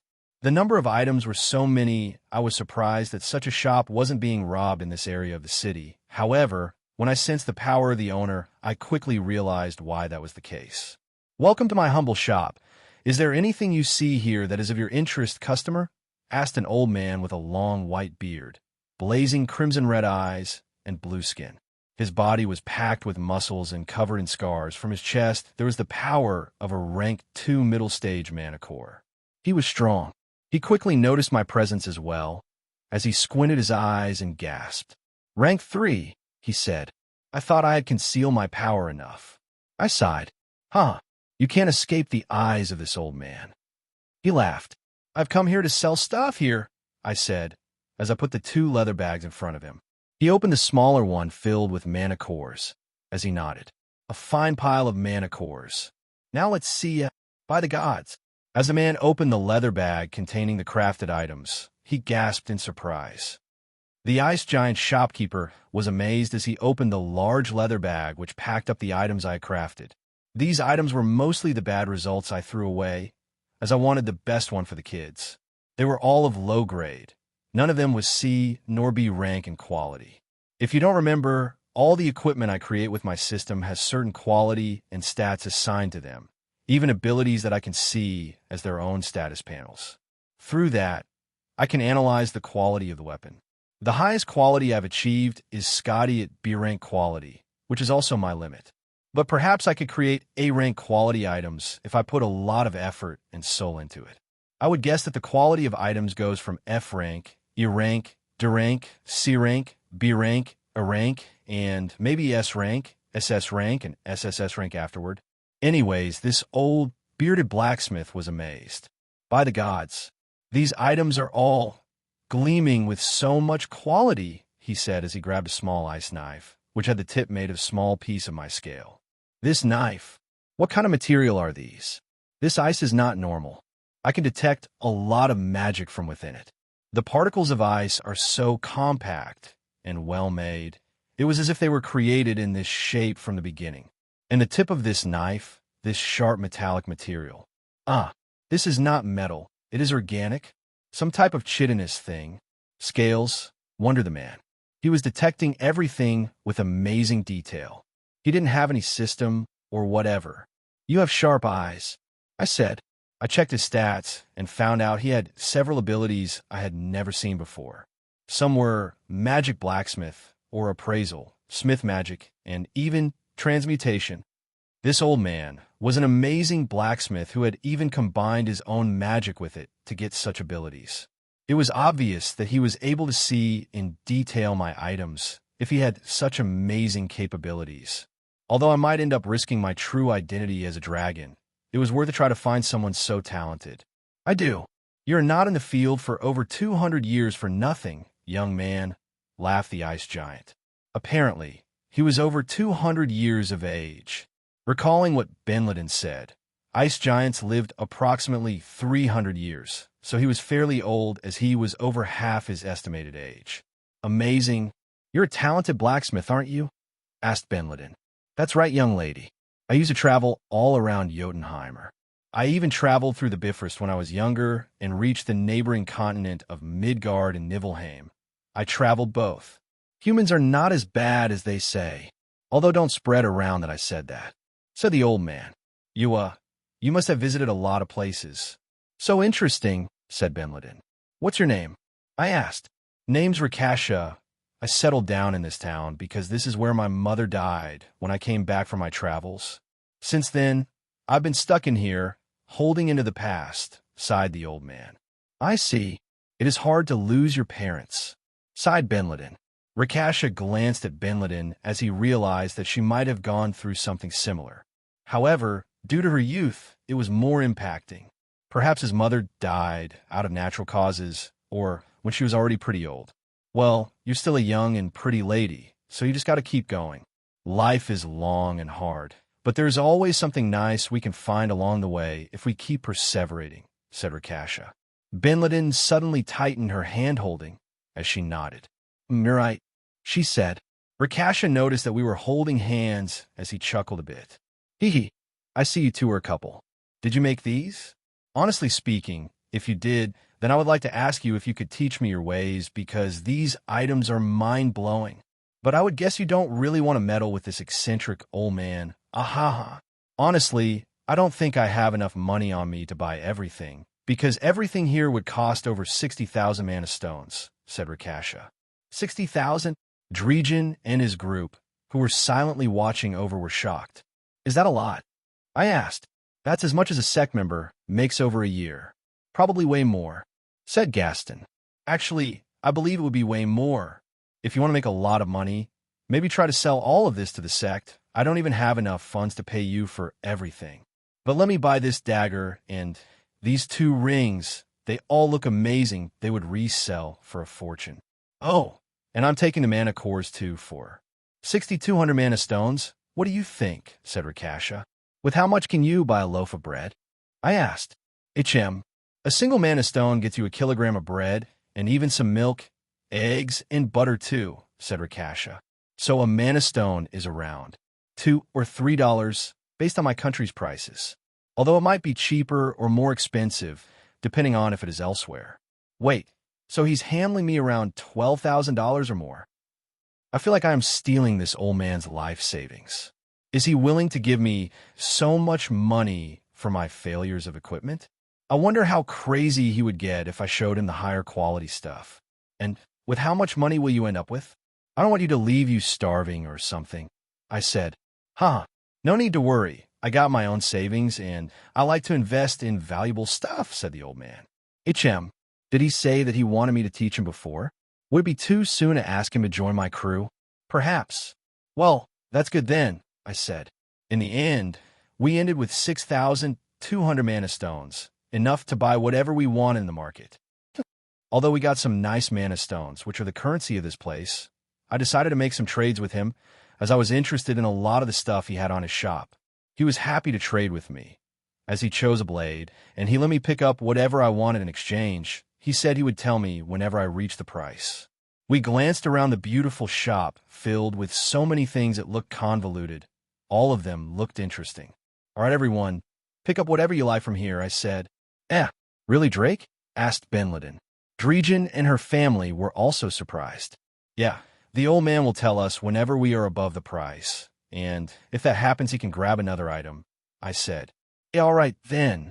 As everyone started browsing through the store, I decided to look for the things with the most magic density I could detect. I browsed around as I found a shield made of a red-colored metal. It emanated a crimson-red essence from within, and it had the sign of a flame in the middle. What is this thing? I asked. A shield, but not a normal one. That's a Muspel shield. I got it from a trade when I went to Midgard. An old human soldier traded it to me. He got it as spoils of war from a battle his kingdom had against invading Muspelheim forces. These shields are enhanced with the powerful fire attribute magic that the fire giants have. They're more warmonger than us, so they take extra care into enhancing everything they wear for battle. That old man said that every inch of their armor was enhanced with magic. Do you like it? Yeah. I am taking it, I said. Maybe if I eat this thing, I could get some fire attribute-related skills? I couldn't help but wonder that, so I decided to add it to my pile. Good choice, though I don't know in what you will be using it. It's a nice shield, but everyone here mostly uses ice, said the old man. I will find some use to it, like eating it, I said. After that, my next target was a short spear looking more like a javelin, which was covered by gold material, but it wasn't really gold. It was something else. I detected light attribute from it. What's this spear? I asked. The old man knew more than even my analyze could tell. That's a family treasure from a human friend who lost a bet with me back in the days. He ended up giving up this spear instead of his lucky ring. He said that this spear was blessed by an Aesir descendant friend he had long ago, although I didn't believe him. But he was a good man, so I just took it, said Rakasha. Aesir descendant friend?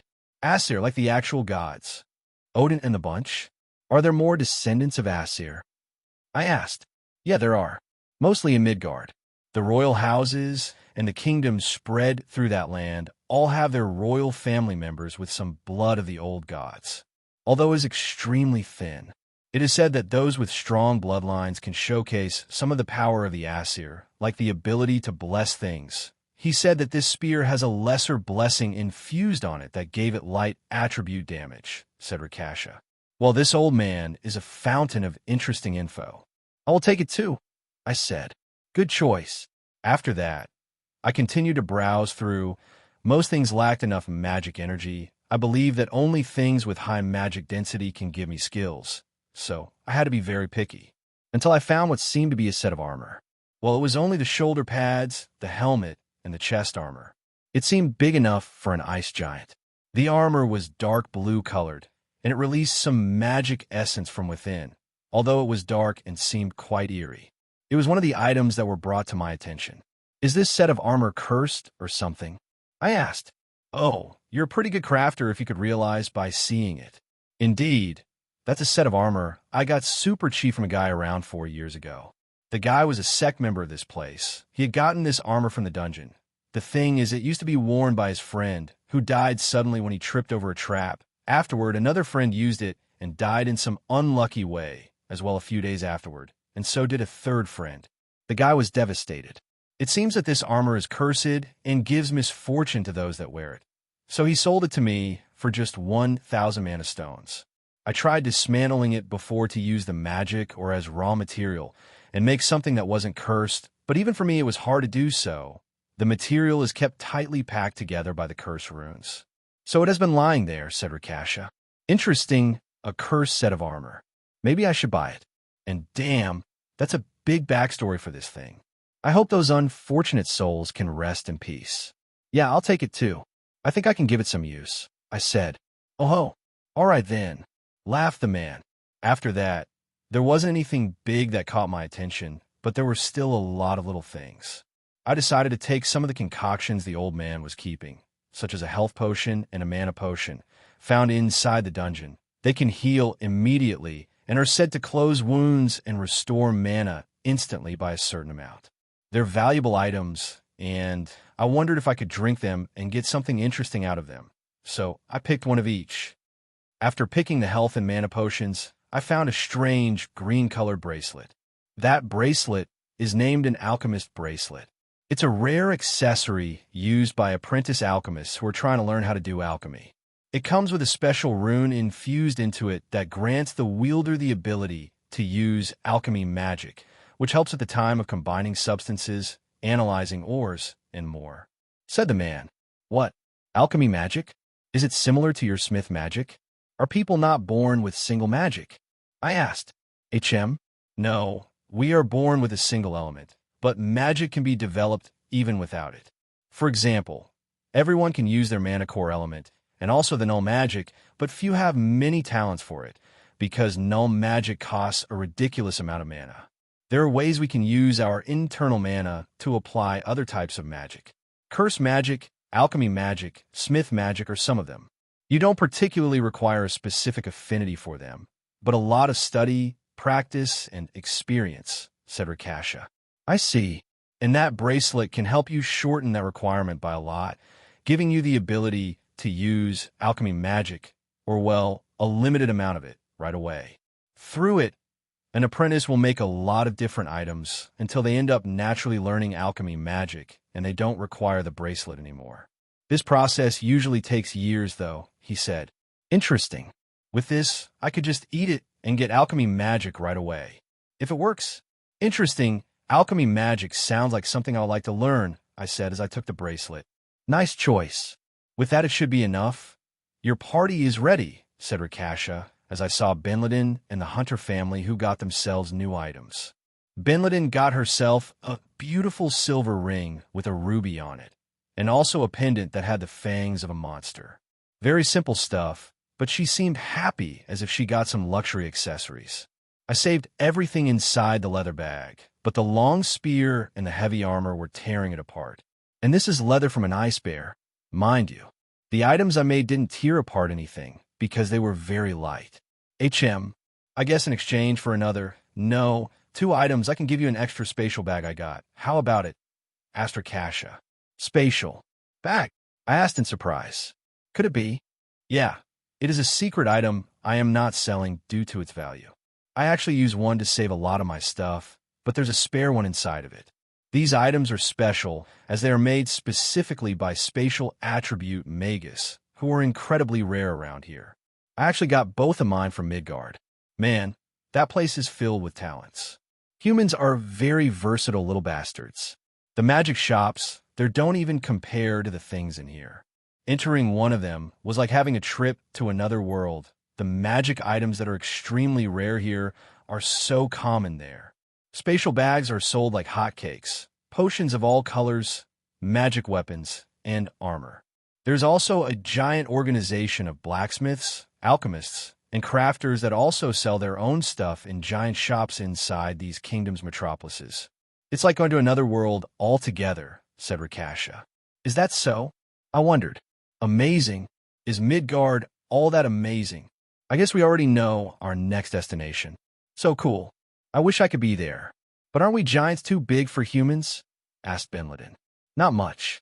We are around 3 meters, and humans usually are around 1 meter and 80 centimeters. We almost double them in size, but it is not like it is a major annoyance. Also, due to the previous venerable, we ice giants are well received in Midgard. Our Lady Ice Queen cleansed the name of our race and made us accepted, although fire giants are still discriminated, said Rakasha.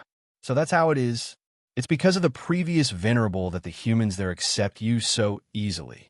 I would assume they would act racist or something if they see someone double their size walking around their little streets, I said. Well, yeah, racist people are everywhere. I did found some, but you just ignore those little ants. Anyone half-decent will not mind your race as long as you are respectful and overall a nice person. If you ever get there, always remember to be mindful of your steps. If you end up tripping over a human, they'll get angry. You have to remember that you're in their realm after all, said Rakasha. What are more people than humans? Asked Benladin. Oh yeah, many. Some certain kingdoms and nations accept other races more openly. There are dwarves, elves, and even beastkin. But usually, fire giants are seen as warmongers, so their entrance is restricted unless they have a certification card that actually shows that they're civil people, said Rakasha while laughing. The situation with fire giants was both hilarious and a bit sad. So cool, said Benladin, her eyes shining brightly. It would be nice to one day go there and meet such places. This world is truly vast, isn't it? I asked. It's definitely vast, yes. I am satisfied with having traveled to 2 other regions, knowing different cultures, meeting different places, and more. I had a nice and long life, said Rakasha. I envy you a bit now, old man, I sighed. Ha. There's nothing to envy me about. You're young, strong, and talented. You just gotta move those legs, and you can achieve anything you want, Drake, said Rakasha. I will take you for that, I said while laughing. Hey, I like this old man, he's great. Anyways, let's get to business. You're buying it or nah? He asked, taking out the leather pouch, which looked like any other. However, it contained some strange purple and blue-colored essence. This was spatial attribute mana. I am. I decided to buy the damn spatial pouch, or whatever it is called. How much can it contain? I asked. I don't know, but these are mass-produced, and even then, they are holding literally everything else that I own that is not here. Let me tell you that my whole furnace is inside. So a lot, and there seems to be still even more space inside. Look, this is how you use it, said Rakasha, as he opened the bag, and what was revealed to us was pitch blackness. You see this? This is the spatial pouch true interior. It is like an endless space inside. You can actually stretch this damn thing pretty big enough to even fit a whole house inside if you put enough effort. Keep in mind that living beings cannot be stored though. Whenever you want something back, you stretch your hand inside and will the item to come to your hand and... There, said Rakasha, as he took out a pen from inside. This is a pen that a friend gifted to me. It has a special stone inside that produces magic ink. It never runs out of ink as long as you give it mana. I'll give it to you, because I already got like 6, laughed Rakasha. Ooh, really? Asked Benleden with a cute smile. You're serious? I asked. Yeah, and because your cute wife really has a nice smile. Here, Missy, said Rakasha, as he gave Benleden the pen. Thanks a lot. Hee hee. Maybe I can learn how to write now, chuckled Benleden. I feel moved by the old man's friendliness, so I decided to give him 4 items instead of 2. Here, take them all. And these are the highest quality that were inside the leather bag. I said, W.O. Really? He asked. Yeah, take them. I said, well, all right then. Thanks a lot, Drake, said Rakasha. We quickly ended saving all the pile of items inside the spatial pouch, and we decided to leave the place. See you on another occasion. If you travel outside, don't forget to come here to tell me how it went, said Rakasha. Sure thing, I said. Bye. Thank you, said Benleden. I decided to not force the old man into joining us or anything. He seemed too content with his life here to just ask him this. Maybe if we see some more times. I could try. Nonetheless, I tried out something that I had prepared and separated one of my hands through body division, made it transform into a slime through body transformation, and infused a tiny split soul into it. I left it at the side of this shop as it will sneak inside using stealth and other abilities. I wanted to leave this guy here as a way to watch over this old man. No, I'm not a pervert or something, but I don't want him to die over some stupid stuff. Like, for example, what if they end up looking for us and bandits come here to kill him? Actually, he was pretty strong at rank 2, so maybe not. Anyways, it's not like I'm trying to protect this grandpa or anything. Oh well, it doesn't matter. Anyways, making these little slime clones, as I call them, is fairly easy. I can also select how many skills or abilities I can grant to these little clones. Usually, the limit is around 5 or 7, but magic cannot be given. This one little slime clone is made to remain stealthy and also to protect the old man. So I packed him up with stealth, camouflage, photon bullet, scales, and even a breath attack. It is quite mighty. Also, it has a connection with my own soul, so I could even use it to speak through it to the old man. Quickly regenerated back my hand as we walked through the streets, now reaching the long-awaited market. Food everywhere. Food. So much food, said Benleden. I thought people here were poor, but there is so much food. I said, indeed, there's a lot of food. People here all produce something, and we sell it to each other. We are still fairly poor, but not enough to starve, said Gaston. I see. We began to slowly walk through the large market. The first thing we saw was people selling all sorts of endemic vegetables. Blue-colored carrots, large radishes with faces and limbs named frost mandragora, which was said to help with libido. There was also the rice people eat here, and even something resembling tomatoes, but they had a star shape, named snowflake fruit. Another thing we found was a special variant of root salt, which was made so the root part that wasn't salty would grow pretty big, so they were literally just potatoes now. And there was a blue-colored cabbage as well. We bought almost everything we looked, kilograms after kilograms of it. The sellers were emptied of their products in seconds. We were throwing mana stones without even thinking. We left everyone we meet with happy expressions as we destroyed the market. We bought all of these things. Afterward, our charge continued into the area where they sold a lot of other animal products, large beef, liters of milk, and dozens after dozens of giant eggs. We bought them by the hundreds, and we also ended buying 3 cockatrices and 2 buffaloes. We also got delicious butter, recently baked bread, and even salted meat and ham. In the end, we also bought a few bottles of snowflake fruit and ice pear ale. When we ended our shopping, we were so packed that we decided to move back to the ice fortress. We didn't save things inside the pouch because I didn't want to reveal them to the people, of course. Also, the cattle we bought couldn't be stored inside of it, and carrying them around was also quite annoying. After making sure no one was following us around, we rushed back to Fuyu and relaxed for the rest of the day while enjoying all the delicious stuff we bought. It was quite a fruitful day. Please make sure to check out my other novels. I am sure that you will like them. MYWORLDTRAVELINGSYSTEM. The Harbinger of Death. A story about a young man who is suddenly struck by lightning while sleeping with his phone. W. Hitch awakened his ability and the world-traveling system.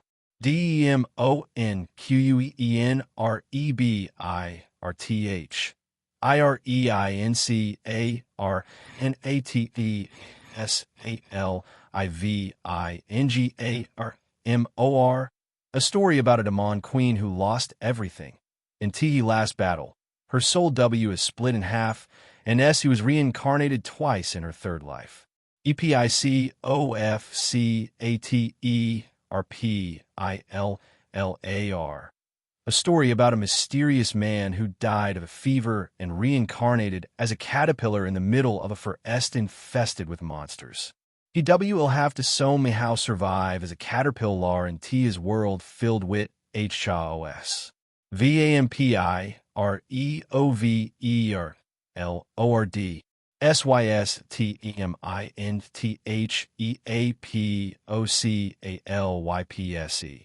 The story of a young and bullied man born in an apocalyptic world who is given the chance to become a vampire and dominate this world as he pleases with a malicious and scheming mind.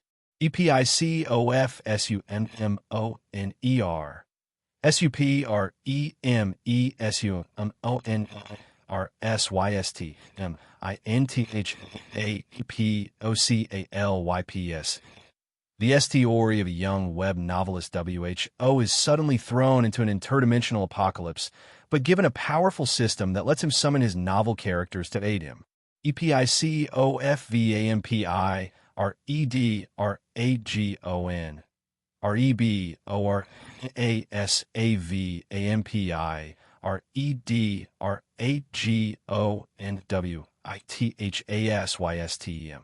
The story of a boy born with strange and mysterious powers who was held tive and used said as a guinea pig through his entire life, until the day he died, and suddenly reincarnated as a vampire dragon chimera in a completely different war LD. Create D by an insane elderly CH that claims to be his F other.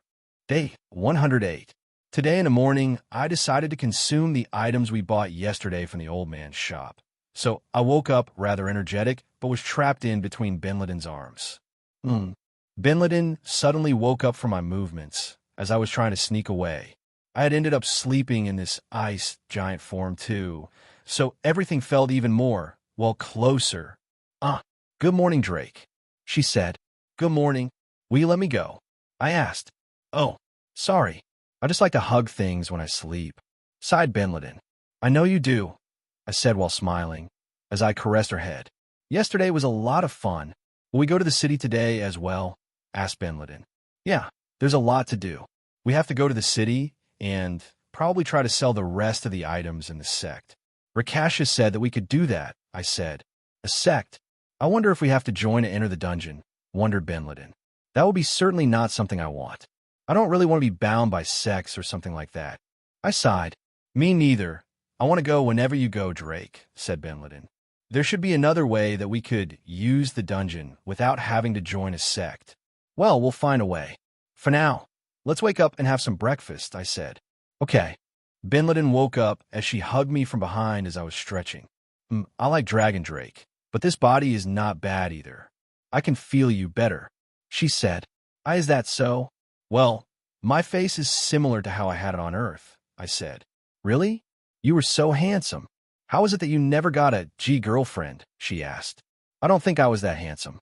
Probably my dragon bloodline or my power made me more handsome. But I didn't used to be handsome. I was a loner too. I don't think I would have been good with girls either. I sighed. But you're pretty good with me, Drake, said Benliden. I didn't mean it in that regard.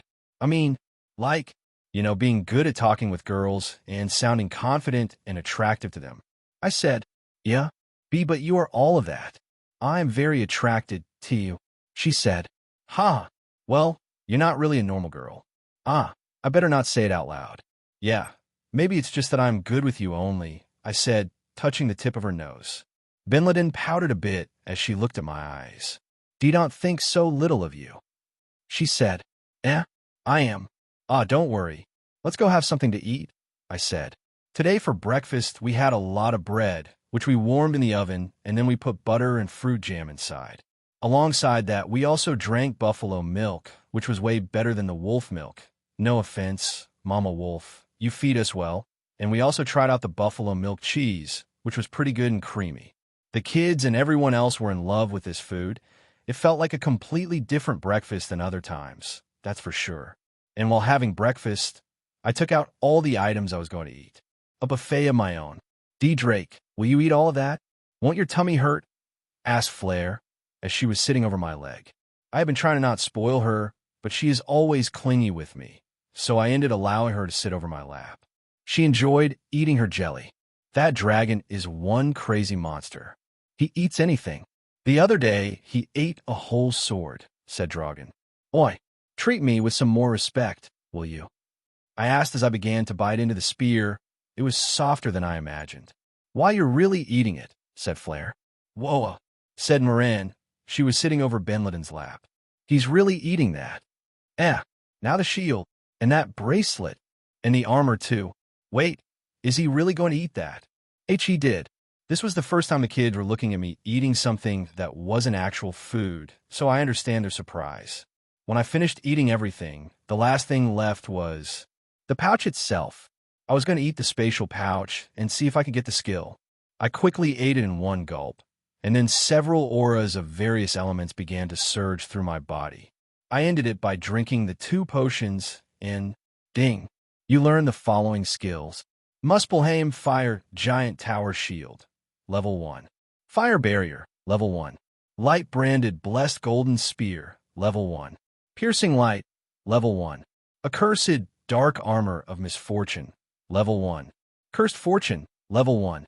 Alchemy Magic, Level 1. Synthesis, Level 1. Enhanced Vitality and Mana Regeneration, Level 1. Revitalizing Flesh, Level 1. Mana Conducting Muscles, Level 1. Spatial Inventory, Level 1. Spatial Perception, Level 1. Whoa. Okay, alright, I got a lot of skills. It seems that getting and eating these items was an amazing thing. I really needed to just get eating something with a lot of magic and essence like these items. I guess that's why eating the weaker monsters we encountered, which I've been eating all this time, didn't give me anything anymore. All of these skills seemed amazing. The shield and spear skills were like the blade one. I was able to summon these weapons in and out, but could only bring one.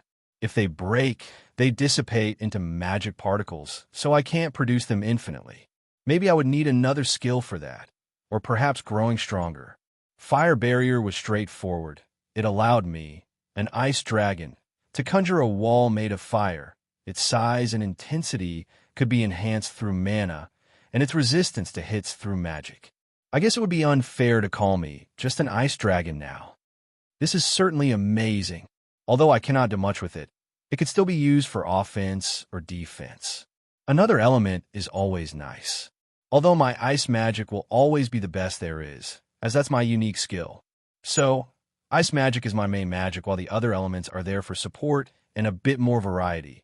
But although based on my stats, this flame wall can be used to kill monsters, I bet Flair will evolve her fire magic and become even stronger than my fire attribute skills in the future. She will become the main fire girl around here after all, so I don't have to worry much about developing my own fire attribute skills. The bad side about this skill is that I cannot shape the fire I create by using the skill. I can make it bigger through the use of more mana, but not shape it and make fire my element. But I could still summon the wall of fire over a monster nearby and burn it to a crisp in a second. Although most monsters and people around here are fire resistant, so it might not be that good. Moving on, the piercing light skill was interesting. It let me conjure a piercing ray of light that could be launched toward a certain direction. It wasn't so strong, but it could still do some damage. But because it was light and not solid, it wouldn't leave such big wounds. Perhaps if I could combine it with photon bullet, maybe something better could emerge. And then there's the armor skill. This skill works like the weapons. It let me summon the armor right over my body. Indeed, it shapes perfectly over my body. The moment I summoned it, I resembled a dark knight directly out of some fantasy book. Even my aura exuded darkness, and the curse of the armor was still there. I felt like my vitality was also being sucked, but my stats had increased too. I guess this is why the other ice giants were using this armor despite its downsides. It makes you stronger. However, I'm not planning on getting my luck cursed for now, so I quickly turned it off as the armor disappeared out of thin air. The skill that came with it was named Curse Fortune, and it helps me at cursing my own fortune even more. What is the point of that? But it seems that fortune is somehow an element or an attribute here. Is something a venerable pioneered in this attribute, but it is quite secretive and rare even to this point. I guess this skill lets me curse my own fortune, but not the ones of others. Maybe one day I will be able to reverse engineer it, but for now, I can't. Maybe if I can make runes and infuse them with this, and then make someone wear the item with these runes. Anyways, there was also alchemy magic, and just as its name implies, it lets me use the famous alchemy magic. I don't know how to use it though, but Rakasha said that I could make potions and stuff with it, as long as there were materials and some knowledge and recipes. Synthesis is an interesting skill. It seems to go with alchemy magic, and it helps in the better crafting of items through the fusion of materials. It also lets me fuse skills that I couldn't fuse before. In fact, this let me fuse things willingly without having to ask the system to do it for me. And there were some restrictions to it too, so that's why I haven't been fusing skills lately. But maybe this can open up more possibilities for me to fuse whatever the heck I want. Enhanced vitality and mana regeneration is a skill that, well, this enhances my vitality and mana regeneration a lot. Even more than before, I guess. It could be a nice skill on someone else, though. But for now, it is good enough. I didn't get something like HP and MP potion secretion, though. What a disappointment. But I got two weird skills out of it alongside this enhanced regeneration skill, and those were revitalizing flesh and mana-conducting muscles. It might seem as if the properties of the effects of the potion were infused into my body. My flesh and muscles became stronger, as if I was filled with energy. These skills were passive, but could also be turned off. My muscles also gained the ability to conduct mana more efficiently than before, meaning that I could theoretically load my own muscle mass with my vast mana and enhance my physical strength to insane levels. But that would also put constant strain on my own body. But who cares? I have an immortal body. I guess it goes pretty well with it. This skill could theoretically let me go Super Saiyan by infusing all the mana into my muscles and scream like a crazy space monkey until my hair turns blonde. No, I don't think it will go that far. Anyways, by eating the spatial pouch, I didn't get one but two skills. Unexpectedly, I acquired the spatial perception skill, which helps me at perceiving all the space around me, even in 4 dimensions. And there's something pretty weird going on because I can see that space is made of endless amounts of layers. Behind the perception of reality that I have, there's like a backstage where one can see the fabric of space. Well, I can really see it. This is trippy. And the fabric of space is made of endless amounts of transparent layers. Let's call them spatial layers. Well, these spatial layers are pretty insane. Mind you, they help you see space. I wonder if I could sneak inside this space between spaces. Maybe I would get compressed into a flat pancake. Perhaps if I enter as a slime, I could survive. Or my mana core would get shattered, and I die. Yeah, better not for now. Having gotten a variety of new skills with different elements, I realized that through the power of skills, I was able to imitate other attributes.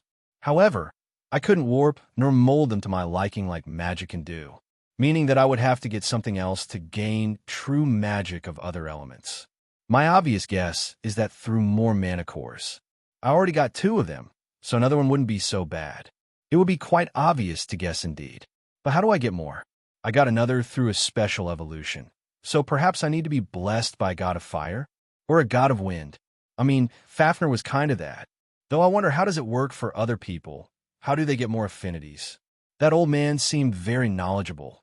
I should have asked him this stuff. Well, I can do it today, I suppose. As I showed off my skills to everyone, I noticed how they grew surprised and amazed before my amazing power. Yes, look at this. I quickly conjured a spear coated in bright light. I was able to somehow enhance the weapons I ate and made into skills by giving them more mana at the moment of summoning. Although I can only conjure one of them at the same time, it was pretty strong. I gave it to Benlidin to try it out as she grabbed the spear of light blessed by an Aesir descendant. As she started to use it, throwing piercing attacks into the open gates that led to the garden in front of the first floor, which resembled an immense hall. Whoa, this spear is so light, and it also shines so brightly that slash. Boom. A sudden slash from the spear and some of her mana made the spear release a blast of light, resembling a beam of pure yellow gold light that crossed the sky. I almost dropped my jaw as I glanced with awed surprise at the scene before me. Amazing. So, my spear can do that? Wait, did you use a skill? I asked. No. The ray of the light kind came out of it, said Benlidin. Interesting. Perhaps by using weapons I summon, you're able to share certain skills of my repertoire which can be used alongside it. For example, you just used the piercing light skill, I said. Oh, amazing, said Benlidin. Now let's try this one. Try using it. I said as I told Benlidin to use certain types of techniques with my spear. I had my spear technique skill at a fairly high level, but Benlidin completely lacked it. She used it perfectly. In fact, not only rays of piercing light came from the spear, but also photon bullets and my powerful spear techniques such as triple thrust, piercing slash, and more. Benlidin ended a bit tired, but she seemed enlightened. Whoa, I never thought I would get so good at the spear. I checked Benlidin's status. As I saw something truly baffling, in this little time, she suddenly learned spear technique as an ability. Surely, this must be because of her amazing talent as the genius that she is, right? Or is it otherwise? Incredible. It seems that you learned spear technique as an ability, I said. Really? Amazing. It's so nice you can see such info that I cannot really see Drake, said Benlidin. Yeah, it is part of my power, I said. I have partially told everyone here that I could see info of people, even abilities they don't even know they might have, but not about the whole game-like system, because anyone here would most likely not even know what I mean if I try to explain anyways. People don't know about video games here. Technology is banned, so I doubt they know about computers or games. I quickly explained to everyone what had transpired with Benlidin, as everyone seemed surprised. This means that if we wield stuff you can summon, we can use some of the skills related to it and learn them. But Benlidin didn't learn how to make rays of light, said Dragan. There might be some limitations, but this is actually quite useful. I could give the kids the Muspelheim shield and tell them to use shield techniques, and then they will learn the ability instantly, and so on. Also, it seems that not only the basic techniques are memorized, right? I asked. Yeah, it's kind of weird, but I suddenly learned a bunch of techniques, said Benlidin. This means that they don't just learn the first and shitty technique there is, but they learn all the ones I have, or perhaps an amount of all the ones I have learned. With this, we could pack everyone with basic techniques to fight with your favorite weapons and armor, while also giving you basic self-defense without the necessity for magic spells, I said. That sounds nice, Papa, said Flair. We can learn techniques faster, because it is hard. Sighed Warren. That would be nice indeed. Yeah, I want to fight. Fight with weapons. Dragon, will you teach us? The little kids seemed eager for some violence, and as their good dragon father, I had to oblige to their request. All right, let's get to it. I ended spending the majority of the morning with the kids, and well, everyone else. Everyone ended learning shield technique, blade technique, spear technique, and even armor technique. However, giving them the cursed armor was a bit tricky, but as long as it was a short amount of time, it was fine. After all of that ended, we decided to go back to the village down below, Although we got everything we wanted food and item-wise, I still wanted to delve into the dungeon and know more about the rest of the city inside of the walls. I was sure that they would sell even better stuff there. For today, I decided to bring Dragon, who really wanted to come, while leaving Gaston's family here, and only bringing Gaston. Aside from them, I decided to bring the first batch of kids, Flair, Noreen, and Hansel with us. I decided to bring Dragon, Gaston, Flair, Noreen, and Hansel. And well, obviously Benleden. She's the main girl here, so she is never going to get replaced. And well, I can't run away from her. She's clingy and won't let me go without her. Anyways, hey, I want to go too. Yuki protested to me as she pouted. Her size, even in my ice giant form, was small. You're a beastkin. Everyone down there is an ice giant. Don't you think they'll look weird at you? I don't want to bring attention to us. And your personality is honestly not good either. You will only bring us trouble, I said. Yeah, but I wanted to go. Sniff. Yuki made a sad face, but you're not winning me over with just that. No is no. Take good care of the kids, I said as I petted her. GH, she sighed, dropping the act. Her tears were obviously fake. Don't worry. We'll bring you a present, I said. Why, you better do, she said. Don't order me around, or you'll get nothing, I said. Nothing? Okay, sorry. Geez, cried Yuki. Before leaving, I decided to reinforce Fuyu with new camouflaging runes, just to make sure it wouldn't be spotted. After that, we rushed down below, as I used my wind magic to carry everyone with it and reach the ground in no time. The snow was as soft as ever. Benleden grabbed my arm, as she smiled cutely. We had lots of fun yesterday. I wonder what we can find today. I hope we can get to the dungeon, she said. I hope so too, I said, as I moved my hand near her and held it tightly. D. Drake, she muttered, blushing a bit. Well, you held mine yesterday, so I was, trying to take the initiative a bit, I said. Benleden smiled lovingly at me, her eyes shining brightly. It's fine, though. Why you don't mind people thinking that we are a couple? Like Rakasha said yesterday when he called me why your wife. She said, well, it is fine. I don't mind it, I said. Oh, really? She asked. Yeah, really? It's fine by me, I said. Yeah? Mama and Papa are not a couple, asked Flair. I always thought they were, said Warren. Wait, they aren't. But they go to sleep together like my parents used to do, said Hansel. These kids ruin the moment. But they're so cute. It's not like that. Hansel, said Benleden while blushing, as Hansel smiled teasingly. Big sis can't lie, you lavga. Hansel was suddenly interrupted by saying a word from Warren. Don't say anything, Hansel, she said, her eyes flashing eerily. I already know a bit. You don't have to keep it a secret. But well, let's leave it at that for now. But you two make a nice couple. Papa Mama, said Flair. Why you think so? Asked Benleden while blushing. Her hands tightened. Yeah, I am happy if you two can get together, so we can be family better, said Flair. Little Flair? You make me embarrassed, said Benleden. I guess we already got a little daughter. Well, many children already, I said, as I held Flair with my large arms, while Hansel was sitting over my right shoulder and Warren was being carried by Benleden. I'm surprised these two have not become a couple yet. I think the other day they even bathed together.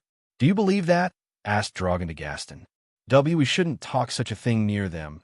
Lady Dragon, I think they can hear us, said Gaston.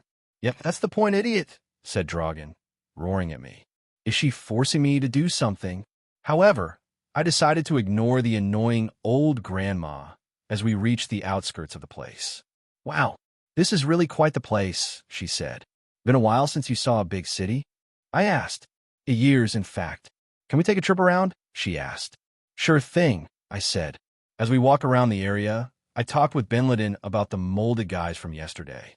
Oh, those three, I can already see their hideout. The hideout is underground a few kilometers from here. It is actually to the other side of this place. She said, do they got any slaves? Are they related to the slave traders? I asked. I think so. And yes, they do have slaves, although they got them as merchandise and are constantly moving them out. I think I heard one of the thugs there said that they kidnap people and just force them into slaves sometimes. They're awful. They use this stupid fee thing to give themselves a reason to kidnap people telling them that they owe them money. So awful, said Benladin, getting angrier and angrier. I see. We'll have to strike soon then. We can't let this slide, I said. I agree. B, but what are we going to do with so many people? If we let them go, they don't have anywhere to go, then go back here and get kidnapped again or die out of hunger as they are left in just leather clothes, said Benladin. Well, we just recruit them into our floating castle family. The castle is pretty big, and Fuyu has been expanding its size every day too through the materials and magic I conjure. There is even a garden area where we can begin planting stuff which resembles a terrace, I said. Why, yeah, you're right. But is it enough for all the people? There might be dozens, sighed Benladin. I agree, it is a lot, but I'm not someone that backs down on his words. I said that I would take care of them, and I will do so. This world is filled with injustices, so I might as well use the power I got to make it less, even if a little bit. I guess I am just a hypocrite for thinking like that. I sighed. You are. You sound like those guys I kind of hate. But that goodwill also saved me and the kids. So I guess it is actually a good thing, said Dragon. Yeah, Drake. Let's do it, said Benladin. It was decided after today's affairs. I have decided to go mess up this criminal organization and, in the way, rescue these slaves. I was already craving for some violence and action-packed scenes, so this fits nicely. Although I don't even know if we will have that much action to begin with. After all, these guys are terribly weak, so we would end up crushing them like pulp before our almighty power. But that's the charm of being overpowered, so we might as well savor that moment thoroughly. And in the way, we might get some nice loot, as they held a lot of riches and money they steal, which we shall kindly take out of their hands, dear bandits. Although I believe that the main action scenes will finally come when we can reach the dungeons and enjoy our stay there. Now, we had a duty to do, and that was getting inside the damn gate and into the wall. Dragon finished looking around as she ended buying some hotcakes that they were selling around and a cup of ale to go with it.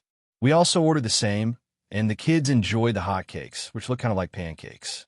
I should do these too if I can, seeing I got milk, flour, and eggs now. Oh, we just need oil. However, when we reached the gates, we found a large row of people waiting to get inside. It seems we'll have to wait our turn. What a pain, honestly. However, it didn't seem so bad, as the row was advancing quite quickly. It seems that there's a lot of people that want to get inside, said Benladin. Indeed. I see even people with things. Maybe there are bigger shops inside, I said. This is my first time trying to get inside. We couldn't afford the price before, said Gaston. Wait, there's a price to enter, asked Dragon. How much is it? I asked. It's around 20 mana stones per person. It's a lot considering you can feed your family for a day with one, said Gaston. True. Is indeed quite expensive. Do you have to pay every time you enter? I asked. I think so, unless you're a Sect member, or maybe you become an ally or something. I have no idea, said Gaston. We waited patiently until it was finally our turn. The two guards were a young and handsome pair of ice giants with short silvery white hair. Both of them seemed to have small blue horns growing from their foreheads. The two looked at our group, at the kids in specific, and then at Benladin. The two were fixated in her a lot, inspecting her entire body. I believe her charm unique skill is quite an annoying ability. Will every person look at her like this when they first met? And this is just charm's passive effect. It actually has an activation effect that she hasn't tried yet. Or maybe this is also because she is naturally just very beautiful. They also noticed her horn and asked us, That horn, are you from the Sect? Where were you? Asked one of them. Sect? I am not from any sect. We came from outside, said Benladin. Oh, really? Hey, what if you let us invite you to some ale in a bar later? Asked the other. We could let you and your friends pass for free. How about it? The two were going for the game. Huh. Benladin began to blush a bit. She seemed confused and flattered. Thanked for the offer, but... No, she said. The two then seemed to change their friendly demeanor. Well, you're lost, said one. Yeah, I guess not all whores know how to identify good men, said the other. Whore? What did these fuckers call Benladin as? Just because she didn't want to hang out with them, they had to call her like that? Okay then. I extended my phantom soul over the two guys, as they were not able to see it. I inserted two hand-shaped phantom limbs inside of their souls, and then I squeezed hard. What's up? The two began to groan in pain as they fell over the ground. By the gods, are you two okay? I asked. Whack. It hurts. Fuck. They began to cry like little girls until two more guards came rushing here and replaced them. Sorry. Maybe they got some stomachache. Ahem. It will be 20 per person. Kids can pass for free, said one of the new guards. They seemed older and more considerate. I could see that they were fathers if they let the kids pass for free. After paying the fee, we got inside at long last. Drake, did you do something to them? She asked. Yeah. Do you think I would let anyone insult you like that in front of me and let it slide?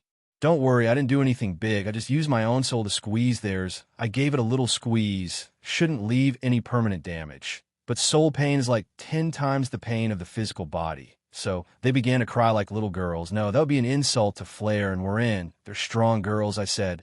It's good that you did something because I was about to impale their skulls with 2 icicle spears. Ha, laughed Dragon.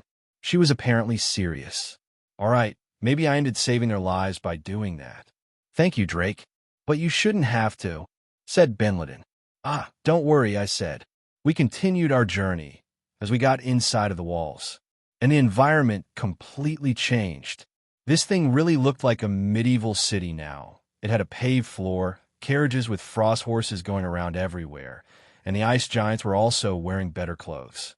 I could also feel stronger presences here. Various people were at high rank 1 stages, and there were even a few dozen I felt that were rank 2. If I concentrated enough, I could feel even rank 3 people, and a single person at rank 4 at the peak of that large building in the middle of the city. We need to be more careful here, if possible. There are way stronger people roaming around. Maybe I could even handle the rank 3, but not the rest. Due to that, I ordered everyone to stick with me, and I also divided each of my fingers out of my body with body division and converted them into little slimes with very small split souls without no one noticing here, just casually. I spread them to all the members of our group, just because, as extra protection, if anything happens, I can always track where every single individual went. I also gave the slimes some useful skills, although they're not very strong and cannot grow any stronger. To think that all that practice ended paying well, and now I can do this stuff on the go. Now, I haven't grown immune to soul pain. It still hurts horribly. But as I said earlier, I just live with the pain. The little souls I cut off are very small and wouldn't be able to sustain bigger and stronger beings. They're the size of fingernail, after all. Due to that, they can't grow stronger and also lack a mana core to advance cultivation. So they're very limited. My soul has grown strong enough so I can make more of these little guys, but anything too big will exhaust me. And I'm already reaching my limit for these little guys, so I don't think I will divide my soul for some time now. Now, moving on, we walked through this beautiful medieval city as we enjoyed just the architecture. Is this really the same place outside? This is completely different, said Dragon. Yeah, it must be, because people that are important in life here, like the families of Sect members, said Gaston. We also noticed people bringing several monsters' corpses into large buildings, seemingly shops that butchered the monsters and bought the valuable pieces. It was an interesting view and experience. We got to see a lot of stuff from here and on. I wanted to try out some of those monsters, but I stopped myself. Some of the most likely came from the dungeons that this sect has power over. We glanced around the streets as we explored the area. We didn't want to go shopping yet, because that would be time-consuming. We planned to go to the biggest building and see if we can talk our way into being able to enter the dungeon. As we walked through the streets, we saw several people with blue-colored uniforms. Seemingly, these are the uniforms of this sect. People had a medal. Depending on the color and number of the medal, it meant they had higher cultivation, meaning that they also had a higher authority over others. As we almost reached the building, I checked around, and although we had come across some very beautiful ladies that could be cataloged as sapphire skin beauties, we have not found any jade skin beauties nor arrogant young masters. It seems that we might be saved from the typical cliches for now. The building we reached was the biggest, Resembling a small fortress than a normal building, it was perhaps 3 times as big as Fuyu thought, so it was indeed enormous. There were inside a lot of people, many rooms, and probably treasuries. We saw dozens of Sect members getting inside and outside of this place. It was quite a sight to behold. They were bringing all sorts of monster corpses, parts, and even items. I saw one guy bringing a giant treasure chest with him, which actually had a fleshy creature inside, named a mimic. So there are mimics in this world. Yuwa, this building is super big. Are we getting inside? Asked Benliden. There are a lot of people, said Flair. Is it going to be okay? Asked Morin. Yeah, don't worry, I said. Yeah, I am here to protect you girls, said the cute Hansel. He was trying to be a big brother for the 2 girls. Although the 2 girls didn't seem to give him any attention. Sorry, Hansel. Well, let's go, I said. I led our group as we walked upstairs until we reached the entrance, which seemed open to anyone. So I guess we just got inside. The interior of the place was as I expected. It resembled an enormous hall filled with people coming in and out. It was quite mesmerizing. Is there any sect elder here or something? We found that there were some assistants attending people near some wooden tables. They all were very pretty ice giant ladies, wearing beautiful and tight dresses. We waited for our turn as we reached one of them, an ice giant girl with short blue hair and angelic beauty. Her eyes were big and azure-colored. Hello. Welcome to the Sect Exchange. Do you want to sell something? Oh, you're not Sect members. Are you interested in joining the Sect? She asked. Well, we were wondering how we can access the dungeons, I said. The dungeons? Are you outsiders? She asked. Well, yeah, I admitted. I see.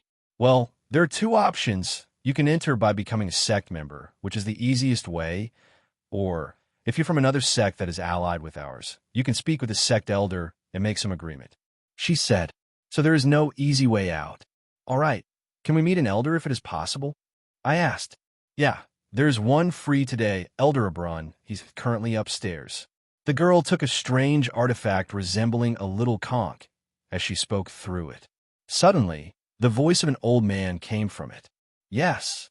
Ah, esteemed elder, it seems that an outsider, seems to be interested in agreeing to utilize the dungeons. Is it possible for you to attend them? Asked the girl politely. Yes. Bring them to me, he said. Very well. Please follow me. The girl led us upstairs into a different room, where we meet an old ice giant man with a long white beard. He exuded the aura of a rank 3. The girl led us to the room in a large building where the Elder Reborn resided, one of the many elder that made up the Ice Moon sect. I could already tell he was strong from the outside, his aura exuding the power of a rank 3 magus. The world is sure small if I can find a rank 3 magus so easily. Thinking how long it took me to reach this stage, and I already find someone with it. Wait, wouldn't that much time for them would be like nothing? After all, they probably took many years to reach this high. I guess I should consider that. Well, for me, it felt slow, I have to admit it. When the door opened, we were greeted by a tired-looking ice giant man. He seemed like a middle-aged man with short black hair and pale white eyes. Very unusual features for an ice giant. Welcome, I am Elder Reborn. Who of you have the highest authority? Asked Reborn. Me. My name is Drake. Nice to meet a fellow elder, said Drake. Oh, Sir Drake, could you be an elder of your sect? That should make negotiations easier, said Reborn. Indeed, I believe so, I said, as the rest of my party stood behind me silently. Benliden was rather nervous. Rank 3? No, way higher. You seem to release the faint presence of a higher strength than rank 3, Elder Drake. What is your cultivation rank? Asked Reborn. Rank 3. The other power might just be your imagination, I said. I see, said Reborn. Anyways, let's get to business right away. It is rare to see another sect around this region acting so friendly with us. Usually, they want to wage war against us and steal our territory and the dungeons that maintain our entire economy. But that's not something we can let happen. However, I am relieved to know that you and your sect want to do friendly negotiations, Elder Drake, said Reborn. I hate these formalities. Can't we go to the point? Indeed, I'm not interested in fighting anyone. We just want to go to the dungeons, I said. I see. That will be quite an easy thing to do. However, there are things we need to do. One of them is to sign a contract. You see, these dungeons belong to us, so letting other sects get inside and harvest their own resources would be like letting someone get into our rice fields and take as much rice as they want just because the rice is growing in the open wild, said a Brun. Oh, so it is essentially robbery because you consider the dungeons as your property, and taking resources from them is like stealing yours. I asked, exactly. I'm glad you were able to understand quickly. Elder Drake, this will make things quicker. Now, due to this, we cannot let someone that is not from our sect just enter and make money and resources for their own sects. Even less if we are risking these sects gaining power from our generosity only to try to attack us and gain control of our territory. This world is vast and dangerous, so these things are a big possibility amongst the many there are, said a Brun. Did this happen to them before? Oof, I see how it is. Fear not. We have several friends that live in this place, so we wouldn't ever want to do such a thing, I said. I see. Phew, that is really a relief. However, we cannot do it with us words. We must proceed with a magic contract, a contract that prohibits both sects from taking aggressive actions against one another. This thing just requires to be signed, said a Brun, giving me a magic pen and showing me the paper. I'm sorry to be so ignorant over this, but what is this contract? How do they work? I asked.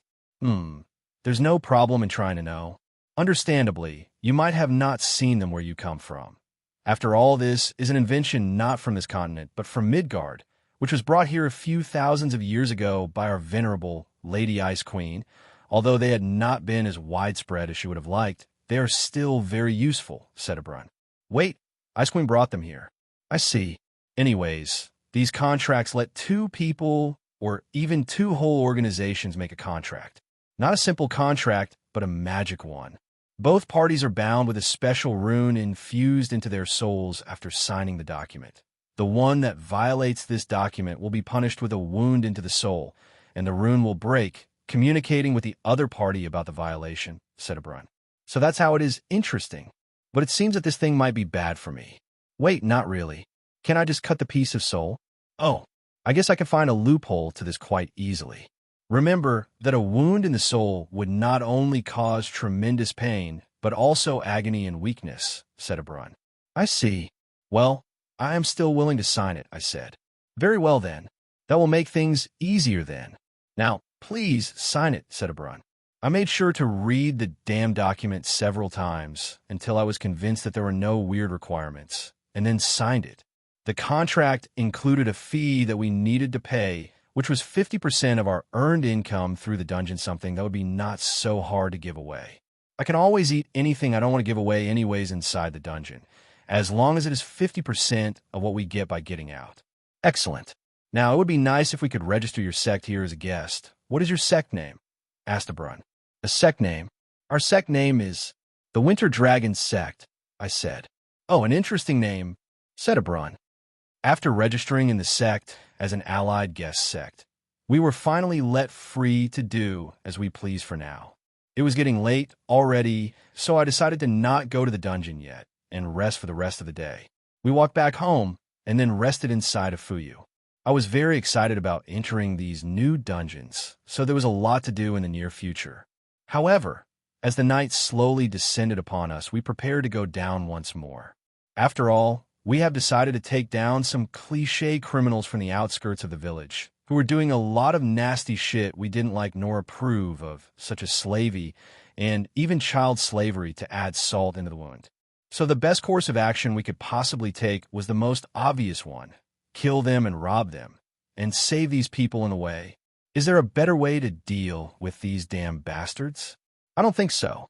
And what better way to do it than by the cover of the night? Hee hee. Are we really doing it? Asked Benin. Yeah, we are. Just the two of us is enough. Let's not get anyone else involved, I said. All right. With Benin, we sneaked outside of Fuyu as we rushed toward the surface down below. I carried Benin with my arms as we flew using my wind magic. I didn't have to really hold her like this, but I kind of like it. Do you have to carry me like this? She asked cutely. Yes, I said. As we reached the surface, Benin jumped out of my arms as we slowly walked through the night of the village, Most people had gone to sleep at these hours, so there wasn't a single soul around for now. Nonetheless, we used our amazing abilities of stealth, and we rushed towards the hideout of these criminals, which Benliden guided me through the memories she accumulated from these three molded guys. We reached a large area a bit far away from the outskirts, which was protected by walls made of wood, and whose gate was being guarded by some guys wielding weapons. Inside the territory, there was a large building made of wood, which looked about to fall into pieces, and inside there were several presences. And now what do we do? What do we? Asked Benliden. Should we go up front? I wondered. No, that would be too flashy. We have to hide in the shadows. Vigilantes, said Benliden. Vigilantes? What is this girl talking about? Well, now that we are here, we have to then about what to do. I wondered if Benliden could, as the molded guys, to open a BAC door for us to enter, and she began to confirm it. Oh, it is possible, said Benliden, realizing that it was actually possible to ask for help from these guys. After all, they were like her zombies, right? So it was totally fine to ask them for help if we could. We quickly moved behind the scenes of all things, as we were greeted by two very humble and gentle brainwashed mold zombies, the guys that had come to ask for rent to Gaston some time ago. Now they were all serviceable and nice to us. Such a change. I bet they had a change of heart or something. Such nice people. Our lady. Master. The guys were completely zombified to the point where they looked depressing to see. The guys opened a secret passage, and we entered the facility right away. The first thing we saw was a lot of merchandise, mana stones, weapons, armor, treasures, and even several pieces of monster bodies, their claws, legs, eyes, horns, and more. It seems that they had stuff from dungeons, and even dungeon monsters parts in here. I bet they won't give any skill because they were no longer fresh at all and were not overflowing with power, but still, it is a nice meal to have. However, the most valuable of merchandise here were these slaves. We found dozens after dozens of them, kept in terrible conditions and mostly all caged. The thing that surprised me the most was that there wasn't just ice giants, no. There were also people with little animal ears, and even people that had pale blue skin but were small. Beastkin and ice elves, said Benliden. Indeed, they were beast-in and ice elves. These species also live in these regions. Beast actually seems to live in every single region and is fairly common, but also a common slave. Anyways, ice elves seem to be elven variants that adapted to cold temperatures. There are said to be more living in Niflheim alongside ice fairies, or so, is what I learned.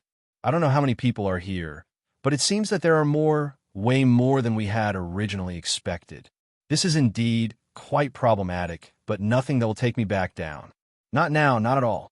I am also intrigued to learn more about this entire thing, especially about these other people. Perhaps they know more about the world, especially those from other races. We slowly snaked around. We decided to not save the people yet, as we used our stealth abilities to pass through them without them noticing. The moment we came in front of a bandit, we quickly sliced his head off while covering their mouth for their cries to not be heard.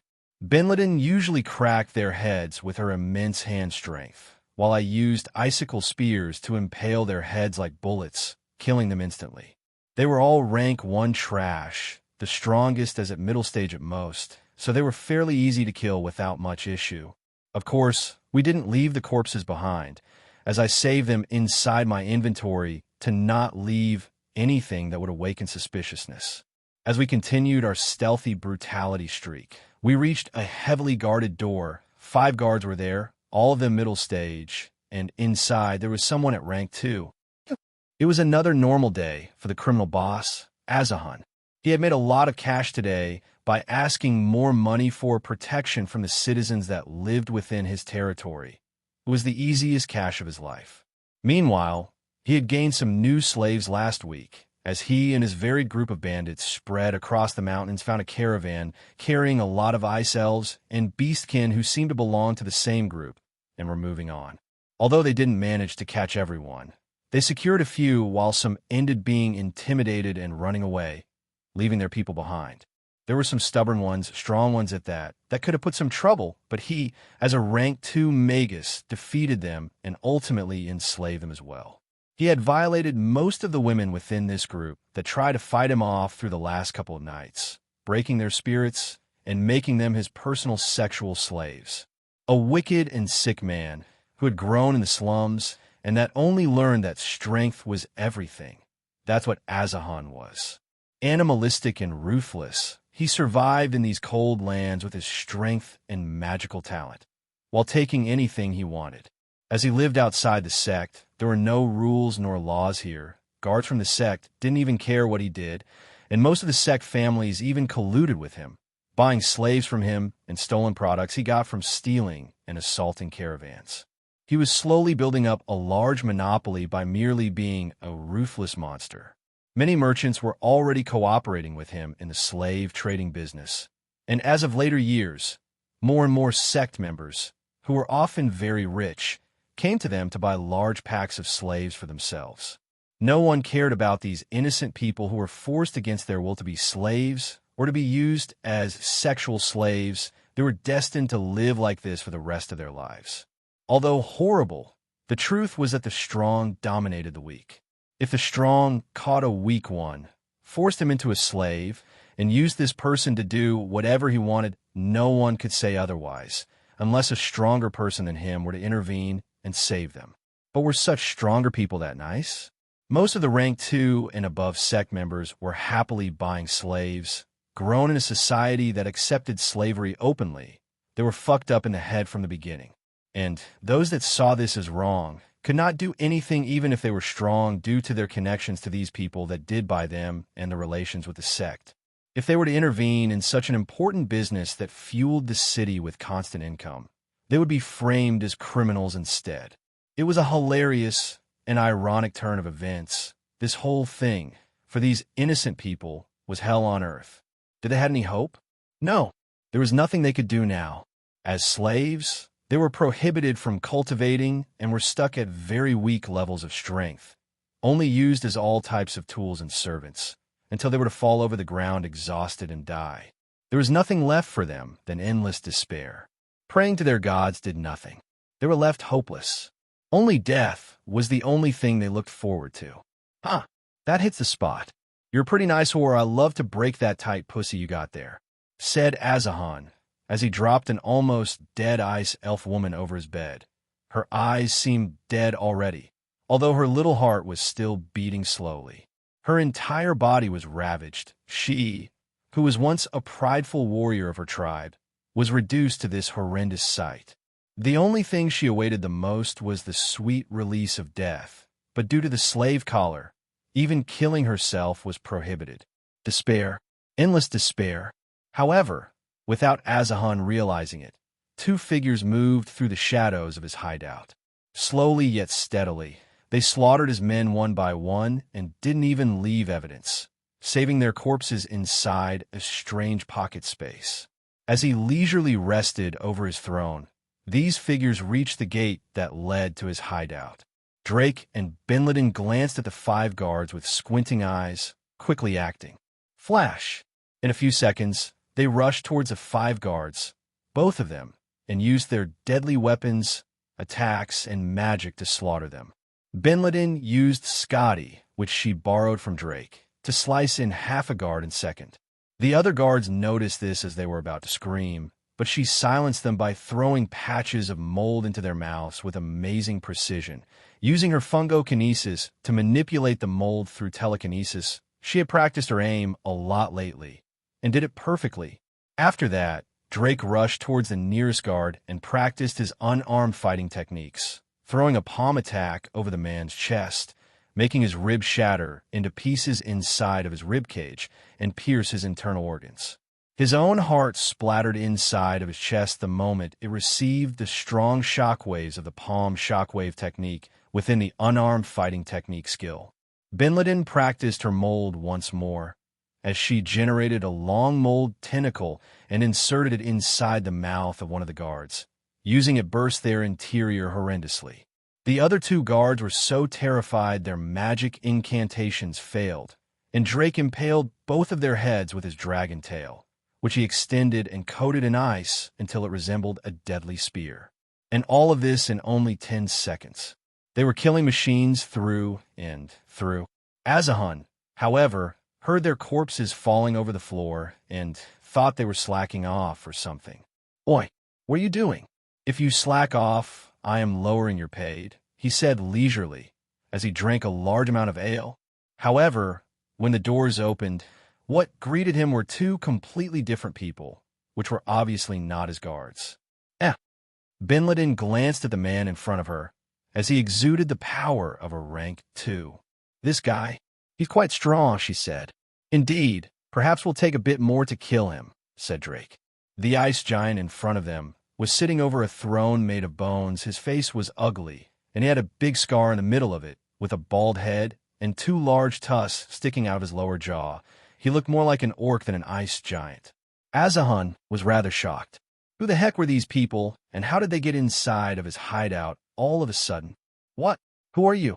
Azahun quickly jumped out of his throne, his body size almost reaching 3 meters of height, as his chest emanated a strong mana aura from within. Drake quickly appraised him, finding out he was a rank 2 initial stage. His magic seemed to be metal magic, a rare type of element that derives from the earth element. It let him do a variety of things, such as covering his skin with metallic-like coverture or summon metallic ores, although he had to yet master a way to summon weapons out of it right away. However, metallic spikes and the like seemed to be possible to create somehow. Bin Laden and Drake, however, noticed something else. Within the shadows of the room, there were many bodies spread around. After some milliseconds of inspection, they learned that these nude bodies were of many ice giant, ice elf, and beastkin women of varied ages.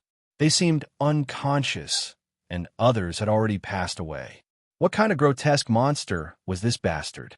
Drake quickly noticed the truth behind what had happened to them. After seeing how they looked and the disgusting substances within their lower parts, he began to boil in wrath, while Bin Laden seemed to not understand the full context yet, but still saw this as horrible. "We should have come earlier," cried Bin Laden. Drake was in silence as his entire body exuded an aura of pure death and ice, a terrible combination that permeated the entire room with the coldness of death. Such coldness even affected the resilient Azahun, whose body began to tremble in fear. What the heck are you? If you came to my hideout and killed my people, then you're more than dead, roared Azahun, as his entire skin suddenly turned dark gray, coating himself in the steel skin magic spell as he rushed towards Drake with all his might. Drake! Bin Laden alerted Drake of the charge of Azahun as Drake suddenly exploded. Boom! And before the smoke of his explosion, his dragon form had emerged on all its splendor. Azahun suddenly stopped in the middle of his charge as his eyes popped out of its sockets in horror. Ia, D-Dragon, Grey, Drake roared monstrously as he caught Azahun with his gigantic and sharp claws, slashing him into the ground. Clash, clash, slash, slosh, closh, boom, ungrag-rag. Azahun vomited mouthfuls of blood as his steel skin was of no use against Drake's incredible might. His claws began to slice through his flesh as he shielded himself with several walls made of or only to have them destroyed in an instant. Azahun quickly started to grow desperate as Drake's berserk-like charge seemed endless. Garer, clash!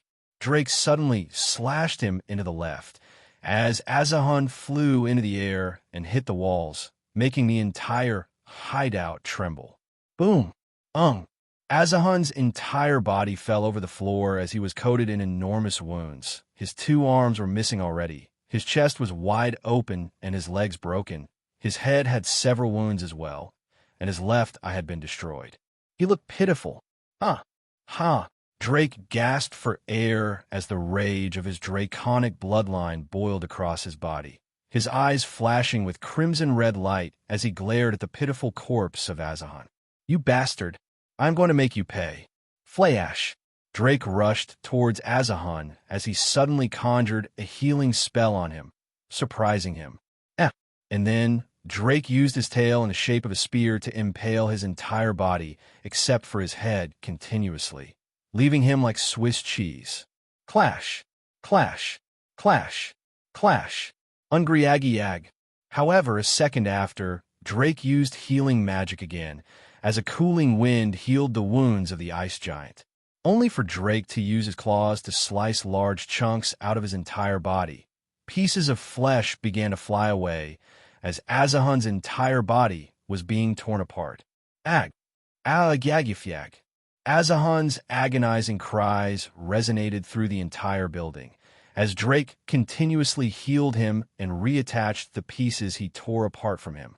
This was a horrifying method of torture that Drake had come out with. Why give him the quick and sweet release of death if he can torture him by putting him near death several times before actually killing him? Bin glanced with surprise as Drake showed off the monstrosity of his very being, which he usually never showed off. Her eyes wide open as he saw the bastard of Azahun being tortured, brought to almost death, and somehow healed to only be tortured again. However, Drake grew bored after some time. As he healed Azahun for the last time, his entire body disfigured, resembling a mass of flesh with a barely visible head. Drake grabbed him as if he were a meatball and put him inside his jaws, using his sharp fangs to crush his entire body into mincemeat and swallowing him. Gulp! However, the soul of Azahun quickly emerged out of Drake's stomach as Drake grabbed it with his phantom claws. Let me go! Let me go! Stop! Wagiji! Drake began to slowly crush his soul as he used the jaws of his very soul to devour Azahun's soul. Like a monstrous god of death, he tortured the sinful soul, crushed it into pieces, and devoured it. Suddenly, everything went silent for a bit, as Drake turned back to his ice giant form, resting over the ground. Drake! Bin moved near Drake, as Drake seemed dead silent. I'm fine. It is over. Let's quickly heal the ones that are alive, said Drake. Okay. After torturing the bastard until I couldn't find any other way, and then eating him in the most gruesome way possible, I decided to calm down and do whatever I could now. I think I scared Bin a bit, but I was just furious over it. I'm not the type of person who is in a moral high grounds and stuff like that. But to be honest, when I find something awful, I just get angry. And as a dragon, that anger is multiplied several times, so I end up going nuts. Maybe another person would be completely okay with others being violated to death, but not me. I might be many things, but I'm sure as hell I'm not a scumbag. So due to that, I got a bit angry. Ding! You learn the following skills. Tough Earth Mana-infused Muscles. Level 1. Tyranny of a Damned. Level 1. Gray Steel Alloy Skin Reinforcement. Level 1. Endless Libido. Level 1. I got 4 skills out of eating this scumbag, and they're pretty fine. Aside from the last one, this makes me both disgusted and angry. So this bastard even had such a skill. Ugh, I shouldn't have eaten him. I think I might have indigestion later. Well, not really. I can't possibly suffer from indigestion. But still, this is awful and disgusting. I guess it is the karma of over-torturing him. Drake, there are some alive. Let's heal them. With Bin assistance, we slowly healed the women that were in this room who were still alive, and I also destroyed their slave collars. However, even without them, they seemed dead inside. Sigh. The ones that had died were still here. Although Bin could not see them, they were all here. They seemed to have become happy when I slaughtered and ate the soul of this guy, and they seemed to be floating around me, thanking me. But it is very sad to see their corpses thrown around like that, while their souls are here. I suppose this is what it means to have death magic. I become more and more detached from life, as death and life begin to slowly have a very little difference in merely a state of matter and strength. These souls, for some reason, don't want to go away. Bin the souls of the women that died here, they're all here. They seem thankful for what I did. Are you okay with it if I use them to make undead to help us out move the people here? I asked. I didn't want to upset Bin by using the tormented souls of these people. I asked that so. Yeah, I am okay with that. If they really want to help, it is fine. You don't have to ask me this.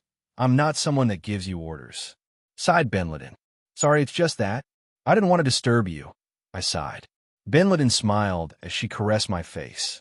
Don't worry. I know that these are your powers, If you finally found souls that are willing to help, that's better, isn't it?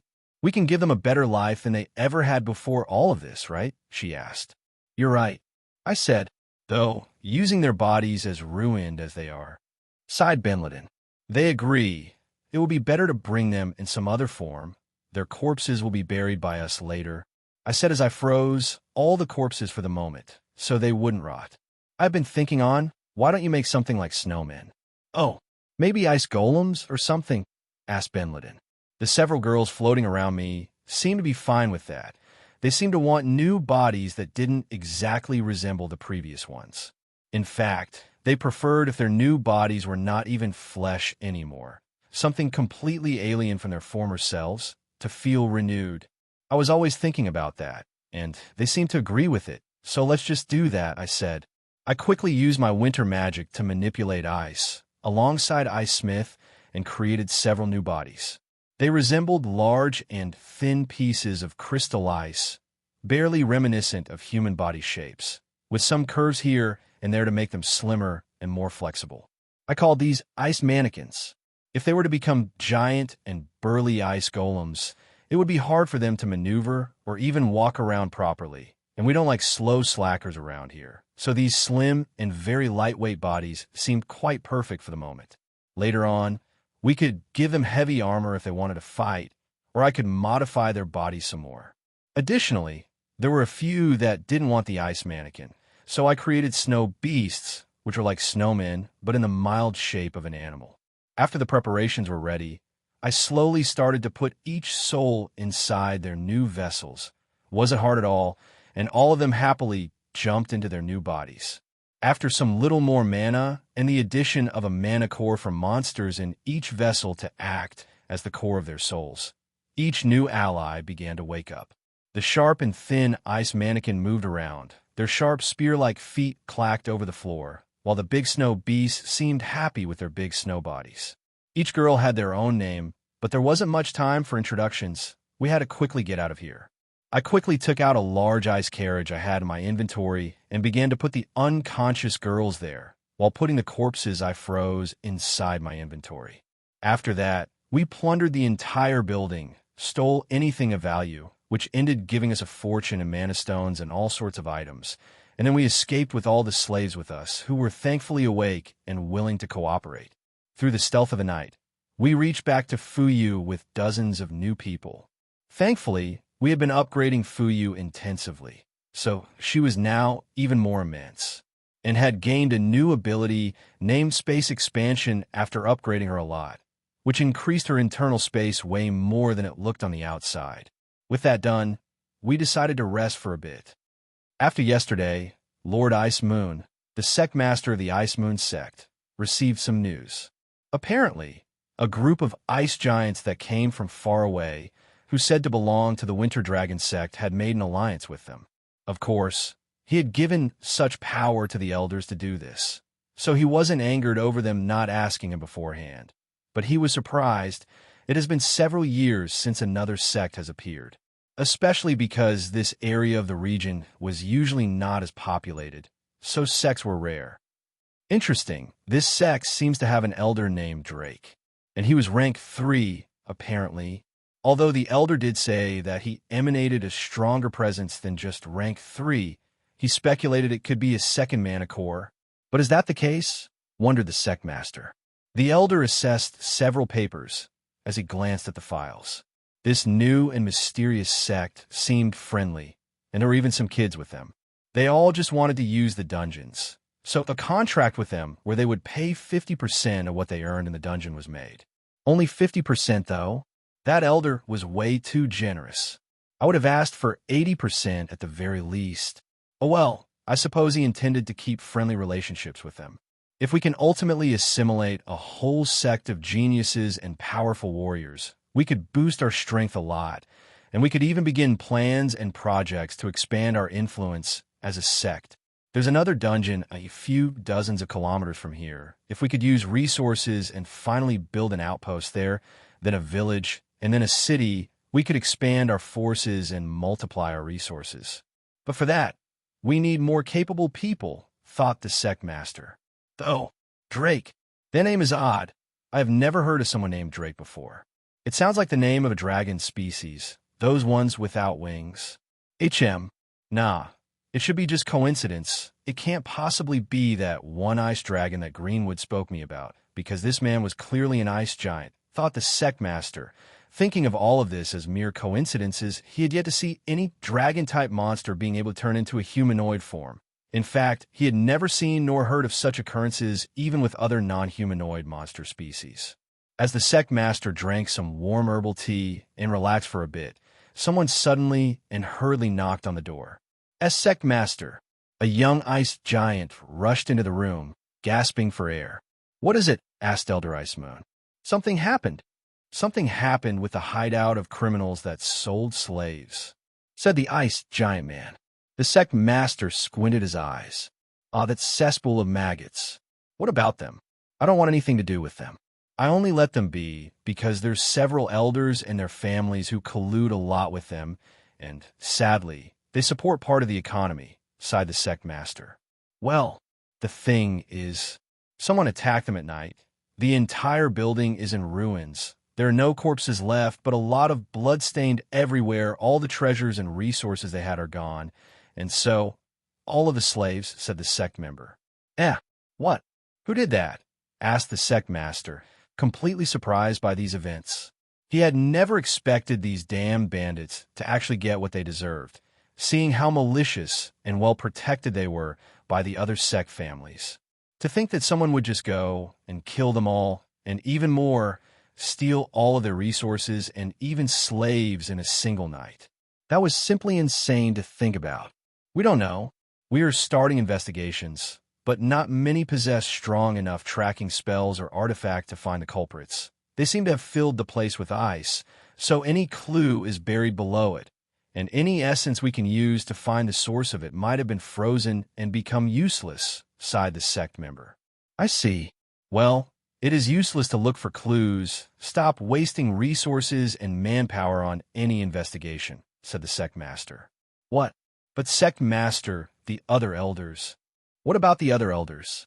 I am merely saving resources by and not unwisely spending them on stupid things. Tell them that. The Sect is mine, and I make the rules here. Stop investigations and leave this on the past," said the Sect master. "I see. Very well." The Sect member walked outside of the room, as the Sect master smiled maliciously. I don't know who did this, but I owe him a nice meal. Having those bastards out of the picture will let me have greater control over the Sect's funds. Perhaps I wasn't able to do something myself, but if it was someone else, then that's completely fine, right?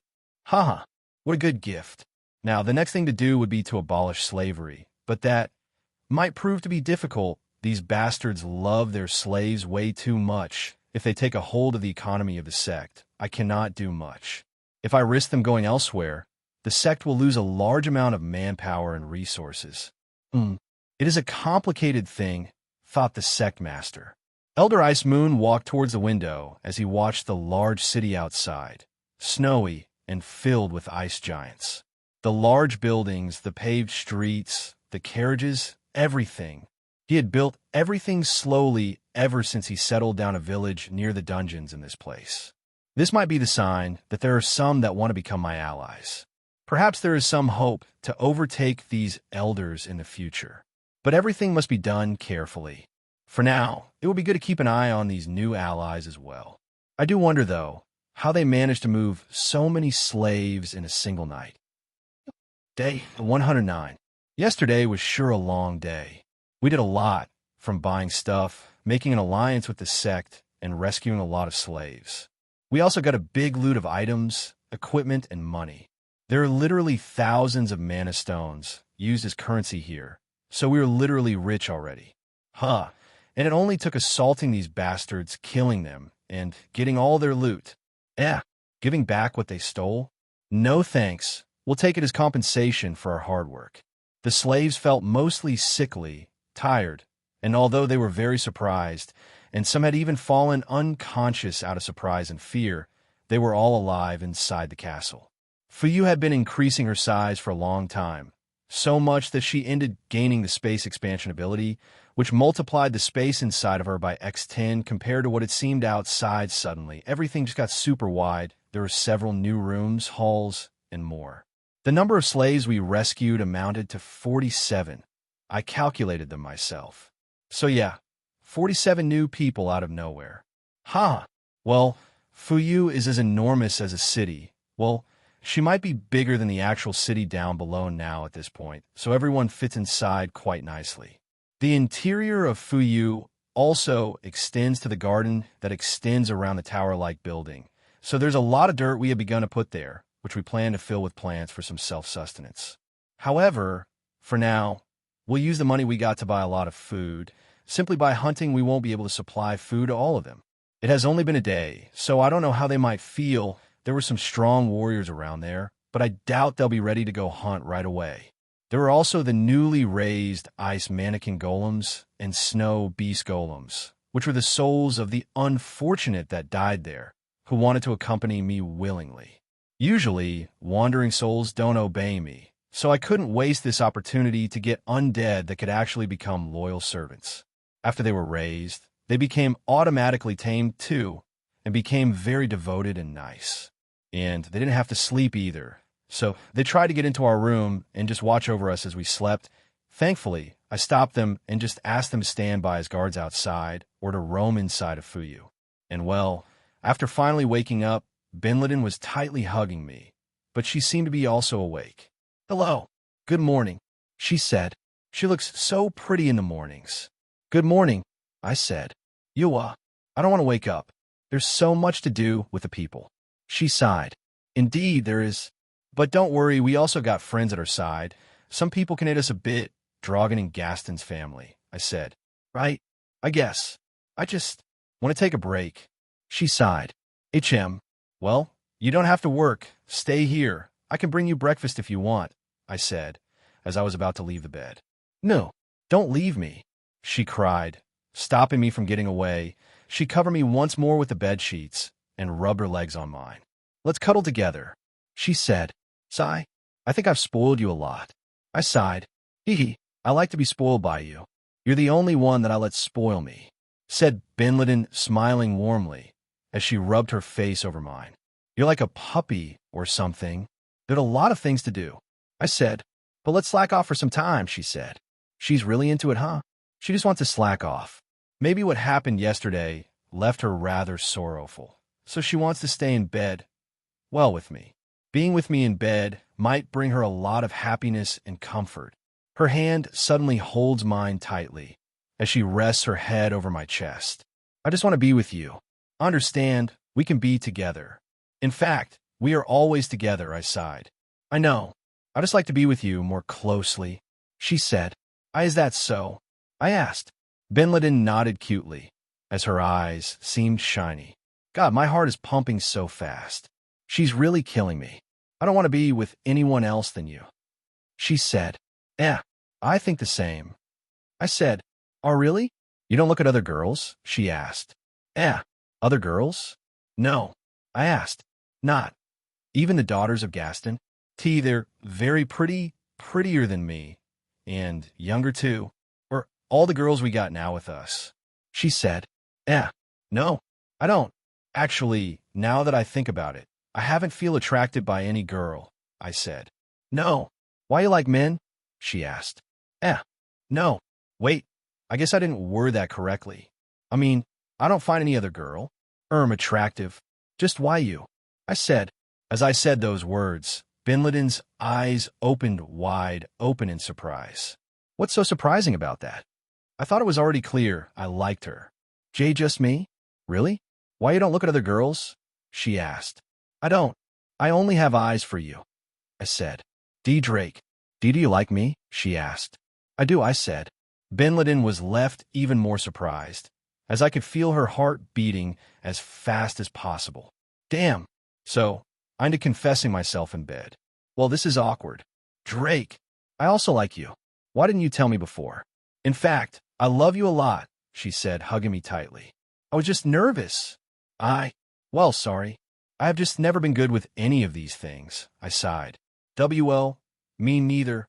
We looked at each other for a bit, as our faces slowly began to get closer. Both of us were embarrassed and as red as tomatoes, but we kept getting closer. Our lips were just half an inch closer from one another. I could feel her warm breath on my lips. Mwah! And Benliden just closed her eyes and kissed me. Please make sure to check out my other novels. I am sure that you will like them. MYWORLDTRAVELINGSYSTM. The Harbinger of Death. A story about a young man who is suddenly struck by lightning while sleeping with his phone. W. Hitch awakened his ability in the world traveling system. DEMONQUENREBIRTH. I reincarnated as a living armor? A story about a demon queen who lost everything. In Tihi Last Battle, her soul W is split in half, and S he was reincarnated twice in her third life. EPICOFCATERPILLAR. A story about a mysterious man who died of a fever and reincarnated as a caterpillar in the middle of a forest infested with monsters. DW will have to show me how survive as a caterpillar in Tia's world filled with HCHOS. VAMPI REOVER LORD SYSTEMINTHEAPOCALYPSE. The story of a young and bullied man born in an apocalyptic world, who is given the chance to become a vampire and dominate this world as he pleases with a malicious and scheming mind. EPICOFSUMMONER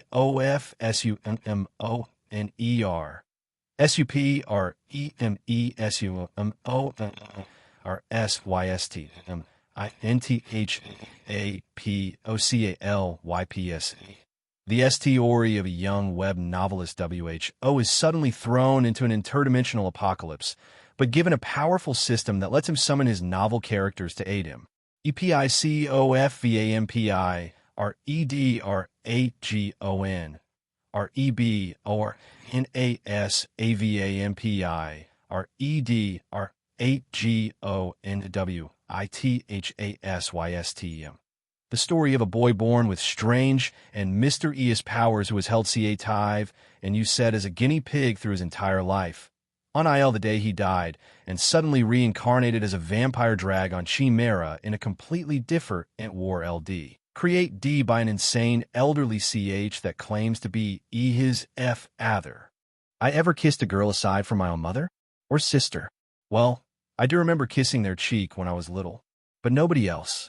So being kissed by a beautiful girl like Benliden, who is also the one I love, really made me feel dizzy. It was as if I was just, I don't know, well, it just felt great. Her lips were so soft and warm, and the love and intensity she poured into the kiss really just killed me. When she separated her lips from mine, I was almost about to die. D. Drake, are you okay? Sorry for being so rash, she cried. I faintly smiled, feeling as if her lovely kiss drained 100 years of my life. Wait, I am immortal. No, I am fine. It's just, it felt nice. I sighed. Is that so? We kiss so. We should well. She muttered. HM? We should what? I asked. Be boyfriends? She asked. I almost fell unconscious again. Right? You're supposed to start a relationship when both have the same feelings of love for one another. I was such a neat back then that I never really had this on my mind. Sure thing. Why not? Do you want to be my girlfriend, Benliden? I asked. D. Drake. Why, yes. I would love to, she said. This all felt so crazy. For a moment, I thought I was inside a dream, but I wasn't. This was real life. We really just started a relationship, a real relationship. After all the things we had gone through together. Well, this really makes me happy. I see. T, then we are a couple, an official one now, I said. Yeah, T this. I can't believe it. And later on, we can marry and have children, said Benliden. Yeah, we can have lots of kids. I assent that what couples do. So, we can become a mama and papa. She said. Why, yes. I guess it is true. That's what couples do. I sighed. Does she know how babies are made to talk about it so casually? Wait, maybe Benliden is a pervert? To talk so casually about having sex and impregnating her. That's really something else. Is this how ice giant women are? Drake, let's kiss some more, she said as she approached me. More. She approached her lips towards me as she began to kiss me again. Her soft and delicious lips were irresistible, even more as she was pressing her large pair of breasts over my chest. It just made it even more exciting. She separated them again as she looked at me lovingly. Do you like my kisses? She asked. Yes. You kiss very well. You're a good girl, I said, caressing her head. Benliden smiled cutely as she blushed a bit more, as she continued to kiss me, giving me little smooches over my lips. She seemed to be practicing, as she had never kissed before, and me neither. Mwah. Huh. Your lips are so soft and warm, she said. Yours too, I said. At some point, she sat over my entire body and began to kiss me all the time. She started to kiss my neck after a bit, my ears, and even my nose a lot. Drake, why you're so lovely. I want to kiss you lots and lots, she said. She seemed to be in some kind of trance. She couldn't think of anything else than in kissing me. And I felt in heavens, of course, being kissed by such a beautiful girl, and the one I love so much couldn't be anything better. I was literally on cloud 9 through the entire morning.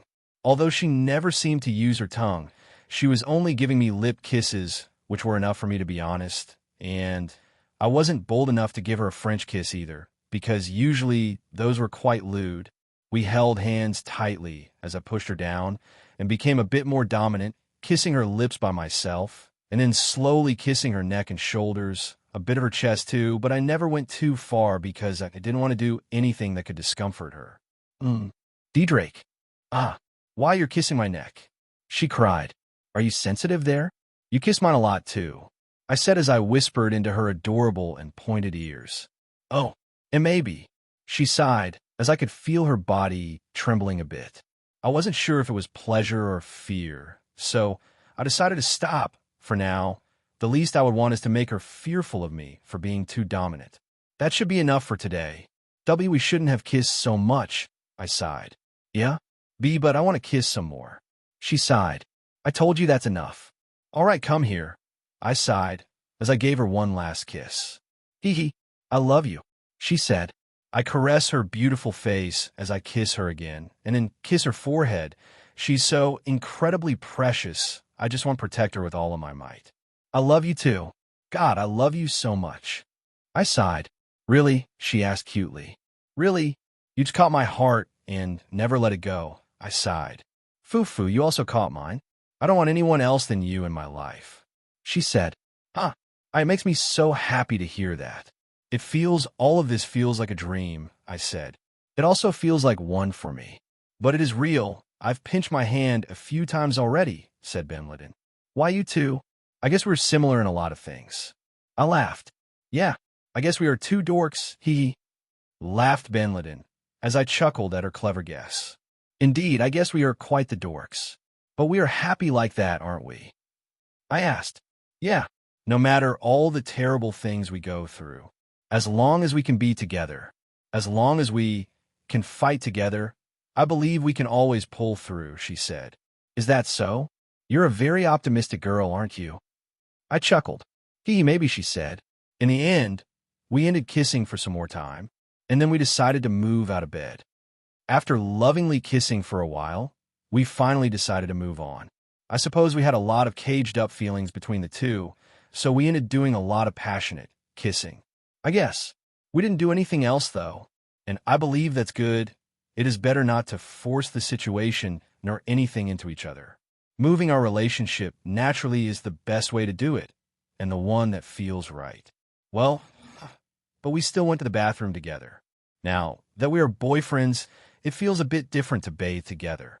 I guess it feels just as embarrassing as before, but I don't know how to explain it.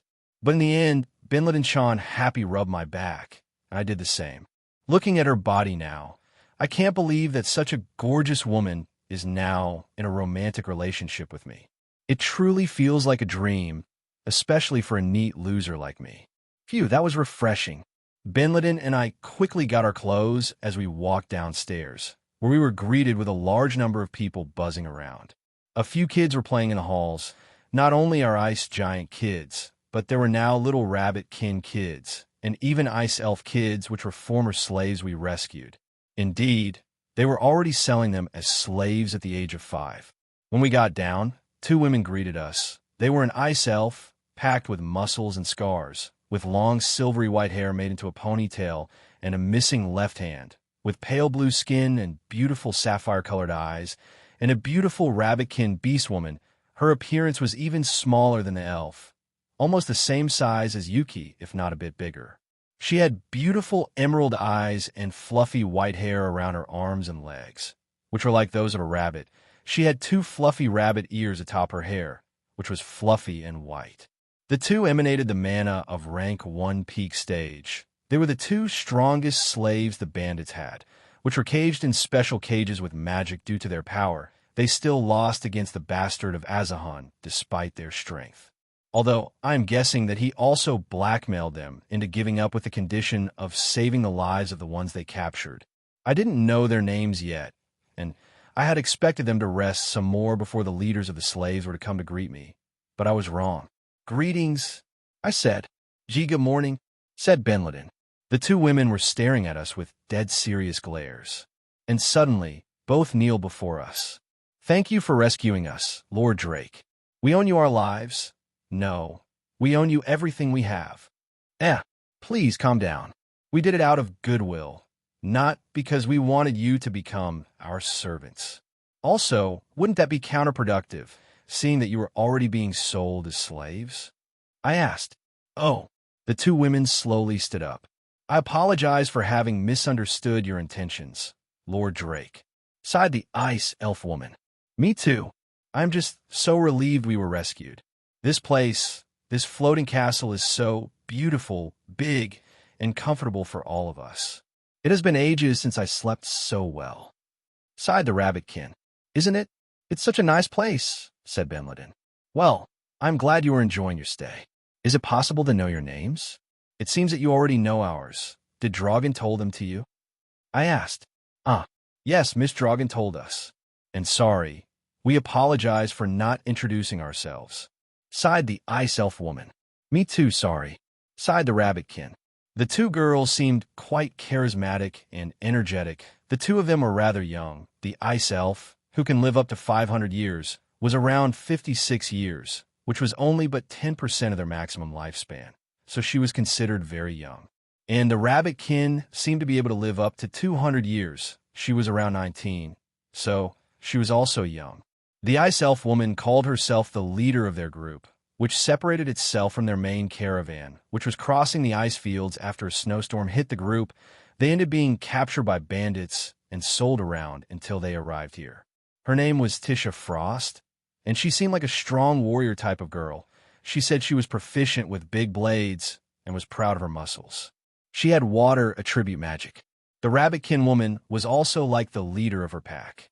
She and her pack were captured in a raid to their little village, and similarly to Tisha, they were sold around until they arrived here.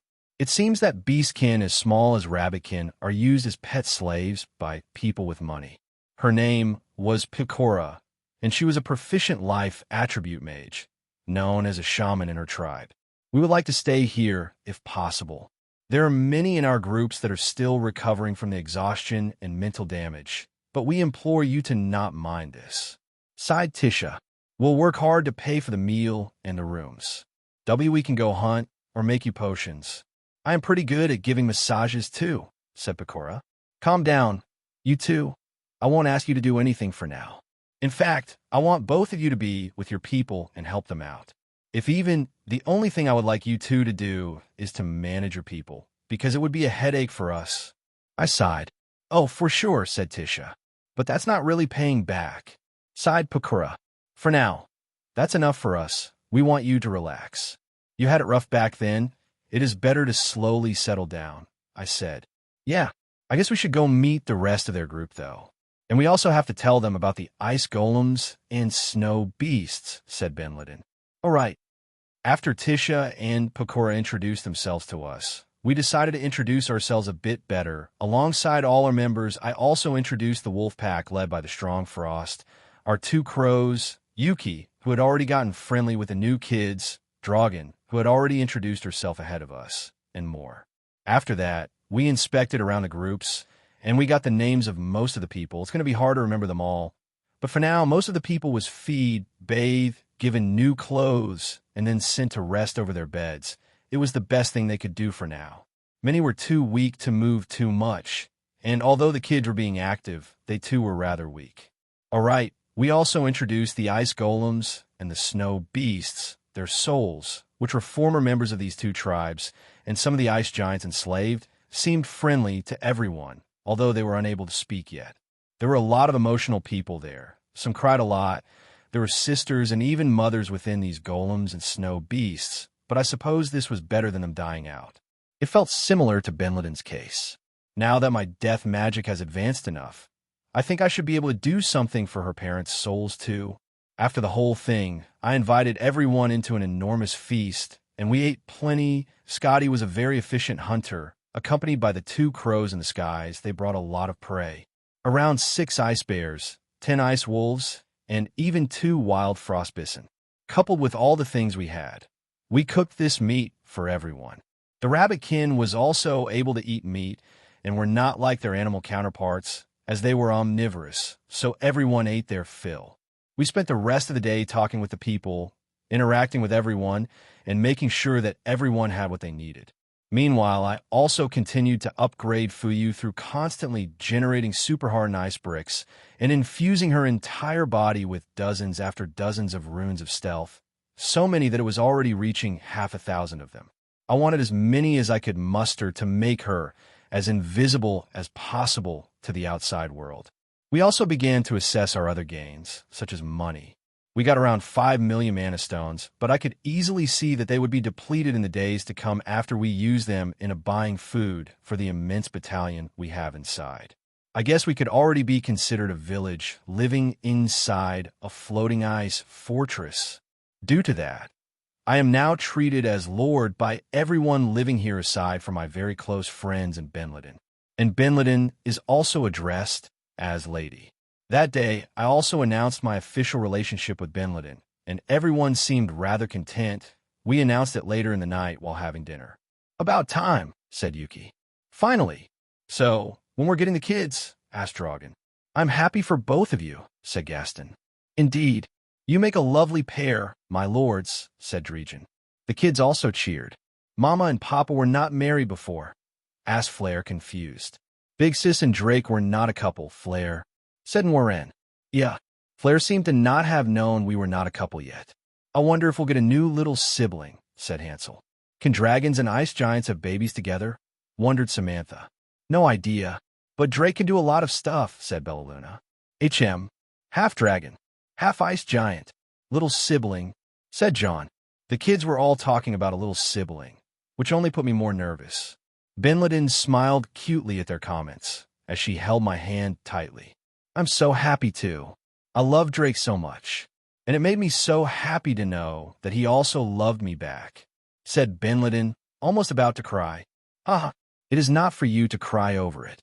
Come on, let's look forward to the future together, all right?" I asked. "Sure," Benliden said, as she cleaned the little tear of happiness that came out of her eyes as she hugged me tightly. "You two make a really cute couple. You're going to give me diabetes," said Dragan. "They are truly quite the lovely couple," said Tisha. "I thought my lords were already a couple before, but I guess they have become an official one now," said Pakura. After spending the day doing a lot of stuff, we walked back to our room, and we decided to rest for the rest of the night. Benliden hugged me tightly as we slept like babies. Day 110. Today in the morning, I decided to do a few important things which regarded Benliden's parents.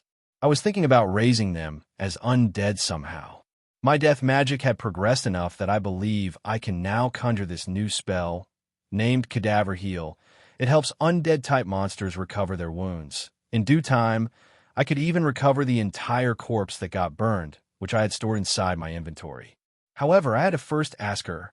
After all, there was also the possibility of things going bad. Or perhaps Benliden wouldn't like the idea of them being undead. Sounds fine by me. I want them back as soon as possible. I have never seen undead before, but if you're a death mage now, I could trust you that you will do a great job, Drake, said Ben Laden. Ben Laden, you really trust me? I asked. Of course I do, dummy. You're the most precious thing I have is so of course I trust you, said Ben Laden. The most precious thing. Me? I almost fell unconscious. She really called me the most precious thing for her. That's really a killer. Fufu, that's right. So I trust you, said Ben Laden. I see. I will do my best to not disappoint you, Ben Laden-chan, I said. Please make sure to check out my other novels. I am sure that you will like them. MYWORLDTRAVELINGSYSTM. The Harbinger of Death, a story about a young man who is suddenly struck by lightning while sleeping with his phone. W. Hitch awakened his ability and the world-traveling system. DEMONQUENREBIRTH. I reincarnated as a living armor? A story about a demon queen who lost everything. In Tihi Last Battle, her soul W is split in half, and S he was reincarnated twice in her third life. EPICOFCATERPILLAR. A story about a mysterious man who died of a fever and reincarnated as a caterpillar in the middle of a forest infested with monsters. EW will have to show me how survive as a caterpillar in Tia's world filled with HOS. VAMPI are EOVERLORD SYSTEMINTHEAPOCALYPSE. The story of a young and bullied man born in an apocalyptic world who is given the chance to become a vampire and dominate this world as he pleases with a malicious and scheming mind. EPICOFICED Reborn as an ice dragon with a system. The story of a young adult man who died buried in an avalanche and was suddenly given wishes based on his last desires, suddenly reincarnating in a Norse mythology-inspired cultivation world as an ICE dragon with a system. EPICOFSUMMONER SUPREMESUMONER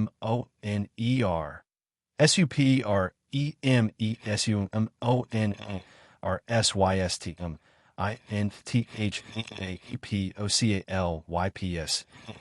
The story of a young web novelist WHO is suddenly thrown into an interdimensional apocalypse, but given a powerful system that lets him summon his novel characters to aid him.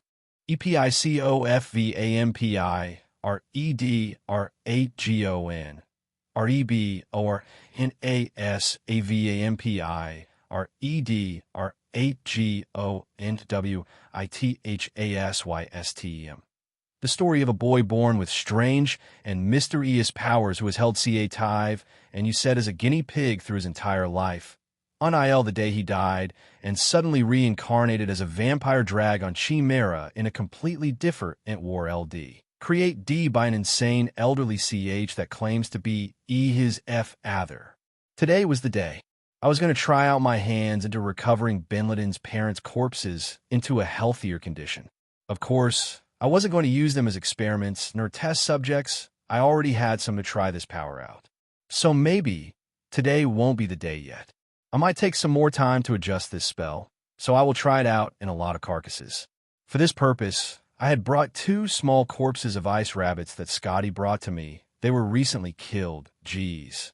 Scotty is becoming more and more of a cold-blooded killer. Talking about her, she is developing by herself now, more than I had expected. She had become a cursed intelligent ice weapon, and she acquired several new traits, one of which allows her to absorb mana crystals and gain some of the power of the monster she kills. Kind of like a certain sword novel main character. I do wonder if every living weapon could develop this. The trait is unique to weapons, and I don't think a living being could develop it, nor golems. She can also swallow souls and absorb vitality energy, so she can strengthen herself by bathing in blood and eating souls of what she kills. Geez, she's becoming incredibly overpowered at a fast pace. Although my stats are still superior, she's not slacking off at all. I will make sure to bring her to the dungeon later on. Bloodthirsty Spear of Freezing Winter. Scotty, B grade plus. B grade plus plus plus. Durability, 6,000/6,000, 14,000/14,000. Attack power, 5,500 greater than 12,500. Magic conductivity, 4,500 greater than 10,500. Weapon speed, 6,000 greater than 13,500. Traits, evolving weapon, B. Piercing ice spikes, B. Furious dragon strength, B. Auto repair, B. Winter storm, B. Scotty's blessing, B. Slaughter healing, B. Levitate, B. Independent weapon, B. Living weapon, B. Mana crystal assimilation, B. Soul absorption, B. Spear technique, B. Consecutive triple thrust, B. Acrobatics, C. Bone crushing claws, C. Adaptability, C. Fear-inducing aura, B. These are her stats as of now. She had grown very strong and got a lot of new skills. She got acrobatics, bone-crushing claws, adaptability, and fear-inducing aura skills from absorbing a lot of mana cores. Her stats more than doubled, and she underwent an evolution, gaining the bloodthirsty word into her name. Her grade also went up from B grade plus to B grade plus plus plus. Very soon she'll get to A grade. I hate to admit it, but I'm honestly terrified of my own creation. Scotty might be the strongest being I have ever created. Moving on, there's Fuyu, the second strongest being I've ever created. She has grown very strong by merely absorbing materials near endlessly. Every day, she is upgrading herself and growing bigger and bigger, while my runes, which I fill her entire body with, seem to be enhancing her stats even more. She also gained interesting abilities after increasing her stage. Name, Fuyu. Race, Great Flying Ice Fortress Golem, female. Mana core cultivation, rank 2, middle stage. Status, gathering mana.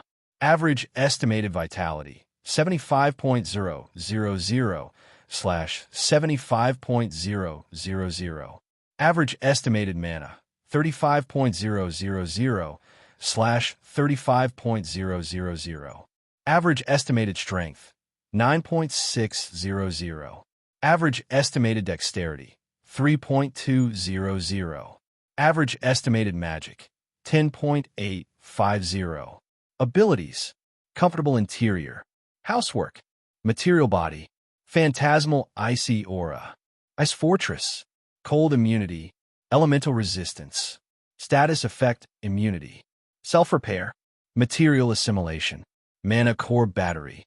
Wind magic rune, float. Icicle spear. Fortress defense. Protection enhancement. Body manipulation. Architecture. Divine dragon mark. Steel. Space expansion. Self-upgrade.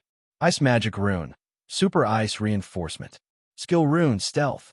Skill rune camouflage. Her stats increased a lot. The more material she assimilates, the more her vitality increases. And as I have been fusing mana cores over her main mana core battery, she continues to gain more mana pool as well. She also practices mana group cultivation with everyone inside, so she is constantly cultivating. She gained a space expansion, self-upgrade, ice magic rune, super ice reinforcement, skill rune, stealth, and skill rune, camouflage abilities. Only certain runes works on her. Obviously, giving her a rune of my death magic won't give her magic nor resistance skills, but runes that give her enhancements over her body that are easy to handle, just to let her float. Yes, they can be made. Though these abilities of such skill runes only appeared after I had added around 400 runes, so it takes its time. Fuyu had indeed grown very strong now, and I hope she can keep growing stronger. She's literally our entire house, the one that maintains us all together in this world, and the one that makes it possible for all these different people to gather here and survive together with me. Due to this, Fuyu is the top priority in most things such as upgrades of resources. This is why most of the mana cores we get now are directly given to her. Anyways, moving on to 2 corpses. I quickly went into a separate room which I had assigned as a laboratory. It is the same room I used to slice myself apart using body division, which I've added all sorts of laboratory-like furniture using my ice, so it looks very great. There's also a window opened so the odor of the rotten meat goes out. I was going to practice the spell named Decomposition. It is a simple spell that lets me decompose non-living things. Of course, they have to be formerly alive to rot, so things such as rocks or the like won't decompose. I don't think I could use it for battle because its effects on living beings are very dim. I used it over one of the rabbit corpses, spending a few thousand mana in the process. A sickly green gas covered a rabbit's entire corpses, and the rabbit started to slowly decompose, decaying and rotting. I left it half rotting, and then I decided to try out my other spell, the one that can help recover Benliden's parents' corpses. And it was quite simply named Corpse Healing. This time, it was a semi-transparent magic gas that shrouded the rabbit. The magic essence was infused into it, and after using decomposition over the rabbit's corpse, I used corpse healing to heal and recover the rotting body slowly, bit by bit. Flash! As if it were a wondrous sight, the decaying corpse gained some freshness, and the more mana I poured, the fresher it looked. The wound that Scotty left on its stomach recovered and closed, and even some fur went back. But sadly, this can't bring someone back from the dead. The corpse is still a corpse. Inserting the soul inside might do the trick, though, if I had a rabbit soul, though. If not, it will become an undead if I insert a soul that has already been infected by mana. Due to this, there's a certain window of time that corpses have before they can be recovered, and then revived by putting the soul back. And that's without even considering brain damage and the like, which might end up making the person a vegetable. This is why if they become undead, they don't have to worry about brain damage because their thoughts and emotions are within their souls instead of their brains, although the body is also used. I ended practicing these two spells over and over again over the course of the day. I needed to gain as much proficiency and understanding over these arts before doing anything rashly. In the end, I had to postpone this because I felt I wasn't ready yet and wanted to practice more. The more I use a spell and magic type, the better I become. So what I must do is simply use the spells over and over again. Sorry, Benliden. I think I need some more time to prepare. I don't want to mess this up, I said. Oh, it's fine. You stayed most of the day there. So why don't we eat something together, dear? She asked. Sure. In the end, we had dinner, just the two of us rather later. It was quite romantic and I enjoyed it a lot. After that, I wanted to keep experimenting with the spells, but Benliden wanted to sleep cuddling with me. So I had to leave this for tomorrow. We kissed a lot while in bed, and then we fell asleep after showering each other with love. I think I require just some more days of practice, and I can do it. I suppose I will take the week off and just stay in the fortress with everyone. We can postpone dungeon exploration as there's no rush. Day 114.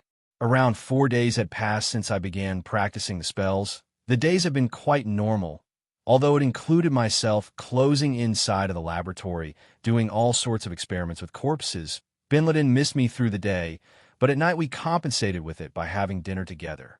However, I woke up very early today and I think I've done it. I did it, and it only took just a few days. There were two pale ice giants in front of me. One was a woman, and the other was a muscular man. Their hair was still short, but had grown a bit more. Yes, these are my parents-in-law. They are Benliden's parents. It was so hard. I had to use thousands of mana stones to refill my mana because it took so many thousands of mana to recover completely burnt corpses into such conditions. It took almost 10 hours. It must be midday by now. I am really quite amazing, aren't I? Ha! Ugh. I am tired. My mana cores are so exhausted they are actually giving me pain in the chest and stomach. But there they are, the corpses recovered. At long last. Phew! Now, we just need to bring Benliden's weapon and shield here. I quickly rushed outside to find Benliden peeking over the door. Yuwa, she cried in surprise. Benliden, perfect timing. Bring your parents' souls. Look, I showed her the fruit of my relentless work as her eyes opened wide. Their bodies. They're recovered? She cried, tears quickly beginning to be poured from her eyes. I did it. I really did it. But don't cry yet. Bring the weapons. Okay. Benliden brought the axe and shield quickly after. The soul presences of her parents were dormant inside. I placed both on a separate table and began to manipulate the souls inside through my death magic. I used my own soul and gently grabbed her mother first, putting her slowly over her corpse. Binladin's mother had just woke up from her dormant state and felt strange. At first, the corpse began to tremble a bit, but then it receded. I quickly did the same for her father, and the same thing happened to his body. After that, we were done with this. Both corpses began to slowly emanate more and more essence. The ice giant's corpses slowly began to move, but something strange happened. The bodies suddenly gained a new essence within them, as the mana cores in their chests, which were still intact, flashed with bright light, connecting with the souls. Is it working?" asked Binladin nervously. "It seems so. They're adapting to their bodies again. It seems to have been a long time since they got inside. Let's wait for them a bit more," I said. Binladin held my hands tightly as I hugged her. Both of us glanced at the scene nervously. Our hearts were pumping incredibly fast. "Please come back. Mom, Dad, please. Mama, Papa, come back with me. Sniff. Flash." Suddenly, an explosion of mana came from both corpses, blinding our sight for a bit. And then it dissipated. The two bodies stopped moving as their eyes began to slowly open. They were crimson red this time. The handsome, muscular ice giant man and the beautiful ice giant woman slowly sat down over the tables, looking at their nude bodies. What is going on?" wondered the man. "It feels as if I was in a very long dream," sighed the woman. Binladin was paralyzed and left speechless. Rivers of tears began to come out of her eyes. "Mama, Papaya." She jumped over the two, who were still dizzy, and hugged them. Who is she? Wait, that voice. How can we forget? Binladin, is it really you? My daughter." Binladin's mother and father were finally revived. "Thought, they're not really alive. They've become undead. But what's important is that they're here with us. And I've modified their bodies so they're as fresh as alive. As long as I am here, I can use corpse healing to keep their bodies in top condition." Binladin hugged her parents tightly, as they recognized her voice and hugged her too. "Is this a dream? What happened?" wondered her mother. "Mama, I missed you so much," cried Binladin, as her tears continued to flow like rivers. My beautiful little girl. I missed you so much too." Her mother began to shower Binladin with kisses as she started to cry as well. "My little princess." Her father hugged her too, as he began to kiss her forehead and cheeks. "Papa." Binladin began to cry even louder. Feeling her father's embrace must feel very good. I look at the scene from behind as I have a knot in my throat.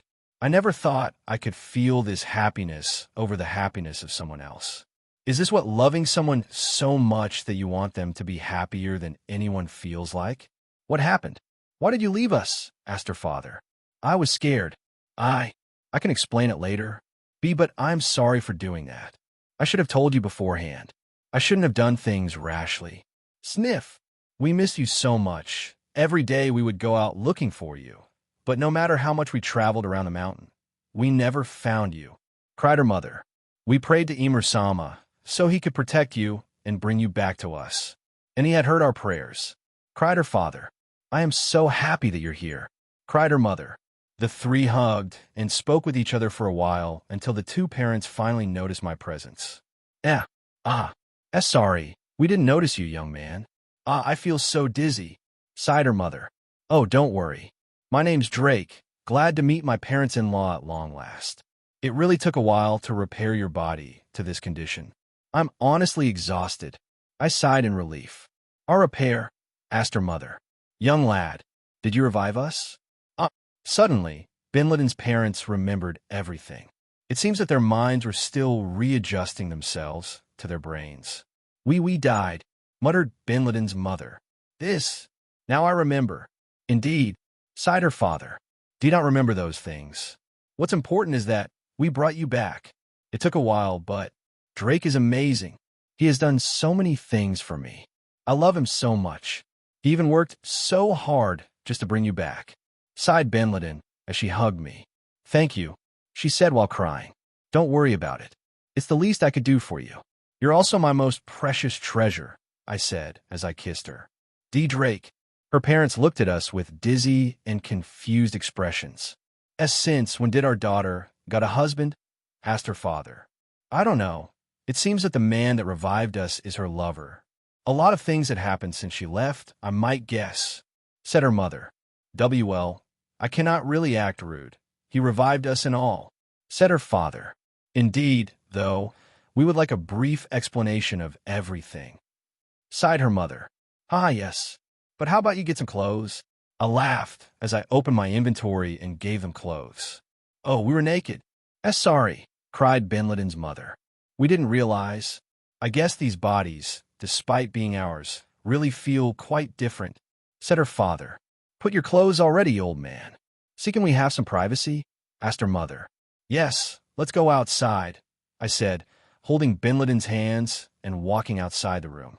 Ben Laden hugged me tightly as she rested her head over my chest. Thank you. Thank you for everything. She sighed. I smiled warmly as I began to caress her long and silvery white hair. Her beautiful yellow gold eyes glanced at me lovingly as I cleaned the little tears left. It's fine. You've already thanked me. It is not as if I truly revived them. I cannot do that yet. They've become something like undead. I sighed. That doesn't matter. I saw them move and all, and they're here, conscious, speaking with me. Their bodies seem alive. What else would I want? You did such an amazing work.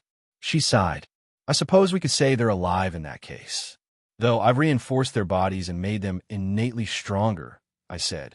Asked Ben Laden in surprise. Sorry, I should have told you beforehand. I reinforced their bones using my magic ice until they became incredibly sturdy. I also melted my scales and reinforced each bone as well. After that, I infused my own blood into their recovered flesh, which also came mixed with mana core dust to enhance their magic capabilities and mana capacity. Afterward, I added several mana cores into their bodies. There's one in each limb, which will enhance their mana and magic capacity even more. And lastly, I enhanced their skin and the rest of the body with many runes so they could be at top condition. I said, why you did all of that in these 4 days? She asked. Yeah, well, I slowly prepared things up, but it all worked nicely. Are you not angry for doing that to the bodies of your parents? I think I could restore them back to it. I said, no, of course not. That's incredible. This way they could be stronger from the get-go and grow even stronger at our side. I won't let them die anymore, said Ben Laden with conviction in her voice. She wasn't the same girl I met back then. She had definitely grown stronger both in power and in her mind. She also seemed more mature, and something was enchanting on it. Yeah, we'll make them train and get stronger. Though, for now, why we don't give them something to eat? I asked. Sure, let's eat something all 4 of us. After reviving them, we invited Ben Laden's parents to eat something with us. It was pretty late already, so most of the people inside of Fuyu were sleeping. However, they were able to meet with Dragan. The old grandma couldn't believe her eyes as she saw them back to life. Benla, Ladan, why you two are back? Is it you, Dragan? Wondered Ben Laden's mother, whose name was Benla. Why, it's me, cried Dragan as she rushed to greet them. I am glad that you managed to survive. Drake and Ben Laden told us that some of the kids survived as well alongside you, said Ladan. Yeah, that's right. It was such a tragedy. But what's important is the present. How did you come back? Asked Dragan. Well, I did it, I said. You can revive people now. Can't you revive the village? Asked Dragan. No, I can't. Ben Laden's parents were a special case. They stuck to her all this time, so I was able to wait until I could reconstruct their bodies and then insert their souls inside. The rest of the people, I saw all of their souls fade away. They seem to have gone back to the transmigration cycle. I said, I see. Sighed Dragan. Yeah, things are like that. I cannot do everything. I said, well, I'm glad that they went in peace, said Dragan. Now let's go eat something. Are you guys hungry? Asked Ben Laden. I sort of have some hunger. My stomach feels empty, but I don't feel it rumbling, said Ladan. Me too, but I would love something warm. And this place, is this your home? Wondered Benla. We ended giving them a small trip around the first floors of Fuyu, as I explained how I created her, and Fuyu herself presented to them as well, surprising them. Well, what surprised them the most was seeing that we were several kilometers atop the skies, In fact, to hide from any strong being in the sect, we ended going above the clouds. This is crazier than I thought. Are you sure we are not dreaming all of this? Wondered Benla. Nope, it's all real. Drake is really amazing, said Benladin. You're like a god, son, said Ladan, growing admiration for me. A god? No, I'm only rank 3, I said. But what kind of normal person, even at rank 3, will be able to do this? Wondered Ladan. Haha, relax. It took a lot of time to do all of this, and we are still increasing the size.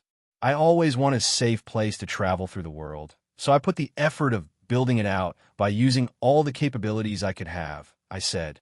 It is certainly quite amazing, said Benla. Well, you're a great man.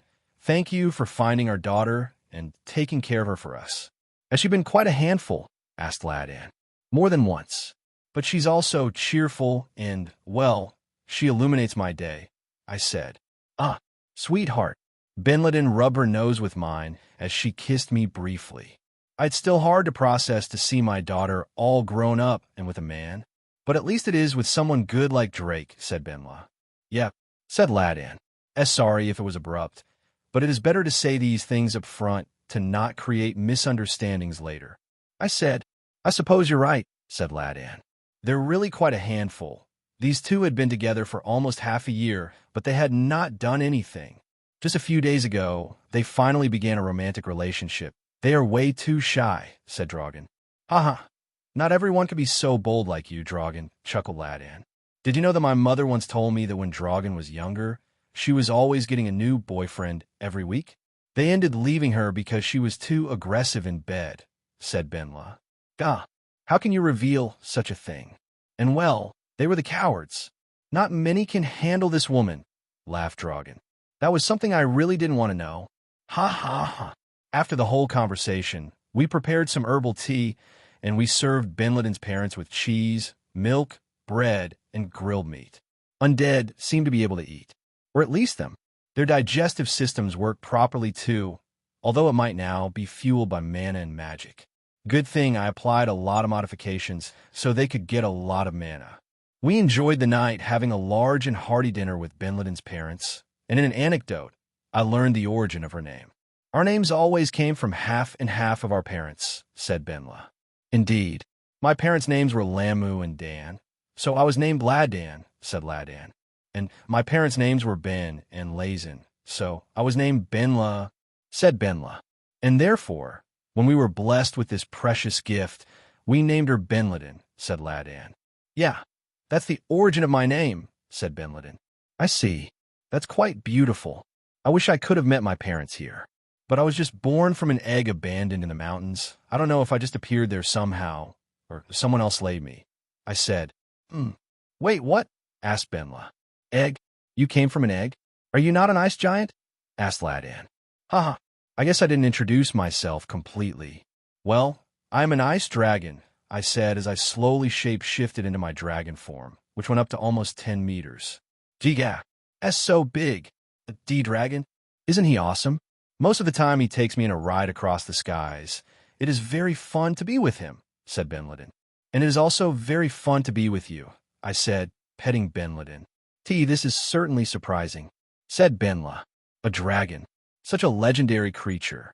I guess it makes sense now why you're capable of doing so many incredible things, said Ladan.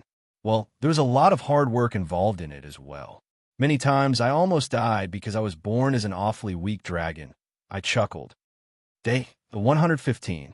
Yesterday, a lot of things happened, so we went to sleep pretty late, but we managed to get a nice sleep nonetheless, although I woke up quite late. Benladin was, as always, very stuck to my body, tightly grasping it. Her powerful muscular strength was able to grasp me with ease and not let me go. She woke up almost at the same time as I did, and she looked at me with sleepy eyes. Hi, she said. Hello, how did you sleep? I asked. Good. With you at my side, I will always sleep good, said Benladin. That's good to hear. You're looking as cute as always, I said. Benladin chuckled cutely as I praised her cuteness, approaching her beautiful lips to mine and kissing me. Mwah, I love you, she said. I love you too, I said as Benladin got over me and didn't let me go. She began kissing me more passionately and kissing my neck and chest. I suppose it could be said that she liked to dominate me a bit. Not like I do mind being dominated by such a beauty. Huh. I love kissing you, she said. I love kissing you as well, I said as we continued to lovingly hug and kiss each other for a bit of a while. At some point, I sneaked my hands into her bottom and started to touch her butt cheeks. And by everything glorious, they were godly. Why you like to touch it there? She asked shyly. I am afraid that I do, I said. Foo-foo. She laughed mischievously. Binladin let me grasp her, but for a bit more, my boner was growing big by the second, but I was managing to conceal it beneath my clothes. However, things ended quickly before anything could happen, and I calmed down my own body after a bit. Let's go take a shower, she said, jumping out of the bed. We took a quick shower together, and then we went to have breakfast. Now things were different. Binladin's parents were here. Dear, good morning, said Binla. Binladin's mother was actually an incredibly beautiful woman. Her body was just as beautiful as her daughter's, too. Ladin really got as lucky as I did with Binladin. Good morning, Bin-chan, said her father. Binladin went to hug her parents and kissed them on the cheeks as they greeted me as well. Good morning, Drake. I hope you didn't do anything to our daughter this night, said Ladin. That came out of nowhere, I said. Don't be disrespectful with Drake, roared Benla, as she smacked her husband in the head. Wag. Sorry, It is hard to imagine my little girl with a man, sighed Ladin. Don't worry, we haven't done anything of that sort, I said, as I went to serve myself some tea. Yet, said Binladin with a cute smile, although her father almost had a heart attack. If she said, yet, it most likely means she has it planned at some point. Oh boy, it is quite hard to adapt myself to this, sighed the man. You should be happy that we're going to get grandkids soon, idiot, said Benla. All right. I didn't think about that. Ooh, I see. Actually, now that I think about it. Yeah, Drake, you better bring an army of grandkids, said Ladin. Can you be less of shameless old man? I sighed. He was pissing me a bit. I guess I cannot get along that well with everyone. Binladin didn't get angry, but just laughed as she walked at my side. She seemed to have also gotten a bit angry at her father, so getting called out made her laugh. The ice giant kids and the other people that lived inside of here were all able to greet Binladin's parents. Alongside that, Gaston and his family also presented themselves to the two new members, and Gaston quickly found a friend in Ladin, and so did Dreegen with Benla. Flair and Marin began to call them grandpas, as the other kids presented themselves.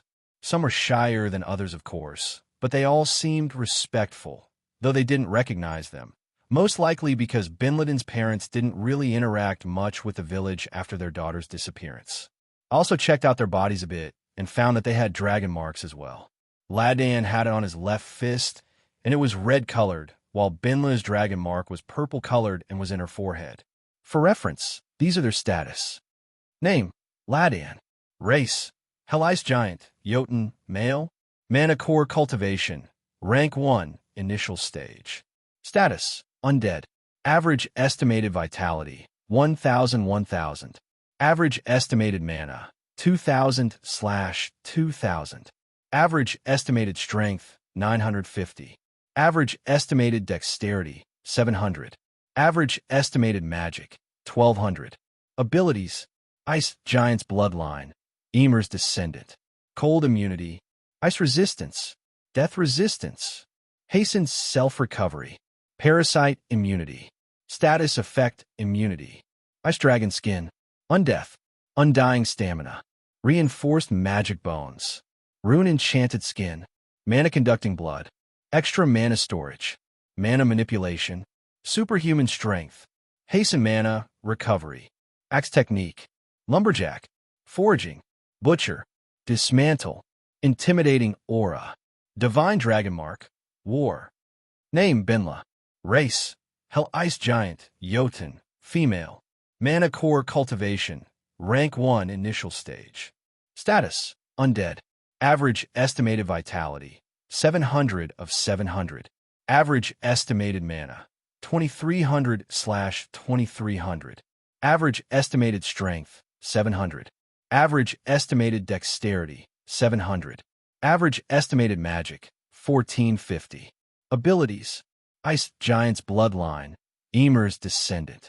Cold Immunity, Ice Resistance, Death Resistance, Hastens Self-Recovery, Parasite Immunity, Status Effect Immunity. Ice Dragon Skin, Undeath, Undying Stamina, Reinforced Magic Bones, Rune Enchanted Skin, Mana Conducting Blood, Extra Mana Storage, Mana Manipulation, Superhuman Strength, Hasten Mana Recovery, Cooking, Housewife Chef, Butcher, Housework, Lovemaking, Huntress, Archery, Knife Technique, Throwing Technique, Ice Magic, Intimidating Aura, Divine Dragon Mark, Poison. Both had grown stronger. I think they are stronger than when they were alive. Their dragon marks are War and Poison. War seems to enhance the physical power of Ladan, while Poison grants Benla the ability to enhance her attacks, such as weapon techniques and magic, with deadly poison. Very interesting and lethal. Also, for some reason, Benla has the lovemaking skill, which I read appeared when the user was very good at, well, doing on the bed. Did she devour her husband every night? I wonder. Maybe women being dominant comes in the family. After seeing Binladen's parent status, we decided to do some training with them. The Ice Elf and the Rabbitkin leaders, Tisha and Pokora, wanted to join us in the training and exercise too, as they had met with the two new members of our group and were eager to sharpen their strength, as they said they were very rusty. The first fight was between physical fighters. Tisha and Ladan decided to wrestle it out as they seemed to be in a similar power level. Well, Tisha had bigger stats, but she was weakened and rusty, so they were kind of similar now. "Go easy on me," said Ladan while nodding respectfully. He was around 1 meter taller than Tisha, but Tisha smiled confidently before the giant's height. "Don't count me on that," laughed Tisha. Despite having lost an arm, she was good with the sword with just the arm she had. However, I had taken the time to create her a new prosthetic arm made of ice magic and other materials which I had mined back then. The thing was infused with an ant-sized split of my soul, enough to make it capable of moving by Tisha's command when I connected it to her soul. She got used to it pretty quickly. I was surprised that Ladan started with a charge right away while raising his new axe, which I gifted to him as he clashed against Tisha's blade, which I had also gifted to her the other day when I distributed new equipment. Clash. Ladan's enormous axe clashed against Tisha's blade, as Ladan was clearly abusing his height to gain an easy advantage against Tisha. Tisha, however, smiled like a battle-drive maniac as she leaped back, let the axe of Ladan hit the ground, and then jumped over his arm, rushed through it and reached his shoulder, and hit him with everything she had with a powerful blade technique named Aura Blade, which is a high-level technique that used a large amount of mana to generate a slashing attack of pure energy. Slayash. Oh, Ladan was surprised, as he was thrown away right away. However, his armor and the strengthened skin I had given to him was enough for him to only result in scratches. Was she a bit too rash there? Sighed Binladen. Don't worry, the armor and the reinforced skin of your father should be enough. Look, his skin is barely scratched, I said. Oh, it's true, said Binladen. And look how your father's enjoying it. It seems that he's an innate warrior, I said. Fufu, Ladan was a good guard on his prime, and he was still a very decent hunter. He took down ice bears with his group, so he knew how to fight powerful monsters. For our marriage, he gifted me 3 ice bears. I accepted happily afterward, said Benla. It seems that within the tribe, to marry, the husband gifts the wife with an offering. The bigger and better it is, the more chances they have of being accepted. I guess this offering showcases how strong the man is if he's capable of taking down ice bears. Benla did say there were another 2 guys that also wanted her hand, although she had developed her relationship better with Ladan and loved him, so she chose him. Quite an interesting culture. Will Benladen ask me for an offering before marrying? Clash. Anyways, the fight continued without waiting for my new concerns to fade, as Ladan clashed against Tisha's blade and suddenly moved it to the side, using his fist to hit her stomach. Crash. Ha. Tisha took the hit as she laughed. She had already drunk my blood, So she also had the ice dragon skin ability and was naturally more sturdy. Nonetheless, her body was still smaller compared to an ice giant, even if it was packed with beautiful muscles. She was thrown like a rag doll into the air, but she suddenly enhanced her blade with her mana and released 3 slashes using Aura Blade. Ladan barely defended, intercepting one with his axe, but the other 2 hit him directly in the chest, throwing him into the ground. Boom! Umph! Tisha smiled devilishly as she fell over Ladan, hitting his stomach once more, like a meteor falling from the sky. Kleanash! Wag! Gragra! Suddenly, Ladan got angry and probably didn't want to be ridiculed in front of his wife. So suddenly, the power within the dragon mark awakened, filling his fists with the power of war attribute, as a red-colored aura emerged and enhanced his muscles, made his blood flow faster, and made him even agile. Raya! Ladan suddenly stood up and kicked Tisha, throwing her to the side as he picked up his axe. Huh! Clash! Tisha barely evaded as she nimbly evaded, jumping over Ladan's arm, only to be punched to the side by his incredibly fast fist. Boom! Ung! Why you got faster out of the sudden? Laughed Tisha as her body suddenly reacted by itself, and her dragon mark activated. It was a shadow dragon mark. Flayash! Suddenly, several whips made of shadows came out of her hands, as she entangled Ladan's arms with them and moved him to the side. Ung! What a tricky power, said Ladan, as he used brute force to break through the shadow whips that her new dragon mark allowed her to create by manipulating her own shadows and adding mana to it to create this spell-like attack. However, Tisha smiled as she generated an ice ball and hit Ladan's forehead directly. Clash! Yuck! Indeed, she was going all out and didn't care about being tricky or playing nasty, I see. However, Ladan reinforced his muscles by using the last bit of mana flowing from his body and grasped Tisha's shadow whip, moving it with her and then throwing her into the ground with a very loud clashing sound. Clash! Unguy! Tisha was left defeated in the shattered ground, as Ladan was gasping for air. It was a good fight. You win, Ice Giant, laughed Tisha. You're pretty good, said Ladan. That's my honey, said Benla. After the battle between Tisha and Ladan, Benladin's mother wanted to try out her strength as well, so she quickly decided to fight against the very small rabbit-kin Pecora. Their size difference was big. Benla's size was a bit over 3 meters, and Pecora was, well, I think she was around 1.30 to 40 centimeters. So the difference in size was incredibly big. However, despite that, Benla wasn't good at physical combat, as she was a proficient archer and mage. She was pretty good at ice magic, apparently, and thanks to her new body as a Hell Ice Giant, she gained better stats. Coupled with the dragon mark of poison, her ice magic was deadly, though she said she wouldn't use poison because that could kill Pecora if she wasn't prepared. Pecora was a proficient shaman and druid. She was good at using life magic. Life magic is more complex than just healing, and it can also be used for the manipulation of plants, the enhancement of a person's body and capabilities, and many other things. Additionally, it was said by Tisha that Pecora was able to summon life spirits as a shaman. I checked her stats, and she had an ability named Shaman, Elemental Spirit Summon, and even Elemental Spirit Enhancement, which she seems to have developed innately as a talent. I had already said that in this world, although there was no system, people could develop abilities aside from just normal magic, such as weapon techniques and the like. These abilities, although related to magic, were pretty different. But maybe high-ranked magus would be able to also summon spirits if they're strong enough. But the thing is, she was born with this talent. There were several others amongst the rabbit-kin that had similar abilities, such as shaman or druid. Some had wood magic, or even elemental spirit summon too.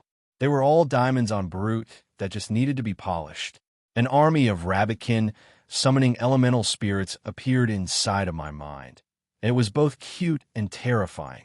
It was also explained to me by Tisha and Pecora some time ago that beastkin had special magic and abilities.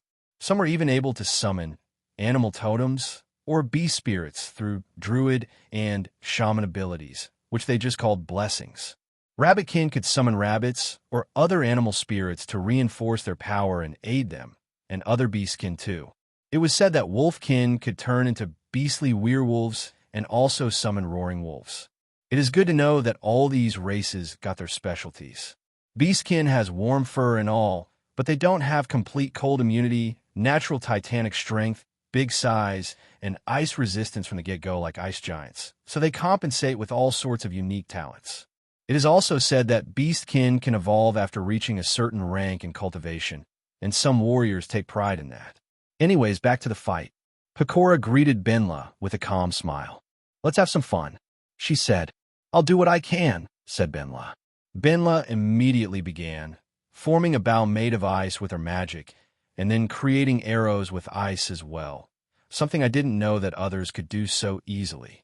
She must be very proficient in magic despite her originally low rank at the initial stage. Flash! The arrows rushed towards Pecora. If she gets hit once, I don't think she could continue fighting. Clash! Pecora, however, used her powerful legs to leap upwards as she waved her staff. Several lights that resembled butterflies and leaves began to emerge around her body, forming runes. She was doing an incantation that only lasted half a second. Life Spirit Summon, Fiery Sunflower. Flash! Suddenly, the light gathered above her as a small sunflower appeared. It had two tiny, green-colored eyes that looked cutely at Benla. Wow, this is actually cool as fuck. Bah! The little sunflower said a few words as it suddenly gathered a lot of energy from the environment and... Flaois! What? Boom! Benla was surprised by lowering her guard before a tiny sunflower, but the spirit actually fired a blazing ray of burning light towards her. Benla received the hit mildly, as she protected herself by a wall of ice. Pecorina fell over the ground as she began leaping around with the sunflower over her head. Hee! Did you lower your guard because I am small? We, druids and shamans, are mighty when we are given the chance of summoning our spirits. I used to hunt ice bears every day. Do you know how I caught them? By grilling them alive. Pecora shocked Benla and everyone else, even me. She was quite devilish. Is that so? Flash! Benla summoned several arrows made of ice and fired them at Pecora in quick succession, falling around her as Pecora began to charge her sunflower while evading and leaping around. Her agility was amazing. Apparently, she was enhancing her body agility with another life attribute spell, and she was evading everything with incredible precision. Boom! The sunflower released another blast of burning light. This time, Benla evaded in time, but the explosion left a big crater in the battlefield, which was inside of Fuyu. I had made it with a lot of ice, so it should take some time for her to melt the stage completely. A lot of vapor emerged across the battlefield, but Benla didn't give up, rushing around the mist and using an ice spell to enhance her stealth. Flash! Pecora was surprised as my mother-in-law emerged right behind her. Her fists were covered in ice. I said I was a mage, but I didn't say I won't abuse my strength. Clash! Pecora was thrown into the skies as she ended receiving part of the hit. Although she protected herself with another spirit, she summoned that resembled a dandelion, which expanded into fluffy, wool-like material. Boom! The dandelion spirit disappeared the moment it took the hit, but the sunflower was still atop of Pecora's head. Damn, that's an ice giant strength for ya, said Pecora. Pecora showcased amazing strength, but Benla was pretty resilient herself as well. What I wondered was how much mana did spirits cost to maintain? According to what she had said, spirits absorb mana from the environment, so they only cost a bit of mana per minute to maintain. This way, Pecora, who is at a decent stage, can use a bunch in fights, said Tisha. You fought her before? I asked. Yeah, I've won only 4 times from the 10 times we fought. We know each other before being caught and enslaved and all of that, you know? Our tribes used to do competitions and tournaments because we lived next to each other. We also traded and all, although we had now decided to live at your side, Master. We would like to one day go back to them and meet them again, sighed Tisha. Sure thing. I'm not even forcing you to stay with me. You can go whenever you grow strong enough. I said. You're way too humble, but you've saved the life of me and my people. I am too grateful to leave your side, my lord, said Tisha. Tisha, that's nice, said Benladin, crossing her arms and getting in between me and the ice elf. Did she get jealous? Geez, I told her I only had eyes for her. Does she have to get like this now? Well, I can't help but find her cute when she gets jealous, though. The fight continued as Pecora blocked the powerful fist attack from Benla by summoning a very fluffy dandelion flower summon. She has a sunflower and a dandelion. The sunflower can gather mana in the environment and fire a blast of burning light. Meanwhile, the dandelion can expand its fluffy exterior and block a strong physical attack in exchange for its life. Pecora got both offense and defense covered up by just spirits, and she can both heal and enhance her body speed and agility using life attribute spells. She's strong, I have to admit it. It is also interesting how she can emulate the fire and light attribute through the sunflower spirit. It seems that spirits can let someone use more magic elements than the ones they were born with. The battle continued as Pecora leaped to her back and then upwards, readying another blast of her sunflower. Benla generated a large icicle spear and fired it at Pecora. It was incredibly fast, and Pecora had to evade while being in midair, using her life attribute magic to generate a vine that hit her from behind, moving her in midair. You're a bit impatient, said Pecora, firing her blast of light from the sunflower. Benla jumped away as the blast began to follow her like a laser this time around. Bruulum. Benla gritted her teeth as she realized that Pecora might be a big above her league here. But she didn't give up. She gritted her teeth as she glanced at the rabbitkin, using the force of the vines to pretty much kick the air as she gathered the last of her mana and fired an arrow towards her. Pecora easily detected it and sued the vines to destroy the arrow. Clash. Not bad, but you need a lot of practice, eh? Pecora noticed that the vine was suddenly frozen the moment it destroyed the arrow. I glanced at it, and it was inflicted with the freeze status effect. Can Benla conjure attacks that can instantly freeze a target? That's quite amazing, isn't it? Amazing. So you can do as much. However, it wasn't over. Pecora noticed a large cloud of purple-colored smoke that had come out when the arrow exploded. It was poison. Poison? Pecora felt intoxicated right away as she leaped away from the cloud, only to find that her sunflower began to wither and died quickly. It targeted my sunflower. Antidote. Pecora healed herself with the antidote spell, although the poison was still weakening her. It was a special poison that somehow affected the body locomotion and also was deadly against plants. It seems that Benla utilized her dragon mark despite having said she wouldn't. Well, it doesn't matter. Pecora was way too strong, so I can understand she went back on her words. But what surprised me the most was that she was able to generate a special poison and edit it. That's way more amazing than dragon marks can do. Wait, perhaps dragon marks are way more than just a little effect. Maybe they can even give a new element of magic. And because Benla was desperate and good at magic from the beginning, she managed to awaken a new poison spell through the element given to her by the dragon mark. Well, that opens a whole new amount of possibilities. The power of the poison was even more devastating to plants than my plant killer death attribute magic spell. It was very surprising. Pecora lost her balance as she fell over the ground, feeling surprised. Why, you're a poison attribute mage? She asked. Not really. This is a power that Drake gifted to me. Don't you have one too? Asked Benla. A dragon mark? Yeah, but I can't figure out what it can do. Anyways, I lost, sighed Pecora, feeling that her muscles got tired out of the toxin within the poison that weakened muscles and made them tense up. Maybe if she were stronger physically, like Ladan, she would be able to fight it off, but for her who specialized in magic, her body was too weak to fight this off without constantly bathing herself in spells such as antidote, but that would waste away all her mana. Well, she was doing anyway. Sorry about that. I had promised not to use the poison on Drake, but you were way stronger than I expected.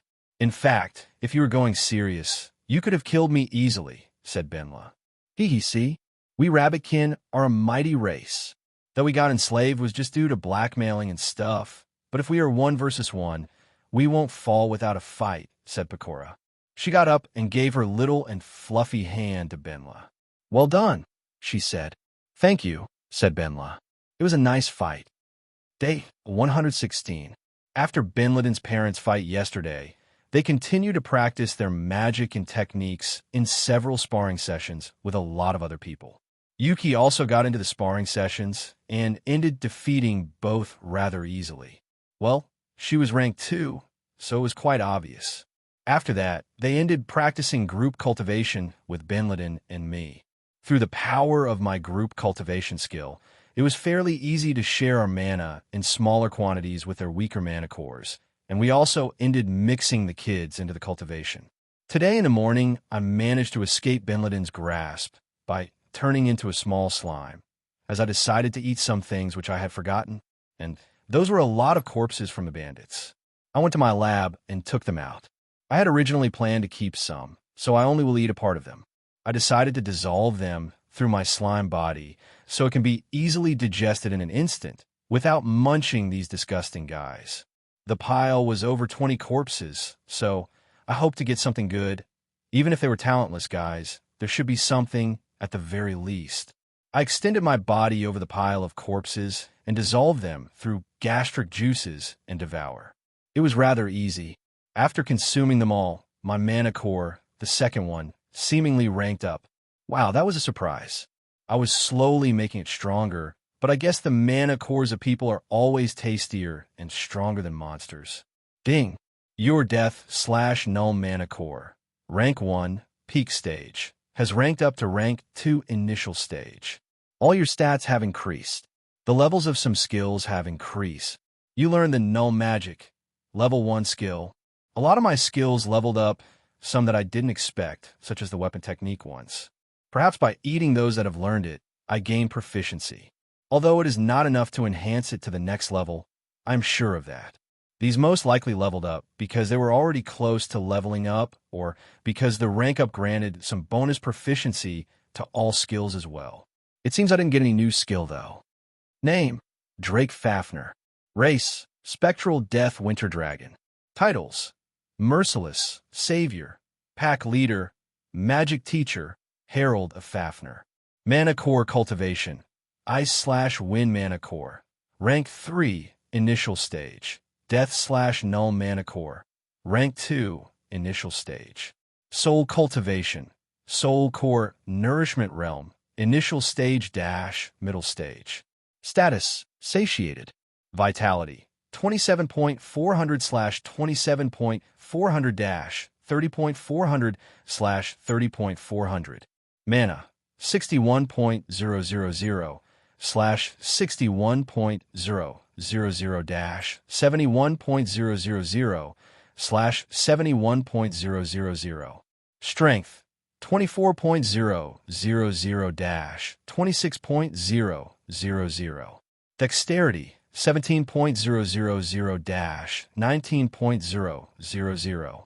Magic: 51.000-61.000. Unique abilities. Unique skill: Immortal Body. Unique skill: Winter Magic. Unique skill: System. Unique skill: Ice Absorption. Unique skill: God Sealed. Magic: Storm Magic, level 5. Death Magic, level 6. Null Magic, level 1. My stats increased quite a lot. Having a second mana core feels like a cheat. My mana increased a lot.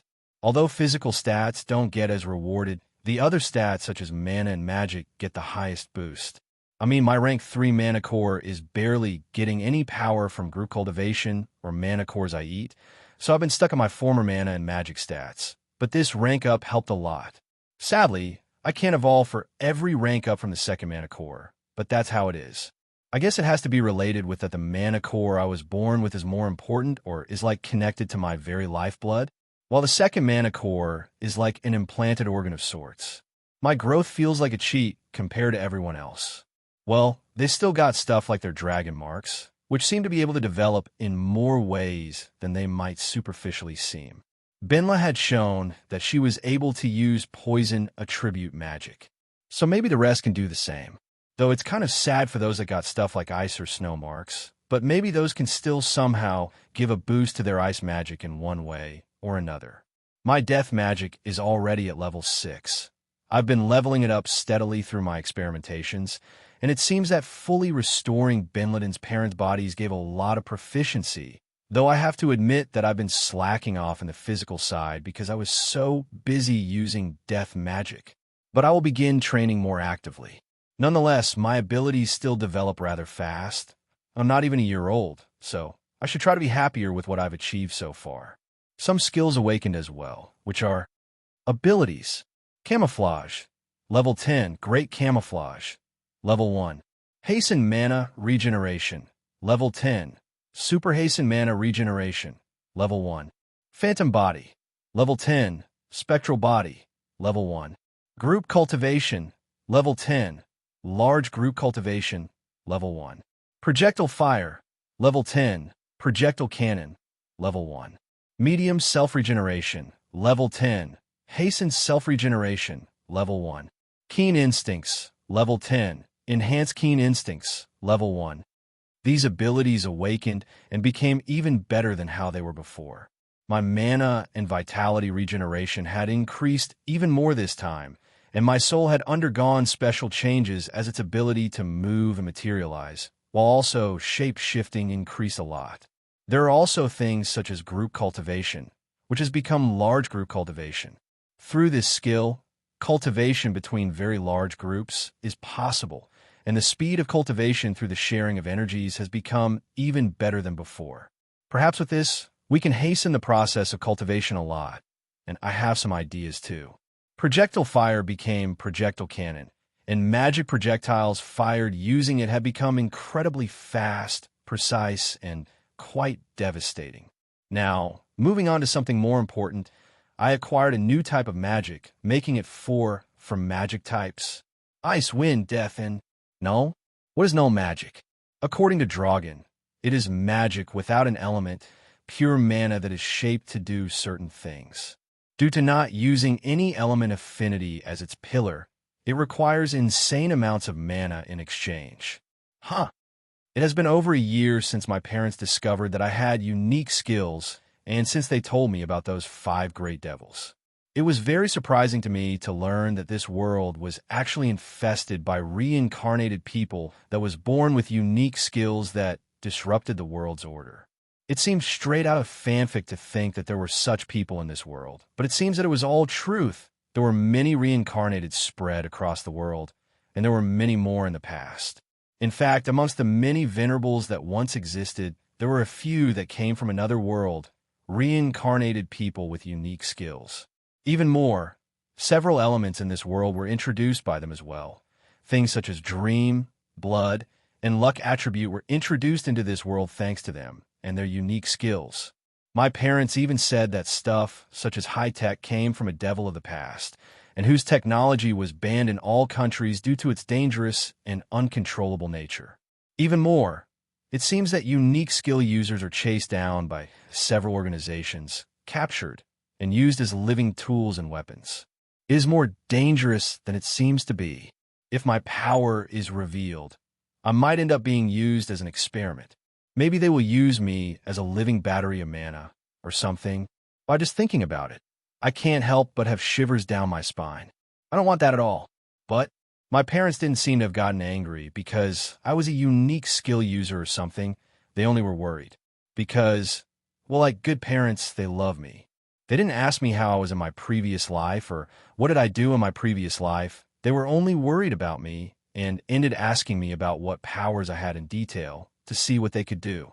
I had answered them thoroughly. There was no point in hiding this from the 2 most important people in my life as of now. They were shocked when they realized I had endless mana as one of my unique skills. The others were also interesting, although through what seemed to be a unique skill compendium, they were able to see that continuous casting and main character in the compendium. It seems that a few unique skill users that have been registered in the compendium had such skills. It wasn't as rare. What I found out was that continuous casting aids someone to use magic without having to conjure it through words by merely willing it, and without any extra mana cost either. Additionally, spells can be conjured continuously without any delay, or many at the same time too.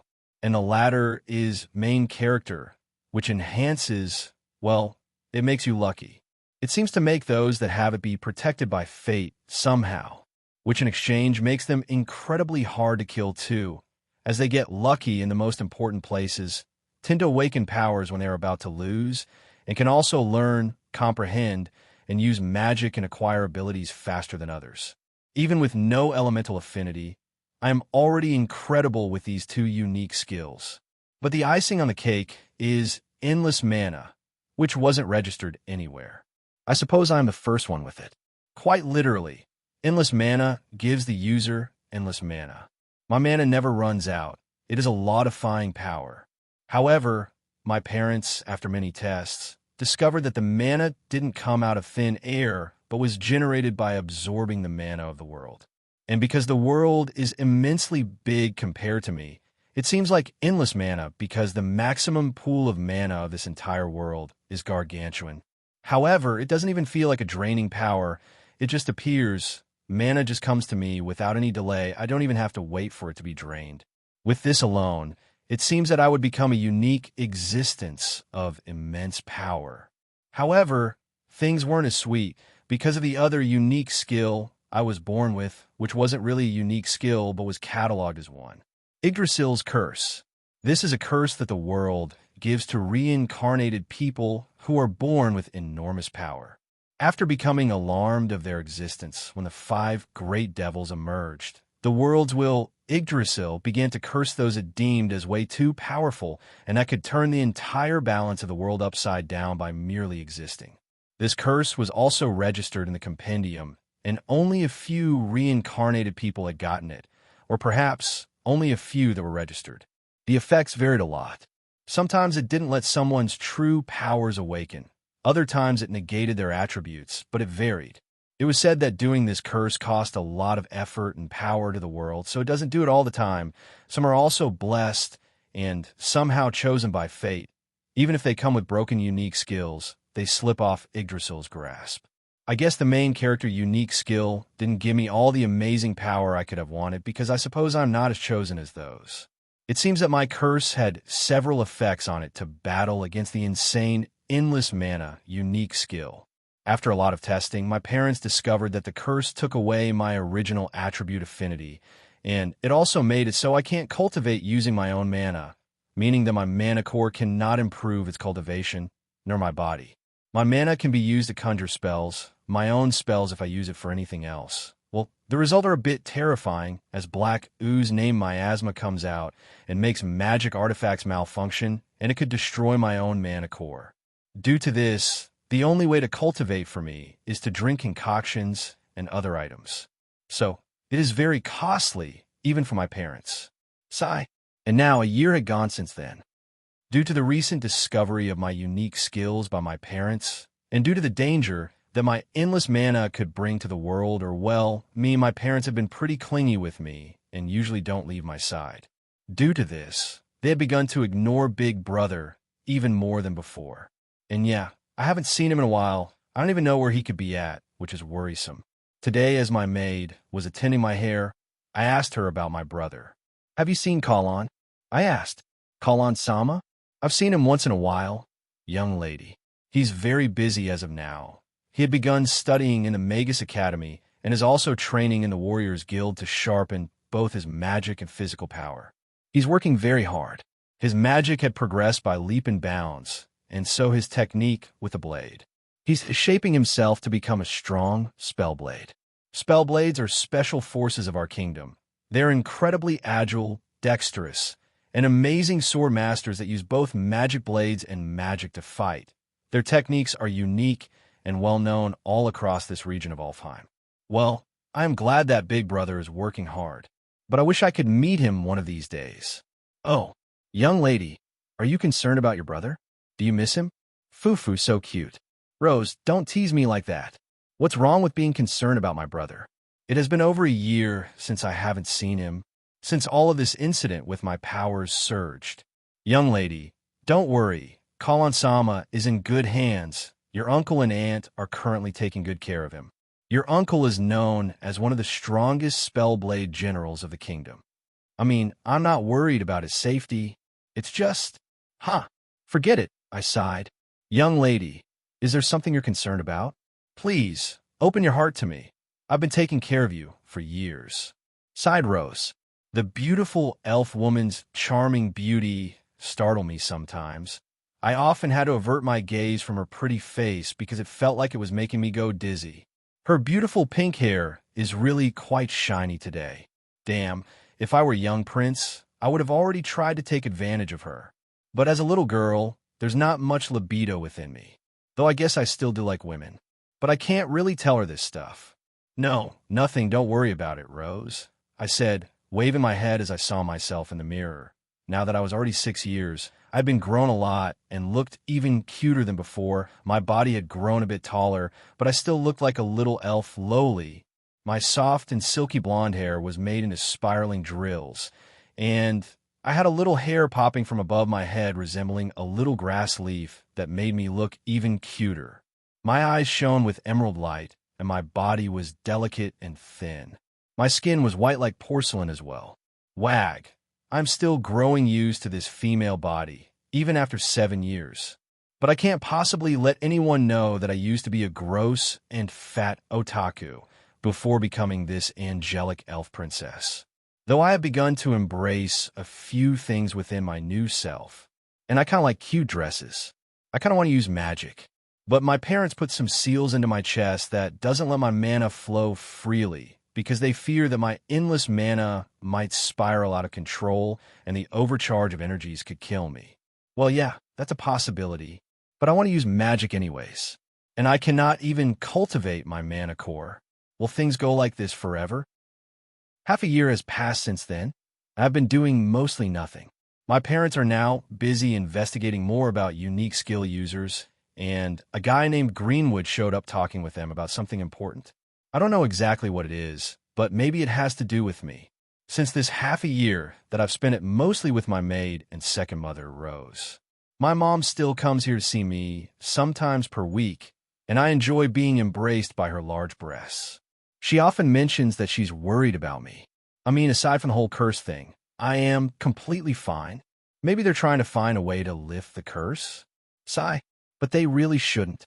I will be fine. I can just use what I have. Even with shitty no-attribute magic, almost zero magic damage with a rank 1 mana core. As long as I have infinite fuel and endless mana and amazing use of magic through continuous casting, I should be able to fire shotguns of no-attribute magic. But they don't let me use it because they fear the endless mana might make my body be overwhelmed, which would end up killing me. That's quite a possibility. But if I was born just fine, this means that my body is perhaps already adapted to it, or something. And what about my mana core? It should be used to it too, right?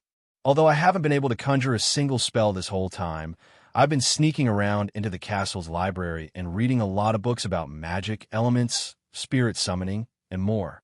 I found only 3 books about no-attribute magic, and they seemed interesting.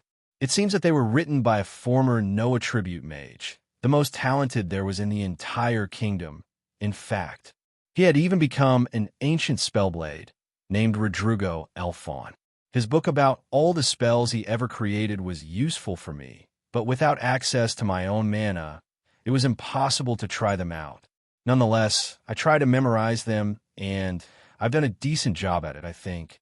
Today, as I was invited to a dinner, I managed to meet this mysterious elf, Lord Greenwood. Since the dinner started, that he had been looking at me with squinting eyes and a confident and calm smile. He's not as handsome as my father, but he got some elven charm on him. My parents said that he was a knowledgeable researcher, librarian, and sorcerer that has lived for many years. He was the major researcher of unique skill users in the entire of Alfheim, and was well known amongst rulers of kingdoms and nations. This is her, Greenwood. Alma, this is Lord Greenwood, said my father. Hello, I said rather timidly. Something was frightening about this man's aura, his eyes, his expression. There was something deep within him that gave me the same chills that Ivan Weskier gave to me when I spoke to him. It was the feeling of someone completely different than you, someone whose mind, whose personality whose eccentric nature was on a whole different world. Can you even call these beings people anymore? I didn't know what Ivan Westgear truly was, but he was insane to the core. And this man in front of me, he looks just as insane deep down. I don't know how my parents cannot notice this. I fear that he might have done something to them. Or perhaps they could not simply see his true presence. Maybe one of my unique skills is letting me do this. But which one? Main character? Mom and Dad did say that the main character unique skill granted their users a premonition or as something that alerted them of danger or a dangerous individual, like a spider sense. Could it be that my own powers are alerting me of the dangerousness of this man? It is a pleasure to meet the young princess of the Oberon Kingdom. My name is Greenwood, but you can also call me Uncle if you so desire, Princess Alma, said Greenwood, with a gentle and pleasant smile. But I felt like a demon was talking to me. This guy is bad news. Oh, thanks. I will consider it. I said, ooh, she can talk so eloquently. And the look of her eyes. She's indeed a reincarnated person, said Greenwood. Does he know how we react? Is that so? Well, reincarnated or not, we still love our daughter for who she is now, said my father. Indeed, my daughter is still my daughter, said my mother. But of course, many of the parents of the unique skill users I've met had said the same, said Greenwood. I try to be bolder and ask what his intentions in this whole ordeal were, because it seems that they didn't want to reveal it. So, Uncle, why are you here? I asked. Alma, don't be so disrespectful, sighed my mother. No, it's fine. I am here to cure you. Alma, my dear, said Greenwood. Cure me of what? I am completely fine as I am, I said as I furrowed my eyebrows. Well, that isn't the truth. Due to your powers, you were cursed by Yggdrasil, isn't that right? Asked Greenwood. But that doesn't really pose a problem for my daily life. I think I can manage around it and be just fine. It will just take me some more time to grow stronger than the rest. I said, no, that's not right. Yggdrasil's curse is worse than you imagine, young princess, sighed Greenwood, pretending to be sorrowful. My disgust towards him only grew bigger by the second. What do you mean, Uncle? I asked. Yggdrasil curse is a powerful curse made by the world. Due to that, it's a curse seep into your very soul. It will slowly consume your soul, slowly, like a parasite. When you finally reach adulthood, your soul will be so weakened that you will grow sickly and might end up dying, said Greenwood. I didn't know that. Mom, Dad, was there anything like this in the Unique Skills Compendium? I asked. Well, yes, sighed my father. We couldn't tell you such a horrible thing, my dearie, sighed my mother. What? You gotta be kidding me. My soul is getting slowly eroded by this curse. Until I reach adulthood? And how long until then? I asked. Elves do mature slower, so perhaps that might aid you. It probably would take 10 years from now, said Greenwood. Only 10 years of life left? This is horrible. Why? Just when I was getting accustomed to everything? Well, 10 years is still a lot of time. So maybe I suddenly noticed that as I despaired, Greenwood looked at me with a pleasant smile, shade growing over his face as he looked creepier than before. His eyes gleamed as they looked at me as if I were a mere tool. But not only that, was there some enjoyment in my suffering? Damn bastard. Did he blackmail my parents by telling them this too?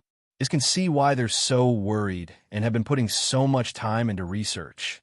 Every year that passes, I get closer and closer to death. Only 10 years from now. However, I could only ask one single thing. Is there something I can do? I asked. He only grew smugger. Indeed. I can help you, Alma. You.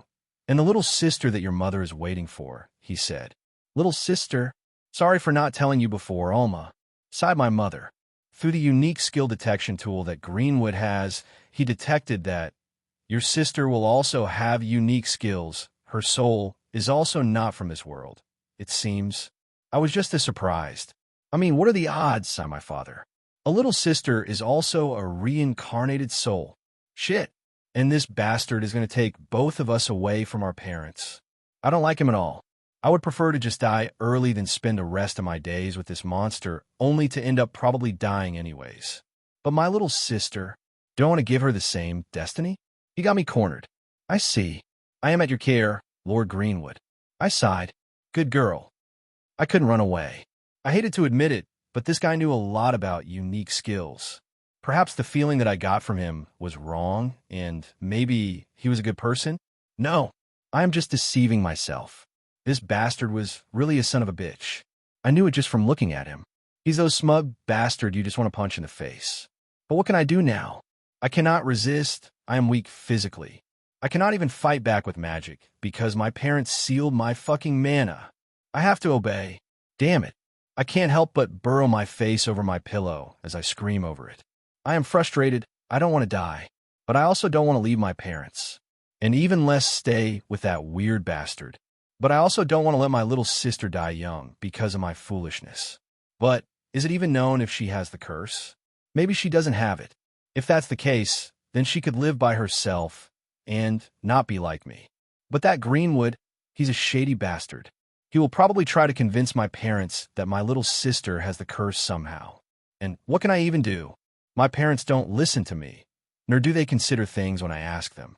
They say I'm still too young for talking with adults about adult stuff. So frustrating. What can I do? Nothing. Ugh. The next day, I woke up rather eagerly.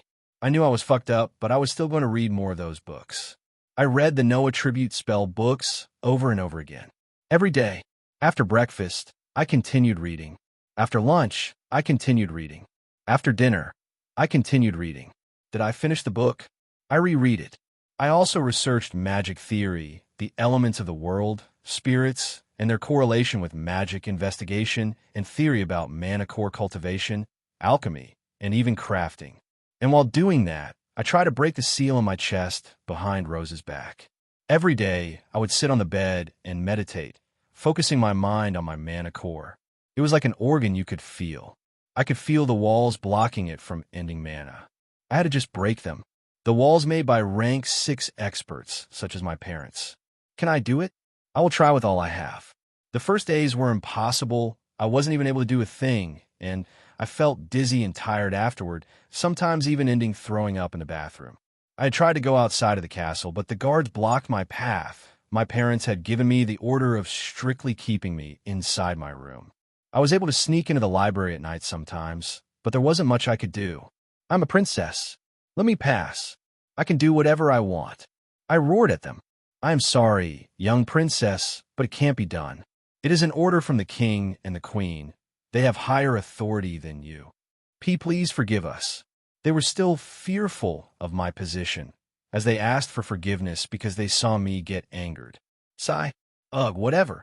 I had tried to convince multiple guards, but they never let me in.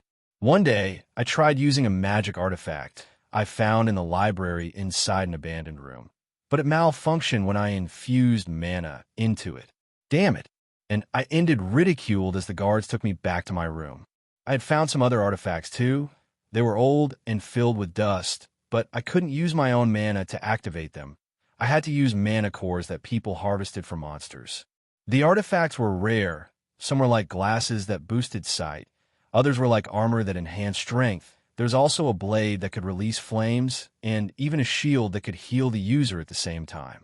They were relics of ancient times. Throw here, for whatever reason. Perhaps not even my parents knew about them because they barely visited the library to begin with. But I knew about them. Ugh. Although, I required mana cores to use them. And whenever they take me away, I will obviously not be able to bring them with me anyways. So in the end, it was all useless. Everything was useless. Well, I still tried. I acted cute, innocent, and playful with the guards, who were all grown men weak to cute girls such as me. G-Guard. I was wondering, what is a mana core? I want a shiny jewel to make an accessory for Mama. Do you have any? I asked with the cutest voice I could muster. My pride as a man was fading away with every second. The guards were easily baited by my cuteness. They got all red and saw me like a precious little angel. Princess Summa. Just a mana core? WL. I don't think she can use it if she doesn't have mana. Her mana is sealed, right? Yeah. Well, pretty please. The two guards looked at each other, and then one of them took a little purple jewel from their pocket. It seems that they carry them around quite easily. Here, but please don't use it for anything bad, all right? I hope you can make a cute accessory for your mother, Princess. Yoa. Thank you, guard. You're so nice and handsome, I said, as I grabbed the jewel and rushed away. The princess is so cute. She reminds me of my daughter. Success. With my new mana core, I quickly ran back to my room where I had one of the artifacts which I had sneaked into my room, a strange golden dagger with weird purple and blue color metallic material, and some jewels of the same color. I didn't even know what it was, but it could surely be strong, right? I looked inside of it and saw a pocket where you could insert a mana core. I put the core inside, and then... Flash. Author's note. Make sure to give her golden tickets and power stones for extra chapters per week. Hello, everyone. As we wrap up this video, I want to share a quick note. I have a Patreon account. If you'd like to support me and enjoy on-demand audiobooks, you can become a Patreon member. Alternatively, you can check out my Google Drive link, which has 500+ novel audiobooks available through my Ko-fi or Patreon shop. I appreciate your support.